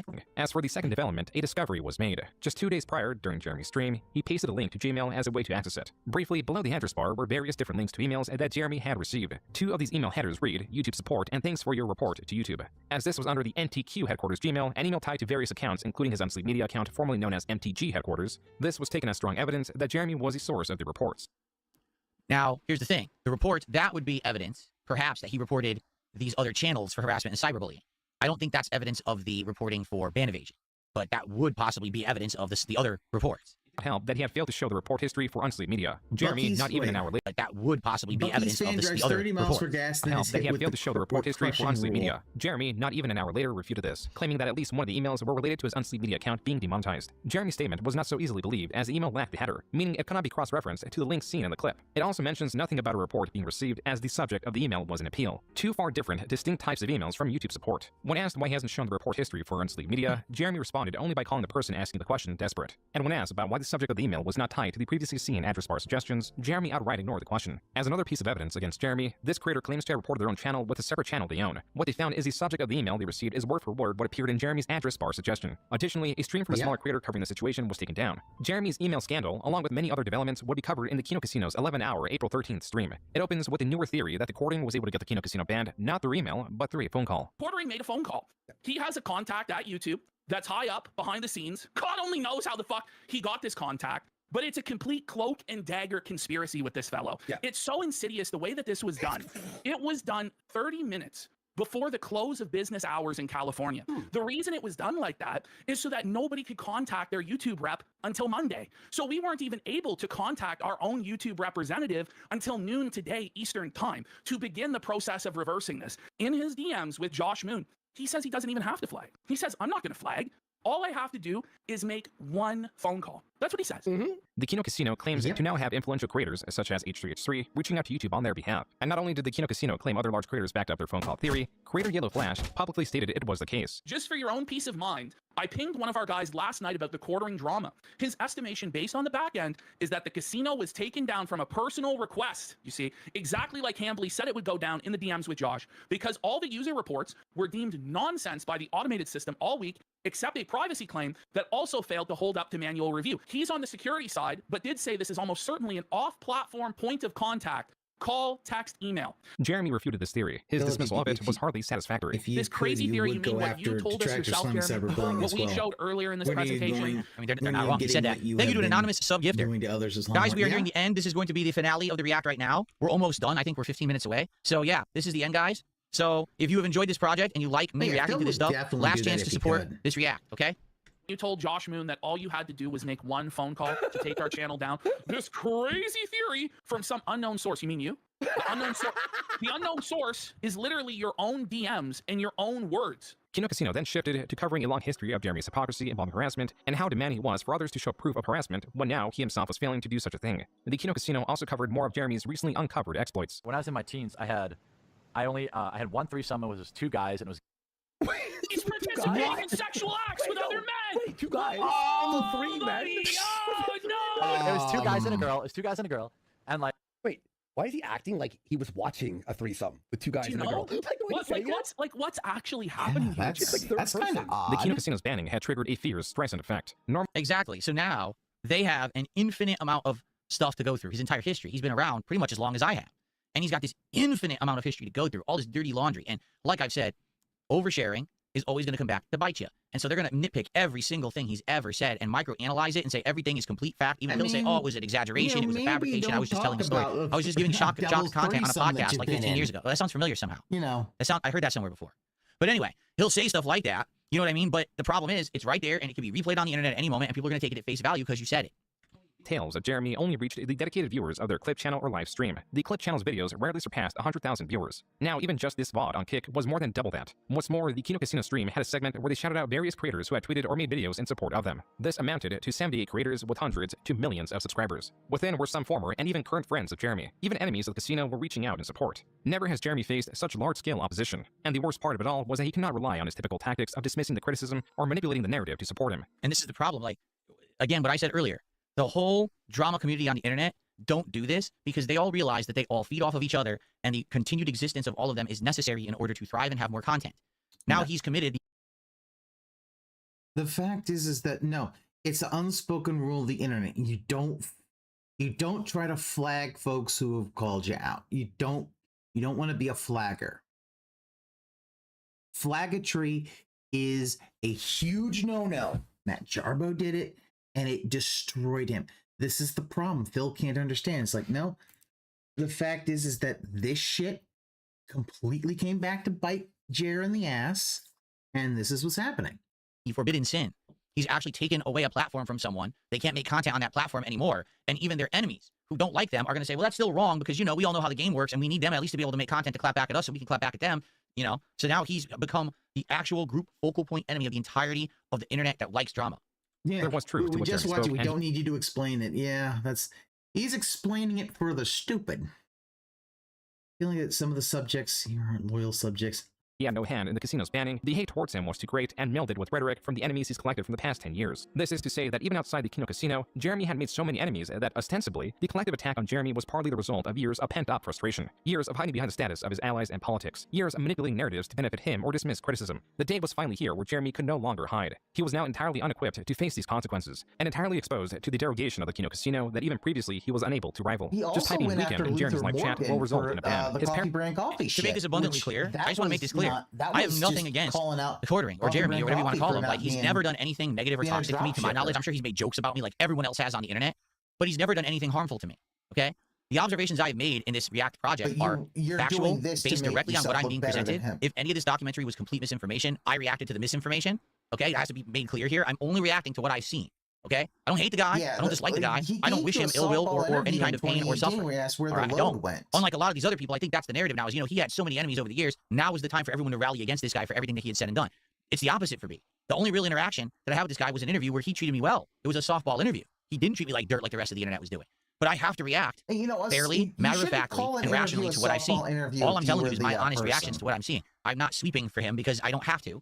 Yes, nor do I want to sweep for anyone. Him. I say it like it is and how I observe it, and this is what I've been telling you during these 4 streams. This part feels a little sweepy. So great that his regular viewers were not only being exposed to Jeremy's antics through constant brigading of detractors, but also being caught in the crossfire. I've been a fan of Jeremy since 2017. Why was my other account just banned for asking why there are so many comments getting deleted? This is wild. I'm 63. Yeah, right. It's the Weekend Discusser. I'm sure that's a real account, not a stock account.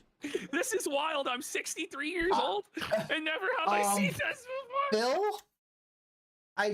Phil's like, oh, that was probably a soccer account. Even though the fact is, anybody who says I've been a fan since Heavy Rain or Fallout 3, he will always take it as genuine, even though those are all fake. Well, he's banning his boomer audience. No, that's a troll account, 100%. Weekend Discusser, the 63-year-old, was just banned. Just straight up. Here you go. DSP got a shout out. This channel is modded heavier than a DSP stream. Yeah, because actually I don't really moderate that heavily anymore. Only if people are really ruining the stream for everyone's experience. I don't moderate that heavily anymore. I mean, the Darji, I think, is just showing some of the banned stuff that he, the banned words he has in Kick Chat. Yeah, no, Phil, you heavily ban, heavily moderate your chat all night, and they're not even here the whole time.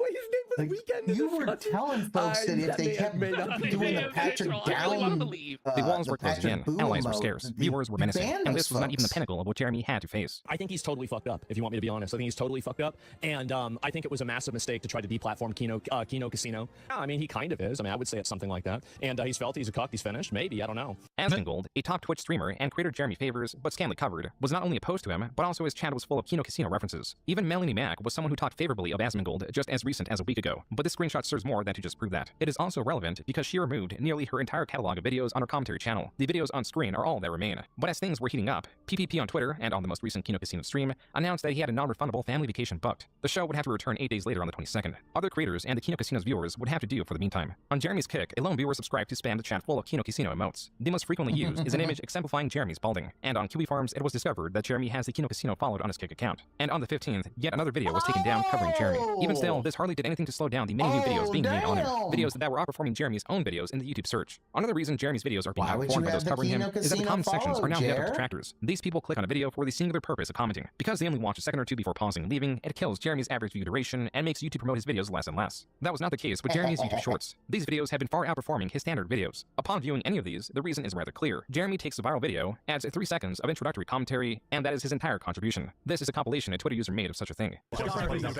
this out. Check this out. Check this out. Again, check this out. Jeremy was not pleased with the criticism directed. Where do the oranges I told you my opinion about the shorts thing. His views on shorts are maybe bringing him some profits, but not a lot. Seems like he put an insane amount of effort into the shorts, and they were all exactly the same, and it wasn't even his content. Like, what? Say that again. His views on shorts are maybe bringing him some profits, but not a lot. Seems like he put an insane amount of effort into the shorts, and they were all. He put insane amount of effort. Where do you see that? I see him putting a 3-second intro. There's no effort.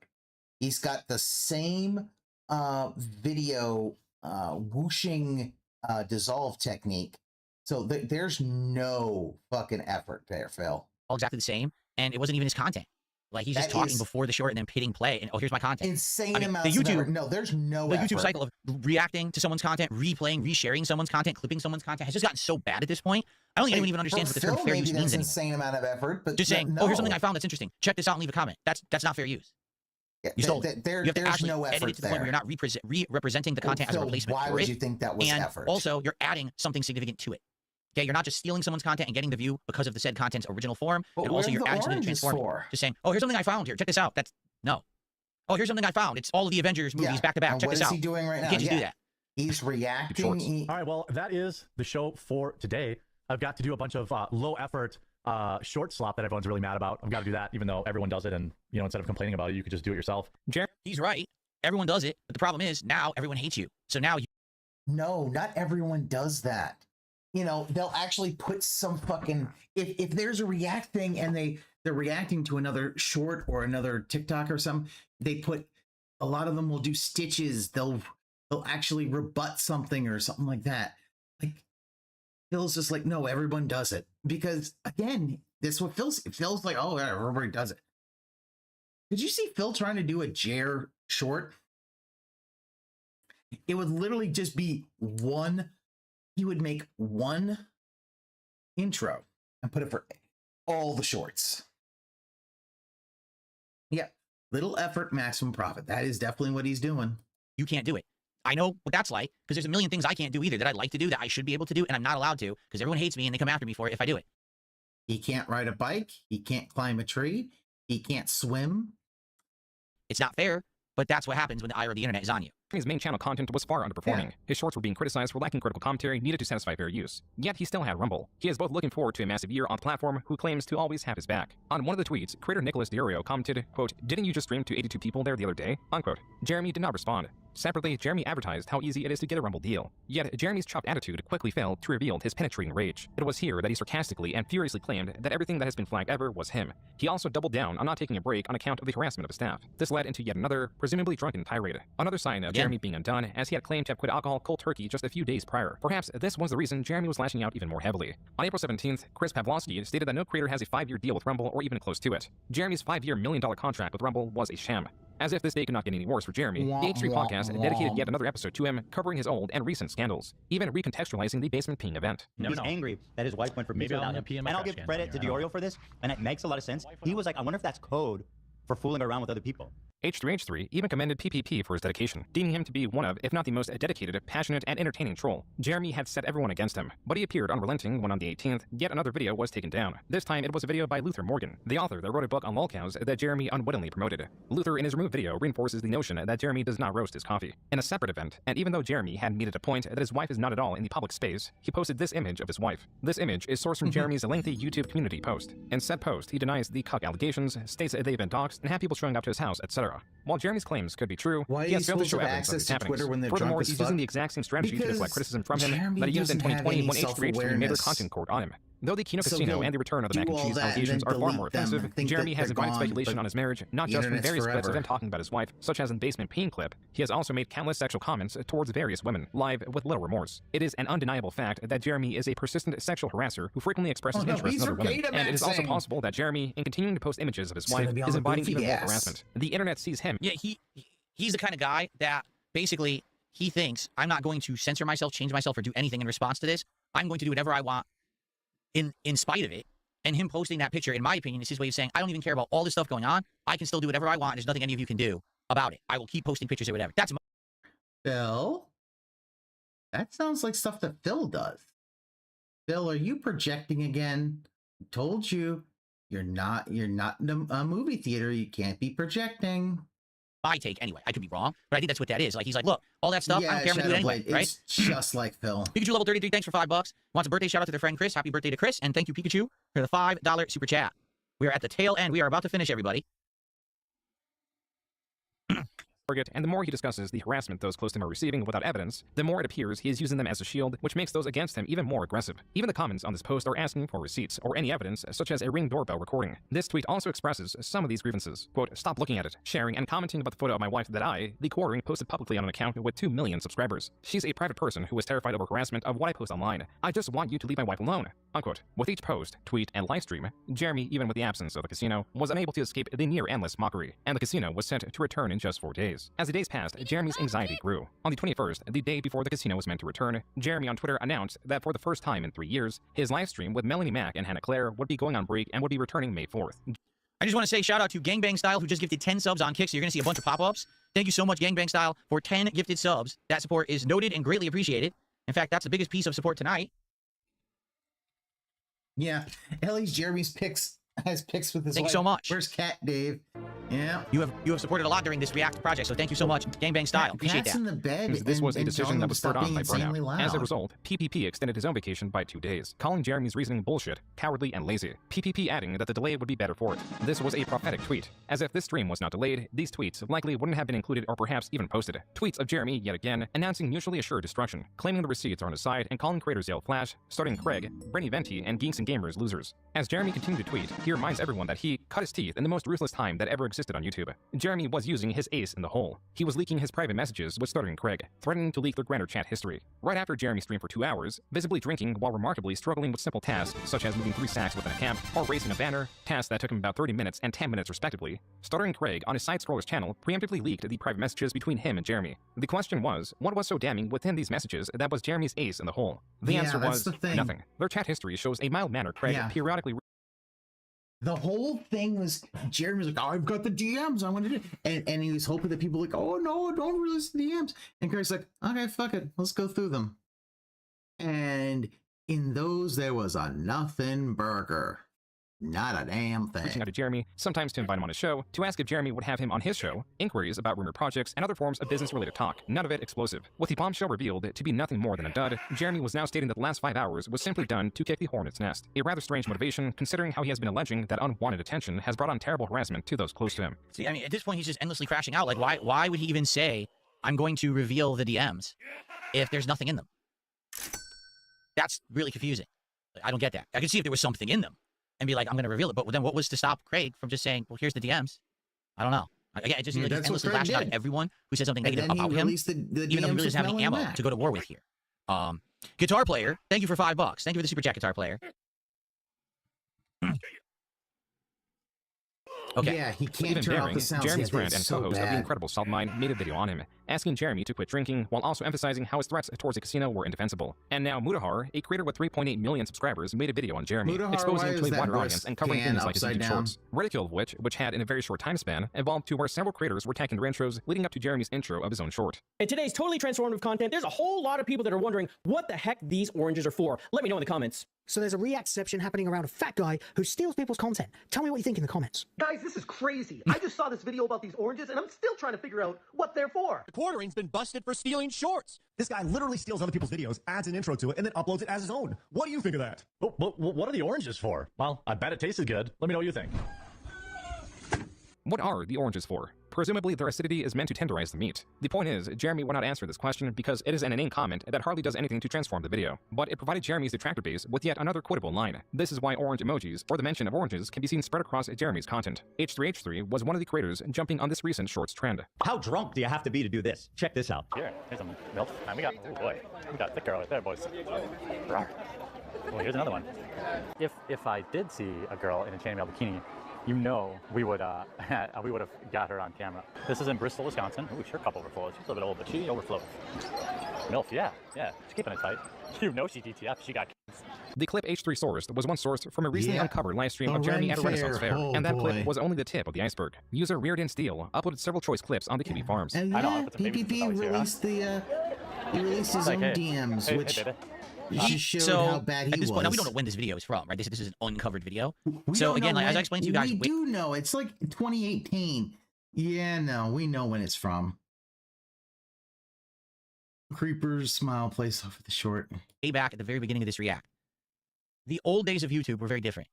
You were catering to an audience that was insanely immature, usually much younger than you, teenagers who want this kind of really, really irresponsible, really immature, really bad content. That's what they wanted. Okay? So the more over the top you were with your commentary, the more. Sir, this was a live stream. Yeah, the Darziak leak or something. Yeah, completely like the Kino Casino leak. Yep. But then, sir, like, this is a public place. He is fucking creeping on women while there are young children present. Okay? Someone even says it. Dude, there are kids present. Because he's talking about, like, putting babies in bellies. Like, what the fuck? Bill, why are you sweeping for this? Or, offensive that you were with the things that you said and did, you would get more views. You would literally get more attention on yourself. I way back in the day, I used to do this kind of stuff. Yeah, no, completely logical, real. Edgy does not cover how creepy this is. He's got a camera, he's creeping all this, and saying, what the fuck? Over the years, I said, I'm not doing this anymore. I refuse. So I think what's happened with him is he got out of the pattern of doing it, but then every once in a while, when he drinks and he makes content, that side of him comes out again. Yeah, this is so early. I don't think there was a lot of IRL streaming, but still, even then, yeah, even a cop, I would say it's creepy. Like, this is just super creepy.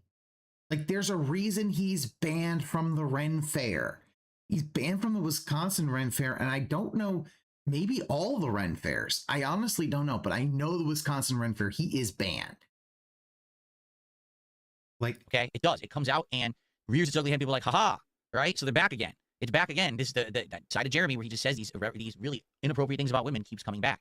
But now what's going to happen is, again, people are going to go back in time and find the things that he did and call them out. My things have been endlessly called out forever. This guy never really had his dirty laundry sifted through. Now the whole internet goes through his dirty laundry and finds all of these moments, you know? That's the problem. He always was.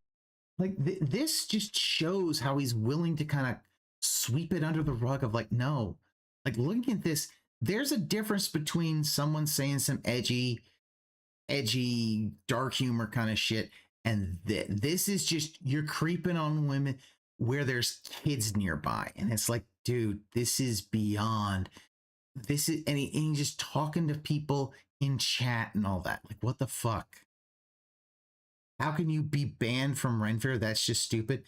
No, because this came out. Like, what Phil doesn't understand is, because this, I think, was H3H3. Yeah, there's a H3H3 was the one. And I think Kino Casino did it maybe later. I can't remember. But H3H3 looked at this. And because it's that kind of creepy, because the thing about the Ren Fair is it's supposed to be fun for everybody. You know, there's something for everybody. But following people around with this camera and saying obviously creepy shit, like, they were just like, yeah, we do not want fuckers like this, because he comes off like a predator.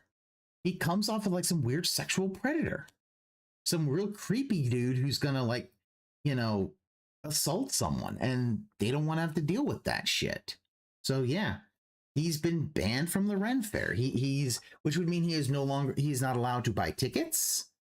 And probably there are people at the gate who know he is not to be admitted.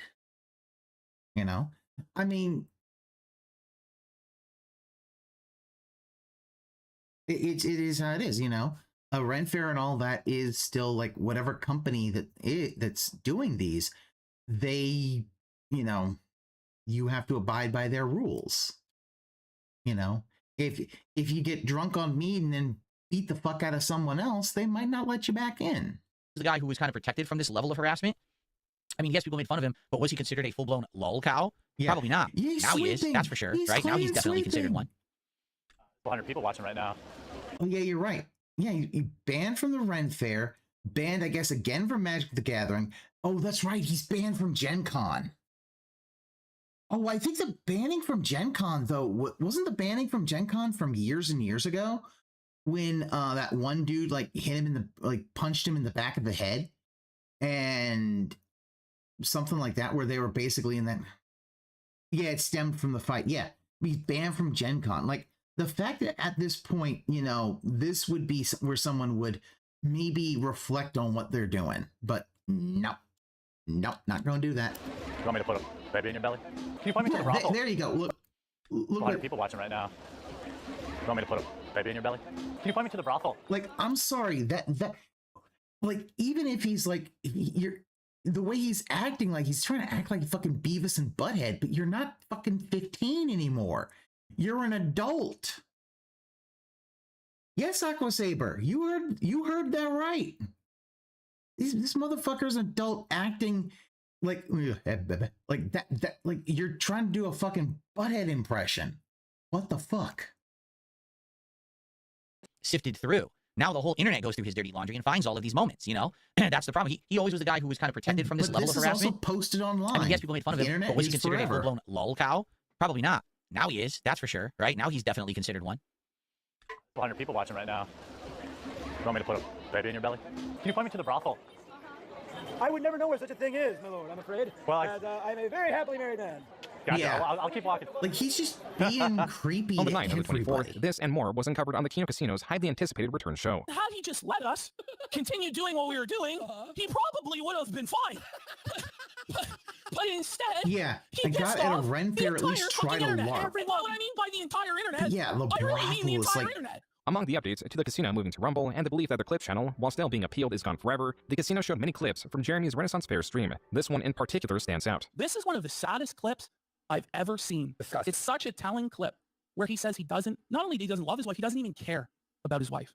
It's weird, but I don't really connect with people in real life. Like even my wife, I don't really care. Even his wife. Even his wife. Whoa, buddy. At that point, it might be time for a divorce. Or major fucking therapy.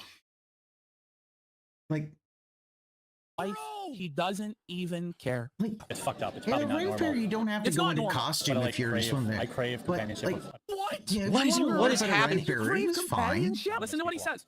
But I crave companionship of anonymous people online. I feel like so often I just leave it all behind and go get like a 2-bedroom apartment. Really, he wants to leave it all behind. It's not sad. Don't be sad. It's not sad. It is really sad. It's one of the saddest clips I've ever seen. The casino would go on to show many more. Okay, I will not. Excuse me. I will not often agree with them. I won't, because you know I'm not like that. I don't like that stuff. But I have to agree with them on that point. That is probably one of the saddest things a creator with a following, supposedly living a happy life, has ever said on the internet. They don't connect with their wife or anyone else in real life. They just seek attention and interaction with anonymous people on the internet. Wow.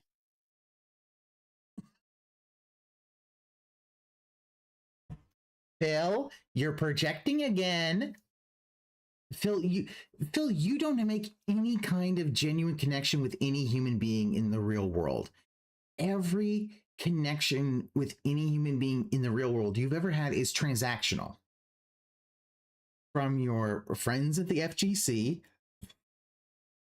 to your parents, to any other family member. It's all about what they can do for you.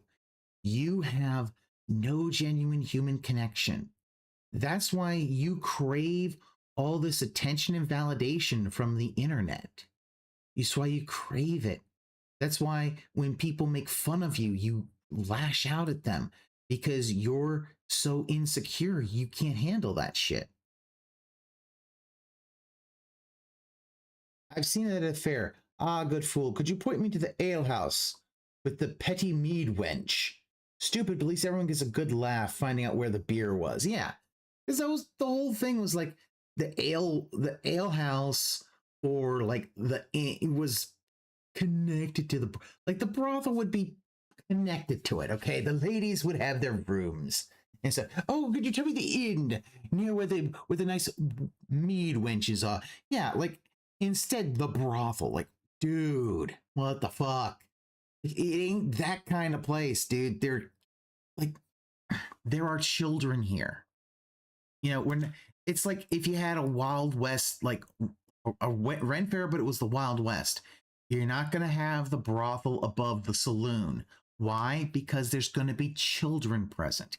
Yes, the brothel was above the saloon, and that's how things were. But we're not going to have that when you're trying to have a thing that's going to be for families. You know, because guess what? Family friendly doesn't mean having a fucking brothel and that kind of shit. So what was the point of it all? Right? So if anything, that might be the most telling thing of the entire documentary that I've just reacted to. And everything that's ever been said about the quarter. Had mead, because which is actually pretty good. The entire time that he's been grinding away, that he's been grifting, that he's been doing it, has he been doing it truly because he needs the money, because he wants to be affluent, because he wants to do well for his family, because he wants to have all this stuff in real life? Or is he doing it because he only ever gets any level of enjoyment in his entire life when he is interacting with anonymous people on the internet?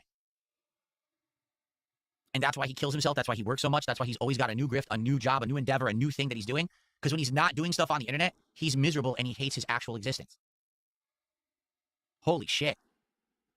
That's you, Phil. You hate your own existence. Jeremy has made expressing his interest in other women. Among the videos showcased was Luther Morgan's second video covering Jeremy, provoked by the takedown of his first video. The second one goes into even more depth, not only on the mysteriousness behind Jeremy's undeclared roasters, but also the various infractions involving the coffee's packaging. I wasted 40 of my own dollars to get coffee brand coffee. Luther Morgan in his video explained how Jeremy with his coffee brand coffee is breaking Amazon's rules, not following FDA labeling guides, and breaking FDA code by not labeling the manufacturer or distributor, the flavor additives, the expiration date, nor the added caffeine content on any of the bags Luther purchased. As another blow to Jeremy's business, it was found that the trademark for coffee brand coffee was abandoned. And with that, the last of Jeremy's hope to escape his endless grind narrows, just as was with the Publica, Exclusively Games, Game Finder, RCNightmare.com, and many more failed or failing projects. Jeremy in the past 2 decades has left a trail of failure, as failure is an unceasing force that leads him. Such is the fate of a man with no talent, no principles, and no ambition. The only driving force Jeremy has is to earn money, and the reason he earns it is to quell his anxiety. But the more he suppresses it in this manner, the stronger it becomes, and the stronger it becomes, the more reliant he is on it. And finally, the house of cards have come crashing down, and Jeremy has a significant toll to pay. Years of escaping his issues with the growth of his channel and the money earned through his grift are no longer areas he can escape into. His new strategy of uploading an absurd amount of shorts is an expected, desperate strategy taking no effort, meaningless content to its maximum.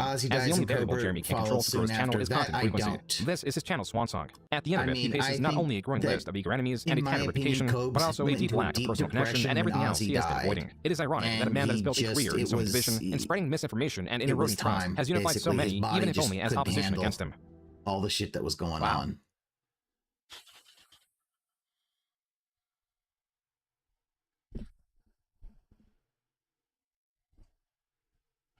Well, there's only a couple final thoughts that I can really have here, okay? One of the thoughts that I will say is this. You know, I have been considered a lolcow on the internet for a very long time. I would argue that people started categorizing me as a lolcow on the internet probably around 2012, 2013, when This Is How You Don't Play videos started to hit millions of views. And then, the spotlight was put on me. Oh, his gameplay sucks and his quality sucks. You should have never had any kind of success on the internet, stuff like that, right? For a lot of these people, this is their first time. This is their first rodeo, right? Like, it always confused me. What took so long for people to take a look at someone, like, say, Review USA, one of the biggest lolcows. And then finally say, damn, this guy really is an embarrassing guy. Like, look what he does, look how he acts on the internet. This guy used to clown on me all the time, right? And then, all of a sudden, when the camera got turned back to him and the ire of the internet got turned to him, everyone realized this guy's fucking way worse than Phil ever was, okay? And I think that what's happened is now, basically, again, the people who are kind of the long-term people who've been beaten down by the internet, people have finally realized it's stupid to keep beating the same dead horse. And it's even though every once in a while, yeah, people do go back to it to harass the same people. Now, this ire of the internet is now turning towards different people. The thing actually showed quartering with someone who, because he had success with what he was doing, he was making money. He was found a way to grift so that he would always rally support. Whenever someone would say something negative about him, he would find a way to say, well, just give me money and we'll fight that, right? Even hell, he got kicked out of Wizards of the Coast. Give me money. And it worked. And it worked again and again and again and again and again and again. You know what I'm saying? That's crazy that it worked that many times and so often, to be honest with you. Like, I'm shocked that it worked, okay? But it did. And now, what's happened is the internet is looking for fresh blood. The internet is looking for new people to sink their teeth into, per se. And now, people are looking closer at people who've been around as long as me, and are saying, wait a minute. We were busy looking over here at this guy who sucks at games, right? And that was funny for a while, his incident and everything. But holy shit, look at what we missed over here. That was way better, right? You know what I'm saying? Like, I'm not saying that, for example, Kino Casino didn't make a ton of money making fun of me in the last year. They absolutely did. But imagine if they got on to him earlier, and we're doing this earlier. You know what I mean? Like, this would have been so much bigger. I'm already... They did, Phil. They were onto the quartering for a long time before. But it wasn't until recently that everything started falling apart. The fact is that this shakes Phil to his core as he sees this as himself and his other half as his current future. Yeah. Well, like Phil, he got banned from Twitch, money. He got swatted, money. Leanna left, money. Filed bankruptcy, money. Yep. And the fact is he's acting like, well, the Kino Casino went to Jeremy earlier. It's like, they did. The fact is that the thing about the casino is that they mostly cover things that happen. Sometimes you have to wait for those kinds of things to happen. They had to wait for his finances to finally start really looking dire before they could really go after him. But the fact is that, like, the thing about it was someone like Jeremy, there's so much stuff that gets kind of lost in the sauce.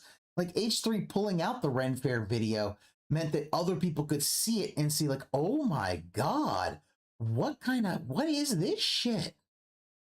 Like, and that, but Phil's acting like, oh, they were sleeping on Jer the whole time, which they weren't. Reactionary content is just that, waiting to react to the downfall. Yeah, that's the thing that Phil can't understand. Most lolcow, like especially with the casino, they are reactionary. They follow the Safari rules, and that you do not touch the poop.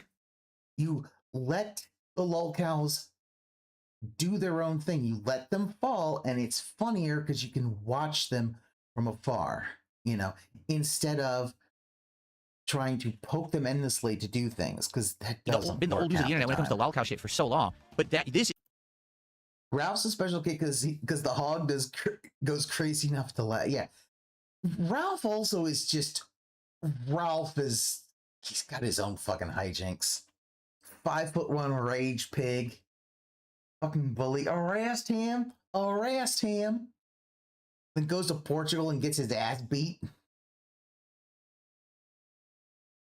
Yeah, crashes out over how low money too often to laugh at it. Yeah. Like for Phil, it's not as funny anymore because it's just he's doing the same thing. Like that's the thing. That's why, you know, yeah, you move on to other folks. Is the new gold mine, the new endless well that you can keep drawing water from. You know what I mean? Guys like him who have all this stuff on the internet that they've said publicly over the years, and no one took them to task, and no one called them out, and no one ever like really talked about it, because everyone just assumed this guy is a big freaking the big freaking success. And if someone looks like a success, then it's people called him out on the fucking Walmart thing. Yeah, no lolcows and endless well. Yeah, Chris Chan is dry. That well is dried basically. The thing about lolcows is you have to know, like, and some people like have a few. I know like Tevin follows definitely Amberlyn Reed and all that. And then you have like I know Shroom Dukem is definitely more of an RTU restreamer. But we'll restream Phil a little bit. But the thing is kind of like folks like that who do the reaction kind of, they have a bunch of folks that they cover. And they find new ones when old ones are kind of done. They move them away. Yeah, Keen trying to make the endless well shows it can never be. Yeah, there's no way you can do. And it also shows the fact that you can't really force the content. The content just has to show up every once in a while. Like every once in a while, you watch a Phil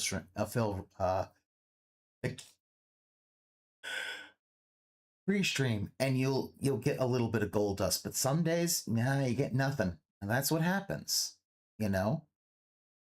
But like, Phil thinking, oh, endless gold mine, nope, it's never gonna happen, because the fact is, if once it's the endless gold mine, it runs out, then you got to move to other folks, and the folks who only focus on just one, they get more desperate. They start trying to control the stuff, and then it doesn't work. Hard to dispute it. It's hard to fight it. It's hard to criticize them, especially like he says, he's a millionaire or whatever. Okay, so good for him on that. And in fact, here's what I will say. Ones. All right, because we're kind of in conclusion now. We just watched that entire thing. Okay. Oh, are we detracting? A big chunk of it was about his grift. Of course, we okay? are detracting, but we are getting again, near as the someone end. who used to be a grifter, who used to do this kind of stuff all the time, and I've gotten much better in my ways. And I've tried my best in the last few years to completely fess up to everything I used to do and change for the better and improve. Okay. We're going to turn this down a little bit because his his audio is Jeremy so imbalanced. Because that's how the internet works. And or you works. are a grifter that still, Phil. Level is, you know, that's how you get ahead. That's how you make a living. Okay, really, honestly, and it sucks, but that's just how it is. You know what I mean?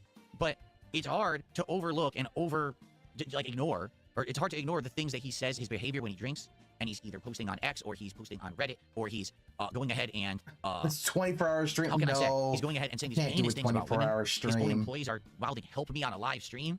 I mean, how do you I'd ignore have all to of that? prepare for that. If anything, I'd have to that's have the issue. Now that I've seen that, that would be the issue that I have. I'd have to have. All right, straight up. It wouldn't even be I have to that keep he myself did from and he did this passing and he did out. that. I don't give a shit. I don't give a shit about any of the Can't do personal stuff 24 behind the hours scenes, no his more. family, and any of that crap.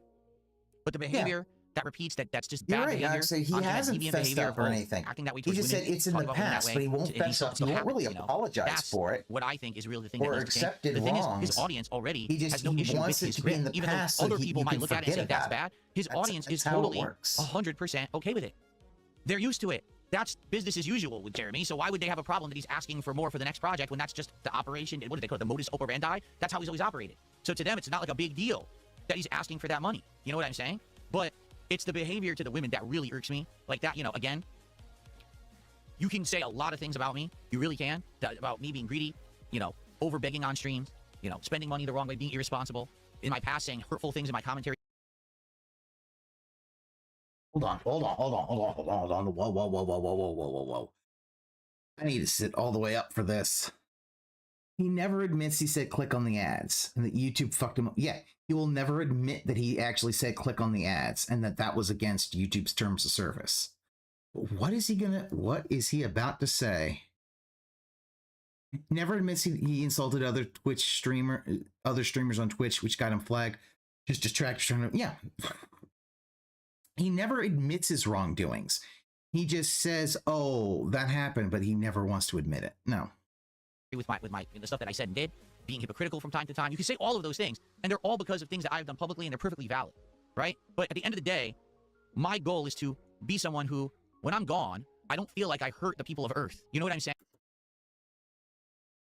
What about the shit you said to iJustine? What about the fact when you were in VR chat and you said that little girl, if you were in real life, you would have bitch smacked her or pimp slapped her? I can't remember which one he actually said. What about the incel manifesto? What about creeping on women in the FGC? What about, what about the last Nazi in space? What about calling War Dog Leader the king of suffering? What about all the shit that you said all this shit before? You said shit before that has hurt people, and you didn't care, Phil. You didn't care. Like, in the end, people are not going to look kindly upon you. Most of your dents and most of us detractors will forget you in just a little bit after you're gone, okay? We still talk kindly about Cobes, but eventually we will forget about Cobes. But Cobes is very different than you, Phil. Yeah, what about, milking, you're right. And you're right, yeah, more recently, milking Darziak for years until you just threw him away like he was nothing. Then decided to say, oh, I now have an editor who knows what he's doing, basically insulting Darziak. So Darziak then gets mad and decides, okay, fuck it, I'm putting out all the DMs, showing that all you do, all take, no give. What about the fact that you posted you basically brought up your wife's restraining order apropos of nothing, and you said that out on the internet so that we could all find it? What about that? What about making Kat, having Kat delete her social media, having her have almost no connection to the internet? What about that? What about basically hounding folks for donations, hounding folks for showing up on stream? What about calling Lex because she does flexes and she did squats and one of your whales decided to simp for her, calling her a fucking slut? You called her a fucking slut for that. And doubled down when PPP tried to get you to back off. You doubled down on that shit. Yeah, flippantly saying Leanna should just give her a pill and leave her somewhere when she's having a panic attack. How about the fact that she's having a panic attack and is in the hospital, and the only thing you can talk about during that entire tirade is how it inconvenienced you, not your fiance. And I don't believe for a goddamn minute when you say you guys are broken up. No. Then why would Leanna have had a fake engagement ring? Why would you have done any of that stuff? No, you were still together. You couldn't take the hint that it was falling apart. So you tried to, do the engagement thing, hoping that'll fix everything, when no, it wouldn't. And then when she has a panic attack and has to go, you whine and cry because you have to take a cab to her work so you can get the keys so that you can then pick her up, and then what is it? You're mad because you can't get anything to eat. So basically, and all this other kind of bullshit, it was all about you and not about the woman having a goddamn panic attack who had needed to be sedated. You fucking asshole.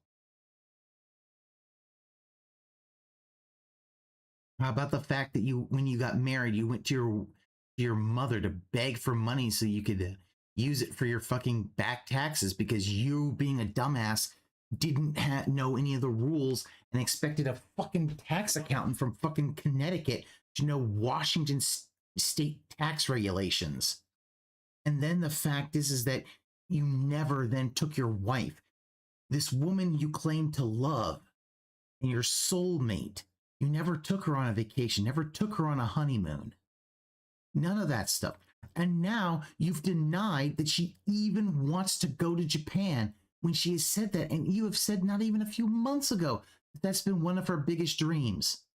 But no, now she doesn't want to go to Japan. She'll just watch tour throughs on YouTube because that's good enough. Because you basically ground her down. You've become you become a river in which every human being, if every human being was a rock, you are the river that grinds them down into pebbles.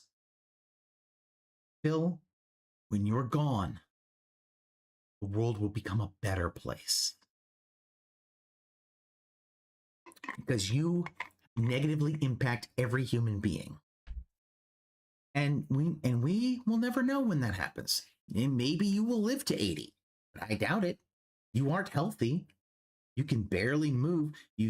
At 75 pounds, it took you so much difficulty to get up there because the fact is you're using GLP-1 for weight loss and you're trying to act like you're buff, but you have no muscles, no muscle tone at all. And you're trying to act like you're buff to get a W on the detractors, that you're not fat anymore.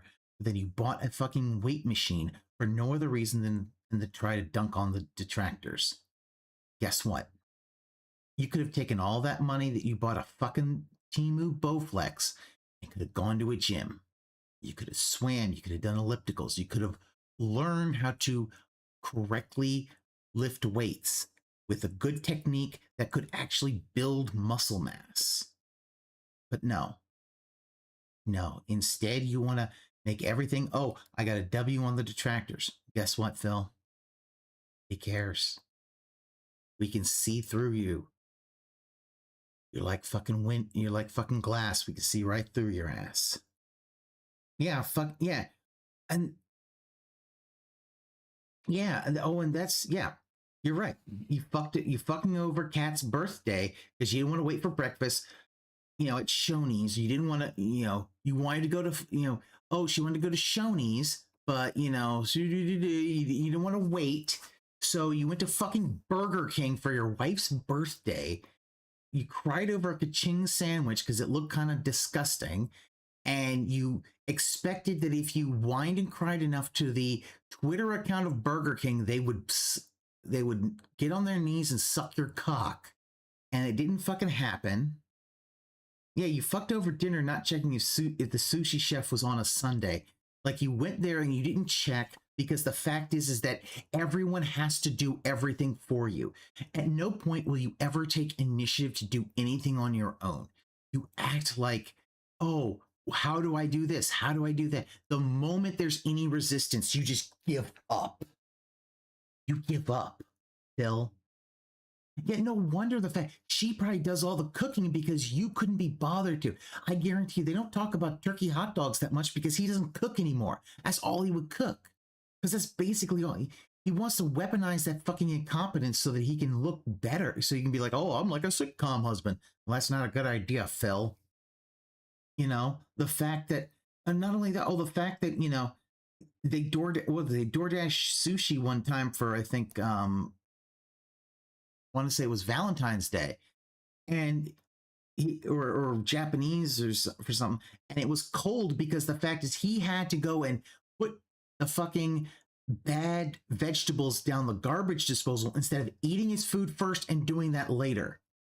Yeah, he won't make his special sugar sauce anymore because he expects her to make everything. Yeah, he won't make his special sugar tomato sauce You know, the fact is everything is frozen bag shit. The fact that, you know, when he did that laundry that one time because she was really stressed out, he then comically just didn't know how to do it because he's a retard. I'm like, it's a fucking washing machine. A washing machine has had basically the same setup for the last 50 fucking years, if not long, ever since the fucking, you know, probably the 50s when they were invented. A washing machine and a dryer basically work the same. Okay, you have a knob that tells you the temperature, a knob that tells you the time, and that's it. It should not be that fucking hard. We even have little pods that have the little film in it that you can put in. The film dissolves in water and it cleans your clothes. You don't even have to measure anything anymore. But yeah, nope. Yeah, everything's first. No more special cat tuna casserole. No more homemade birthday cake from cat. Yep. And why should she? Like, you know, and think about that. He talks about, oh, they don't get each other gifts. You know, she probably gets him she probably did get him something and he didn't get her anything because that's how it is. Because if you don't tell him what he needs to do, he won't do it. He has no initiative of his own. He is just going to sit there in this house as it falls apart because he won't put any money into fixing it up until eventually he drops fucking dead. And who knows if his wife's going to stay there or not. Yeah, he won't get her. Like, yeah, that they don't get each other gifts.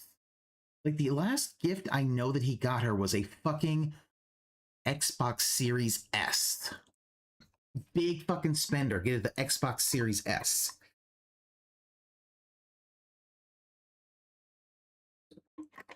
And think about it. You know, and also, she got him some goofy little keyboard rest, and he decided to get a bunch of others so he doesn't have to use hers. Yeah, well, and that's the thing. Any gift that he gets her there's no thought put into it. There's no thought put into any of that. The fact is that if he had a thought in its brain, it would die of fucking starvation. Sorry, I fucked that up. If he had a thought in his head, it would die of loneliness. That's what I fucked up that joke. Like, I can leave behind a legacy of something that I did that was good, that people No, you have nothing that is good. enjoyed. That wasn't just flavor of the month garbage to make a buck, but instead All your stuff is flavor of the month garbage to make a buck. something that's meaningful. Okay? There's I don't want no to step on others to meaning get ahead. in your I don't want to hurt content. others to get ahead, and I certainly don't want to have. Yes, you did. You stepped on so many people. You have shat on so many people to try to get ahead of them. And when they started to get ahead of you, you stepped on them. You shat on them. You shat on fucking Ninja. You said you didn't need to dye your hair and scream like a banshee to get viewers. And then you started acting, doing your clown mode bullshit. He said she has a mini PC. What do you bet it is the former mini PC that went away the second Kino Casino came? I wouldn't be surprised. Everything that she had, it was basically secondhand garbage from him. I would not be surprised. A history of this kind of like abusive behavior where people were like scared. You know what I'm saying? What? I did that was good, that people enjoyed. That wasn't just flavor of the month garbage to make a buck, but instead something that's meaningful. Okay? I don't want to step on others to get ahead. I don't want to hurt others to get ahead. And I certainly don't want to have a history of this kind of like abusive behavior.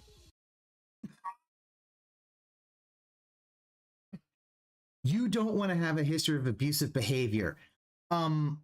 Leanna, the fact that you know, she moved into there very shortly after she turned 18. The fact is then you moved her across the country. She didn't go to her brother's wedding because you needed to have first day views on Fallout 4. The fact that she was sick one time and you had to stop the stream to go and check up on her, wake her up to see when she will make your din-din, even though she's fucking sick, you dumbass. Let's see. The whole thing about, you know, then you got the whole thing of basically she having to get a job, you getting mad the fact that, you know, you not liking the fact that she had friends that kind of showed that his behavior was not normal, and the whole fucking hospital arc. Then we have the fact that, you know, you have the whole Darziak things, which shows that this guy who admitted was on the spectrum and admitted that he had health issues, and you just kept hounding him. And even when he tried to quit, you just didn't take no for an answer. Yeah, forcing her out of the office because she wouldn't put up with his lame ass gameplay. The fact that the fact that you have, with Darziak, he basically had to do everything for you, all this tech support, all this other stuff for you, and then you threw just fucking crumbs at his floor. Forcing Ket into the office because she didn't want to do Dondoko Island. Yeah. Forcing Ket, he didn't just force Ket in the office because he didn't want to do Dondoko Island, but also the fact is forcing her there so that he could get one up on Mike Klum when Mike Klum was trying to set up for a documentary, and Phil decided, no, I'm just gonna show her off and saying that it was not a pregnancy announcement, even though we can tell that your wife has very visibly gained weight. Yeah, forcing her to be on Halloween when she was going to a party anyway. Yep. Yeah, the idea of, and even with the casino, just, not being amenable to anything the casino wanted to do, but basically always wanting to be on the casino, being the third chair, and not contributing a goddamn thing. One of the things that the casino does is both Andy and PPP will do editing of streams and stuff. They will edit content downs to put on the thing. Phil would just sit there. He wouldn't do any work. The fact that, and it was the same thing with Keemstar. Like, he just expected, give me, he would have taken the $50,000 if he didn't have to do any work for it. Yeah, let PPP just dunk on his wife for weeks before he pretends to care about her honor, because it made him look bad. Yeah, the fact that he did, not caring about anything until the detractors make fun of it and then trying to do that. It's like, Phil, you have abused everyone. Hell, abusing John Rambo by only paying him $100 a week when you were willing to pay him $250 a week. Well, because he didn't know his value, you lowballed him, and he's your fucking friend.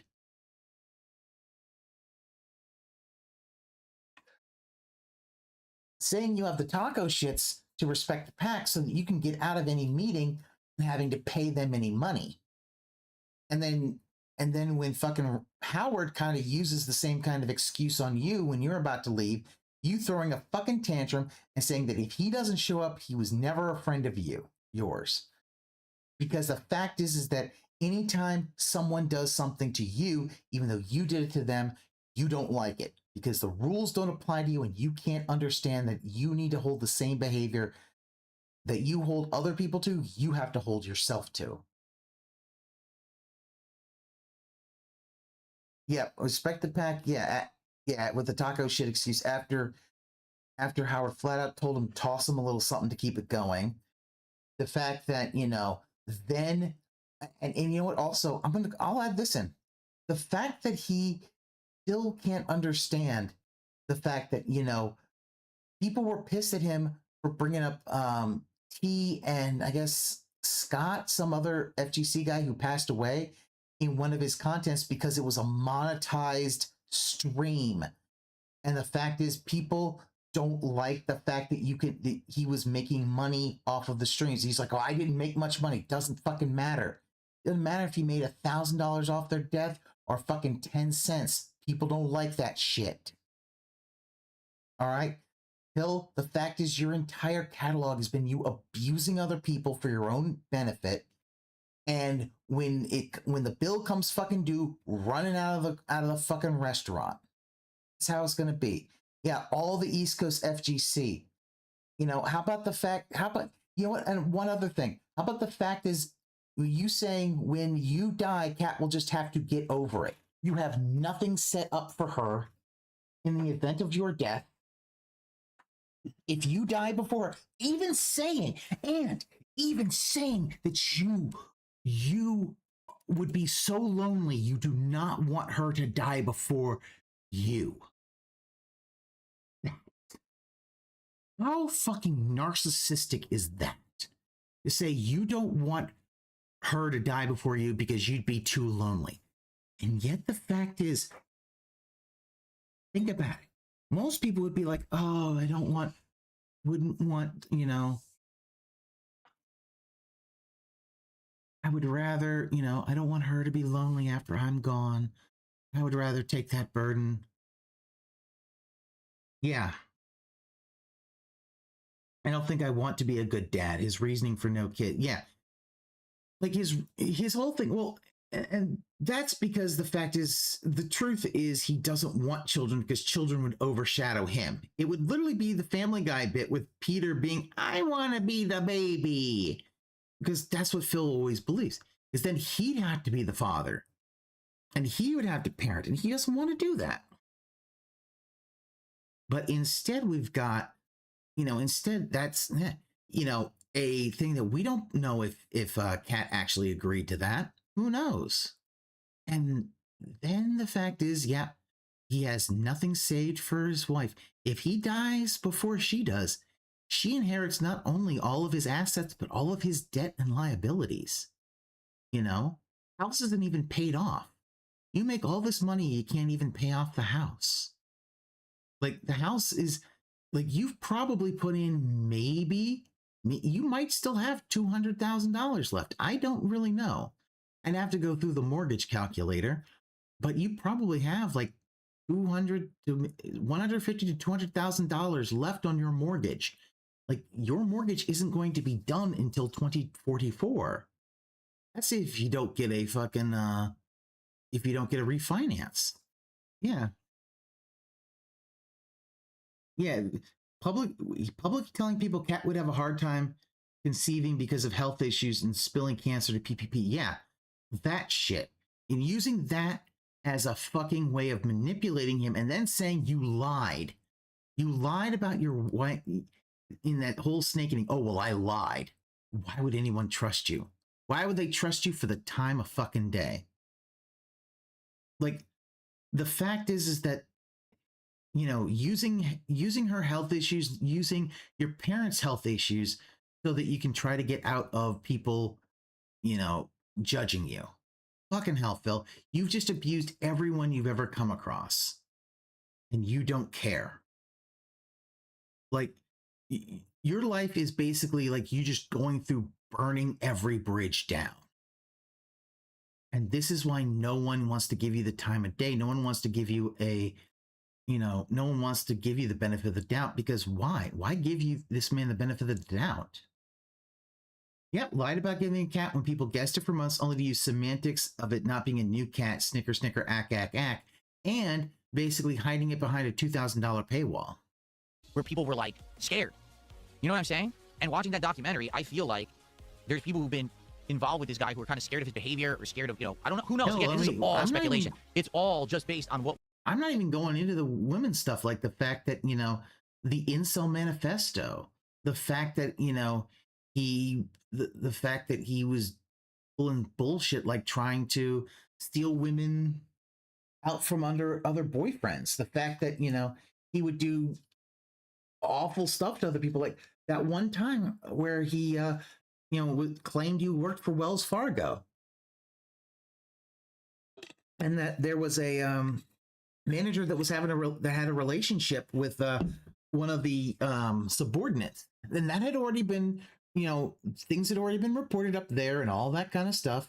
But Phil tried to go over the manager's head, over the manager's head, to get that manager fired, thinking that then he could just take that position.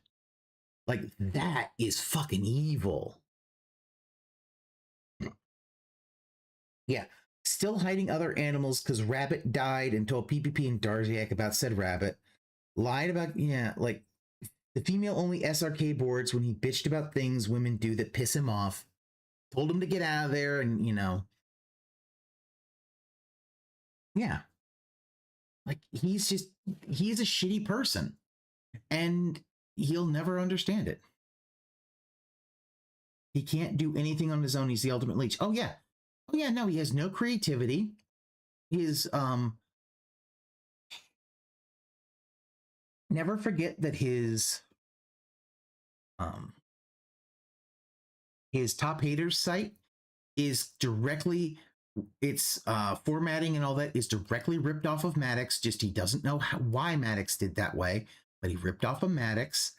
He keeps ripping off of other folks because he has no identity of his own. Was presented to me. It's not based on fact. Literally everything that happened in that documentary could have been a lie. I don't know. And I'm not betting the information. I'm taking it at face value based on Julie King's track record. Doing a good job. I tell you, in my documentary, from her probably boyfriend, 95% they both completely laughed accurate, at him after and probably signing the other the 5% mortgage. he wasn't Yeah, completely accurate was close. he way overpaid so for that. based off of that, yeah, I would say condo. he's probably right on most of this. And at least I would say, like, thankfully, I don't have these kind of skeletons in my closet. Phil, you have some skeletons in your closet. I know he does. But yeah, like the thing that he honestly, and I think that whole thing with the Connecticut condo and all that really just shows kind of what he sees and what he thinks women value and all that. In the fact that, yeah, he blames his aunt for having gout. He won't blame his own drinking or his own diet or anything like that. No, his aunt had gout. So that aunt gave him gout. That's not how that works. But yeah, the whole thing with the signing, with the mortgage thing, it really, I think, shows what he thought, you know, oh, well, I'll just be a big baller, you know, big baller shot caller and she'll just come with me, instead of being like, what a fucking mark. Phil's never done anything wrong and fessed up to all those things. So just trust him, dudes. Yeah, he's never done anything wrong. Yep. And the thing is, when they pull that shit up and they'll have receipts, he'll be like, no, it's all out of context, all this kind of stuff. Same shit he always does, because he can't, or he'll be like, oh, that's in the past. Why are they digging all that up? Because you never apologized. You never really took ownership of it. You always move everything to, oh, it's in the past, so that you can then continue what you're doing now. You know what I'm saying? I never treated people badly, treated women badly, you know. And that is a lie. We went through all of that stuff. That's a lie. You have treated women badly. It's dumb shit. Yes, friendships and stuff in the past that I did poorly with, but... Who, Phil? Are you going to talk about Rambo and Howard? You actually about ready to kind of say that you were the one who caused that? Because you said Howard wasn't your friend anymore. I remember that. Are you about to do a 180 on that? Nothing to that level where you can say, by the way, here's the insane amount of things that Phil said on stream that were so heinous and shit that he just kept doing and he never learned from. Thankfully, the iJustine thing is pretty bad. And then there's the idea of kind of sweeping for Derek, who is a predator. Grew up and I learned from it. That's why when you guys say, hey, will you go back to that kind of old commentary you used to do? I say, no. I'm not going backwards, I'm going forwards. Yeah, that's where my future lies, not behind there with all the mistakes I made before. Seem to understand. Okay? It's all recorded and people can find this stuff and then... He's got a lot of things he's got to basically deal with. I think, you know, I don't know if it's drinking, if it's exhaustion, bring it up whenever needed, yeah. But he's got to stop doing that behavior on the internet. It's not gonna do any favors, and he's not gonna improve or get any better or see any kind of growth when he keeps behaving like that on the internet. Like, literally, this whole thing going on right now with Kino Casino is a direct result of him losing his cool. And instead of saying, don't engage, taking the bait and engaging, and then pushing it further and pushing it further and pushing it further and push. You can't. You got to disengage. You got to walk away. You got to do your own thing. Even if it means that you end up being the whipping boy of the internet for a year straight, you take your licks and it's going to calm down. But doing what he did literally made him public enemy #1. And now, who knows what's going to... I know. People have been telling me all week, aren't you aware that more stuff has been happening? No. I've been focused on this. I just want to get through this. I don't even want to know about anything else happening. Yeah, I'm exhausted. I've been reacting to this all week. I'm so exhausted by reacting to it. I don't even care what's going on right now. Yeah. I don't even want to know. Like tomorrow, if you were to tell me, did you hear what just happened? I don't want to know. Leave me alone. He does everything I've had that enough. he I said the secondhand embarrassment he didn't like. is so strong. He only claimed he didn't like them because he didn't have them. And he always thought that... You know what I mean? Like, I gotta go hit the bench for a while and cool down from this crap before we get into another one. You know what I mean? It's just nuts. So I want to say thank you to everyone who's here over the course of this react. Yeah, it really... All this stuff... The hell? How did the Kino Casino channels get taken down? That must be... Okay? Because that Clips channel and Andy's channel are not owned by the same person. And they weren't ban evading because neither of them were...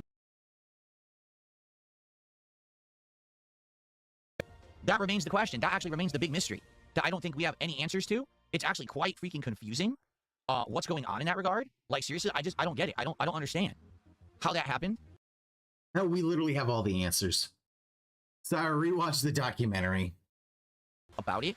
I would like to tell you guys something very quickly.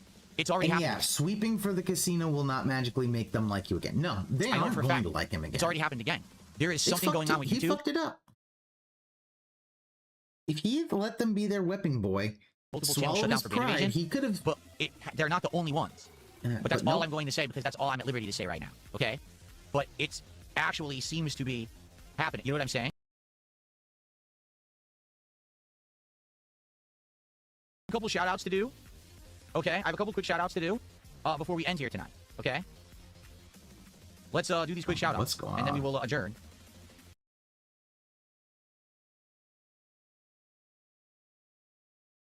No, he's gonna have it, so we're not gonna do that, so.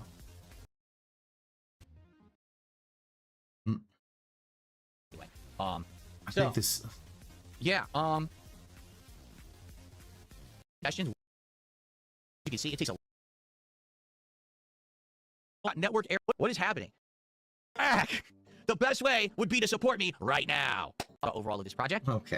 Thanks to those who were here live. Yeah, Raw setup was ready to rope from this. Yeah, being so supportive looks like Raw setup really had some problems with that. And I'll just leave you with this. I hope that whatever actor that all that in my highlight doubt about the work. We need side of things. Stop talking. And when I clicked on his stream, the dude was completely topless. He was not wearing a shirt. To me a couple times. That's crazy. Laughing at a topless dude. Okay. See you all soon over on DSP Gaming, and share your thoughts here on this channel, what you want to see in the future. Thanks, and peace out, everybody. Oh, what are the oranges for?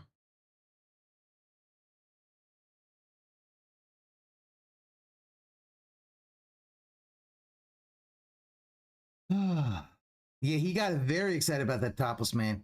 He would do anything to have that guy in the casino. Yeah, he would. But the fact is that, like, yeah, they're never going to take him back because they now know he won't do anything for it. He won't put any effort into it. So they're not going to do anything for him. They're not going to give him that. So why even care? So, but, oh, goodness, that took a bit. That was almost a 5-hour stream. Jesus Christ. Well, let's get this done and we will. Yeah, it's why he wants them to even laugh at him and say more than, okay, DSP, whatever. But yeah, he's done nothing that's actually worthy of them even looking in their directions, in his direction. So he fucked that up. But it is late and I must go and turn into a pumpkin. So I will catch you all later. I do not know when the next time I will restream, but it'll happen one day. All right, you guys take care of yourself. Pimp, we get a big ups to Darcy DeFlo and add a song to the playlist. No. What is up, everyone? Hello, hello, and welcome. Only mic was on. It's been on the whole time, huh? I don't even know. Hello, hello, hello. Turn it up, turn it up, turn it up. Turn up my neckphones. Mic check, 1 2 1 2. What's up, Jamie? Yo, yo. Good to see you here today. Are you ready for this? Yo, yo. You know what time it is. Yes, Jay. It's time to go. Shout out to Almighty Frogga from Guadalajara, Acapulco. I'm cruising in my blue Corolla. I need that money to be a high roller. Trapped and made a pan controller. She's crying downstairs. So I have to console her. Swimsuit model with eating disorder. Spend $200 on her DoorDash order. Yo, just a fucking crook with a fucking crooked jaw. False flagging down channel with my puppy dog. I committed fraud. And I got low teeth. I'm a low teeth god. False flagging, mundane maggot. Phil's fat. Phil's a faggot. Phil's a loser. Phil's a beggar. Arnold. Phil's a nigger. Right? How do you say? Brunel's a nigger, right? Very nice. All right. Let us continue. It's 3 a.m. and I can't sleep. I got 2 big bills coming next week. One more chance to save the best streak. I'm going full mask off. It's not that deep. It's 3 a.m. and I can't sleep. I got 2 big bills coming next week. One more chance left to blow. You ready? 8 time go. 8 time flow. Whoa. They thought I fell off.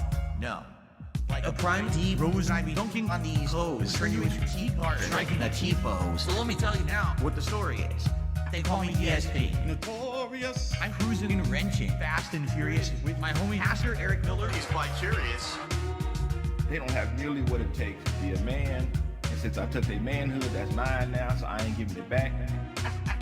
My trolls are always watching me, waiting for another disaster stream.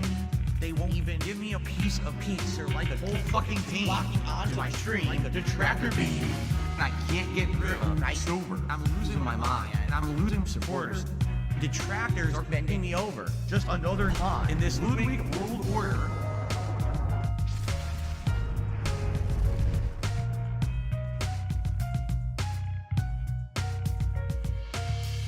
And now I'm seeing so much clearer as I sit here staring into Dark Dave's mirror and all of my fears and all that I see. The raw DSP. Bottom leader, cult leader. It's 3 a.m. and I still can't sleep. I guess this is all I will ever be. This is just how time flows. Until it time. It's gonna take years of effort to try to dig myself out of this fucking hole. It really is. And it sucks. I hope that someday I'll get out of it. I don't know if I ever will. I may be living month to month, paycheck to paycheck, begging for fucking tips and shit on stream for the rest of my life. Like, it's been tough. You know, my life has been tough over the last decade. Yeah. You know, my life has been tough over the last decade. Yeah. You know, my life has been tough.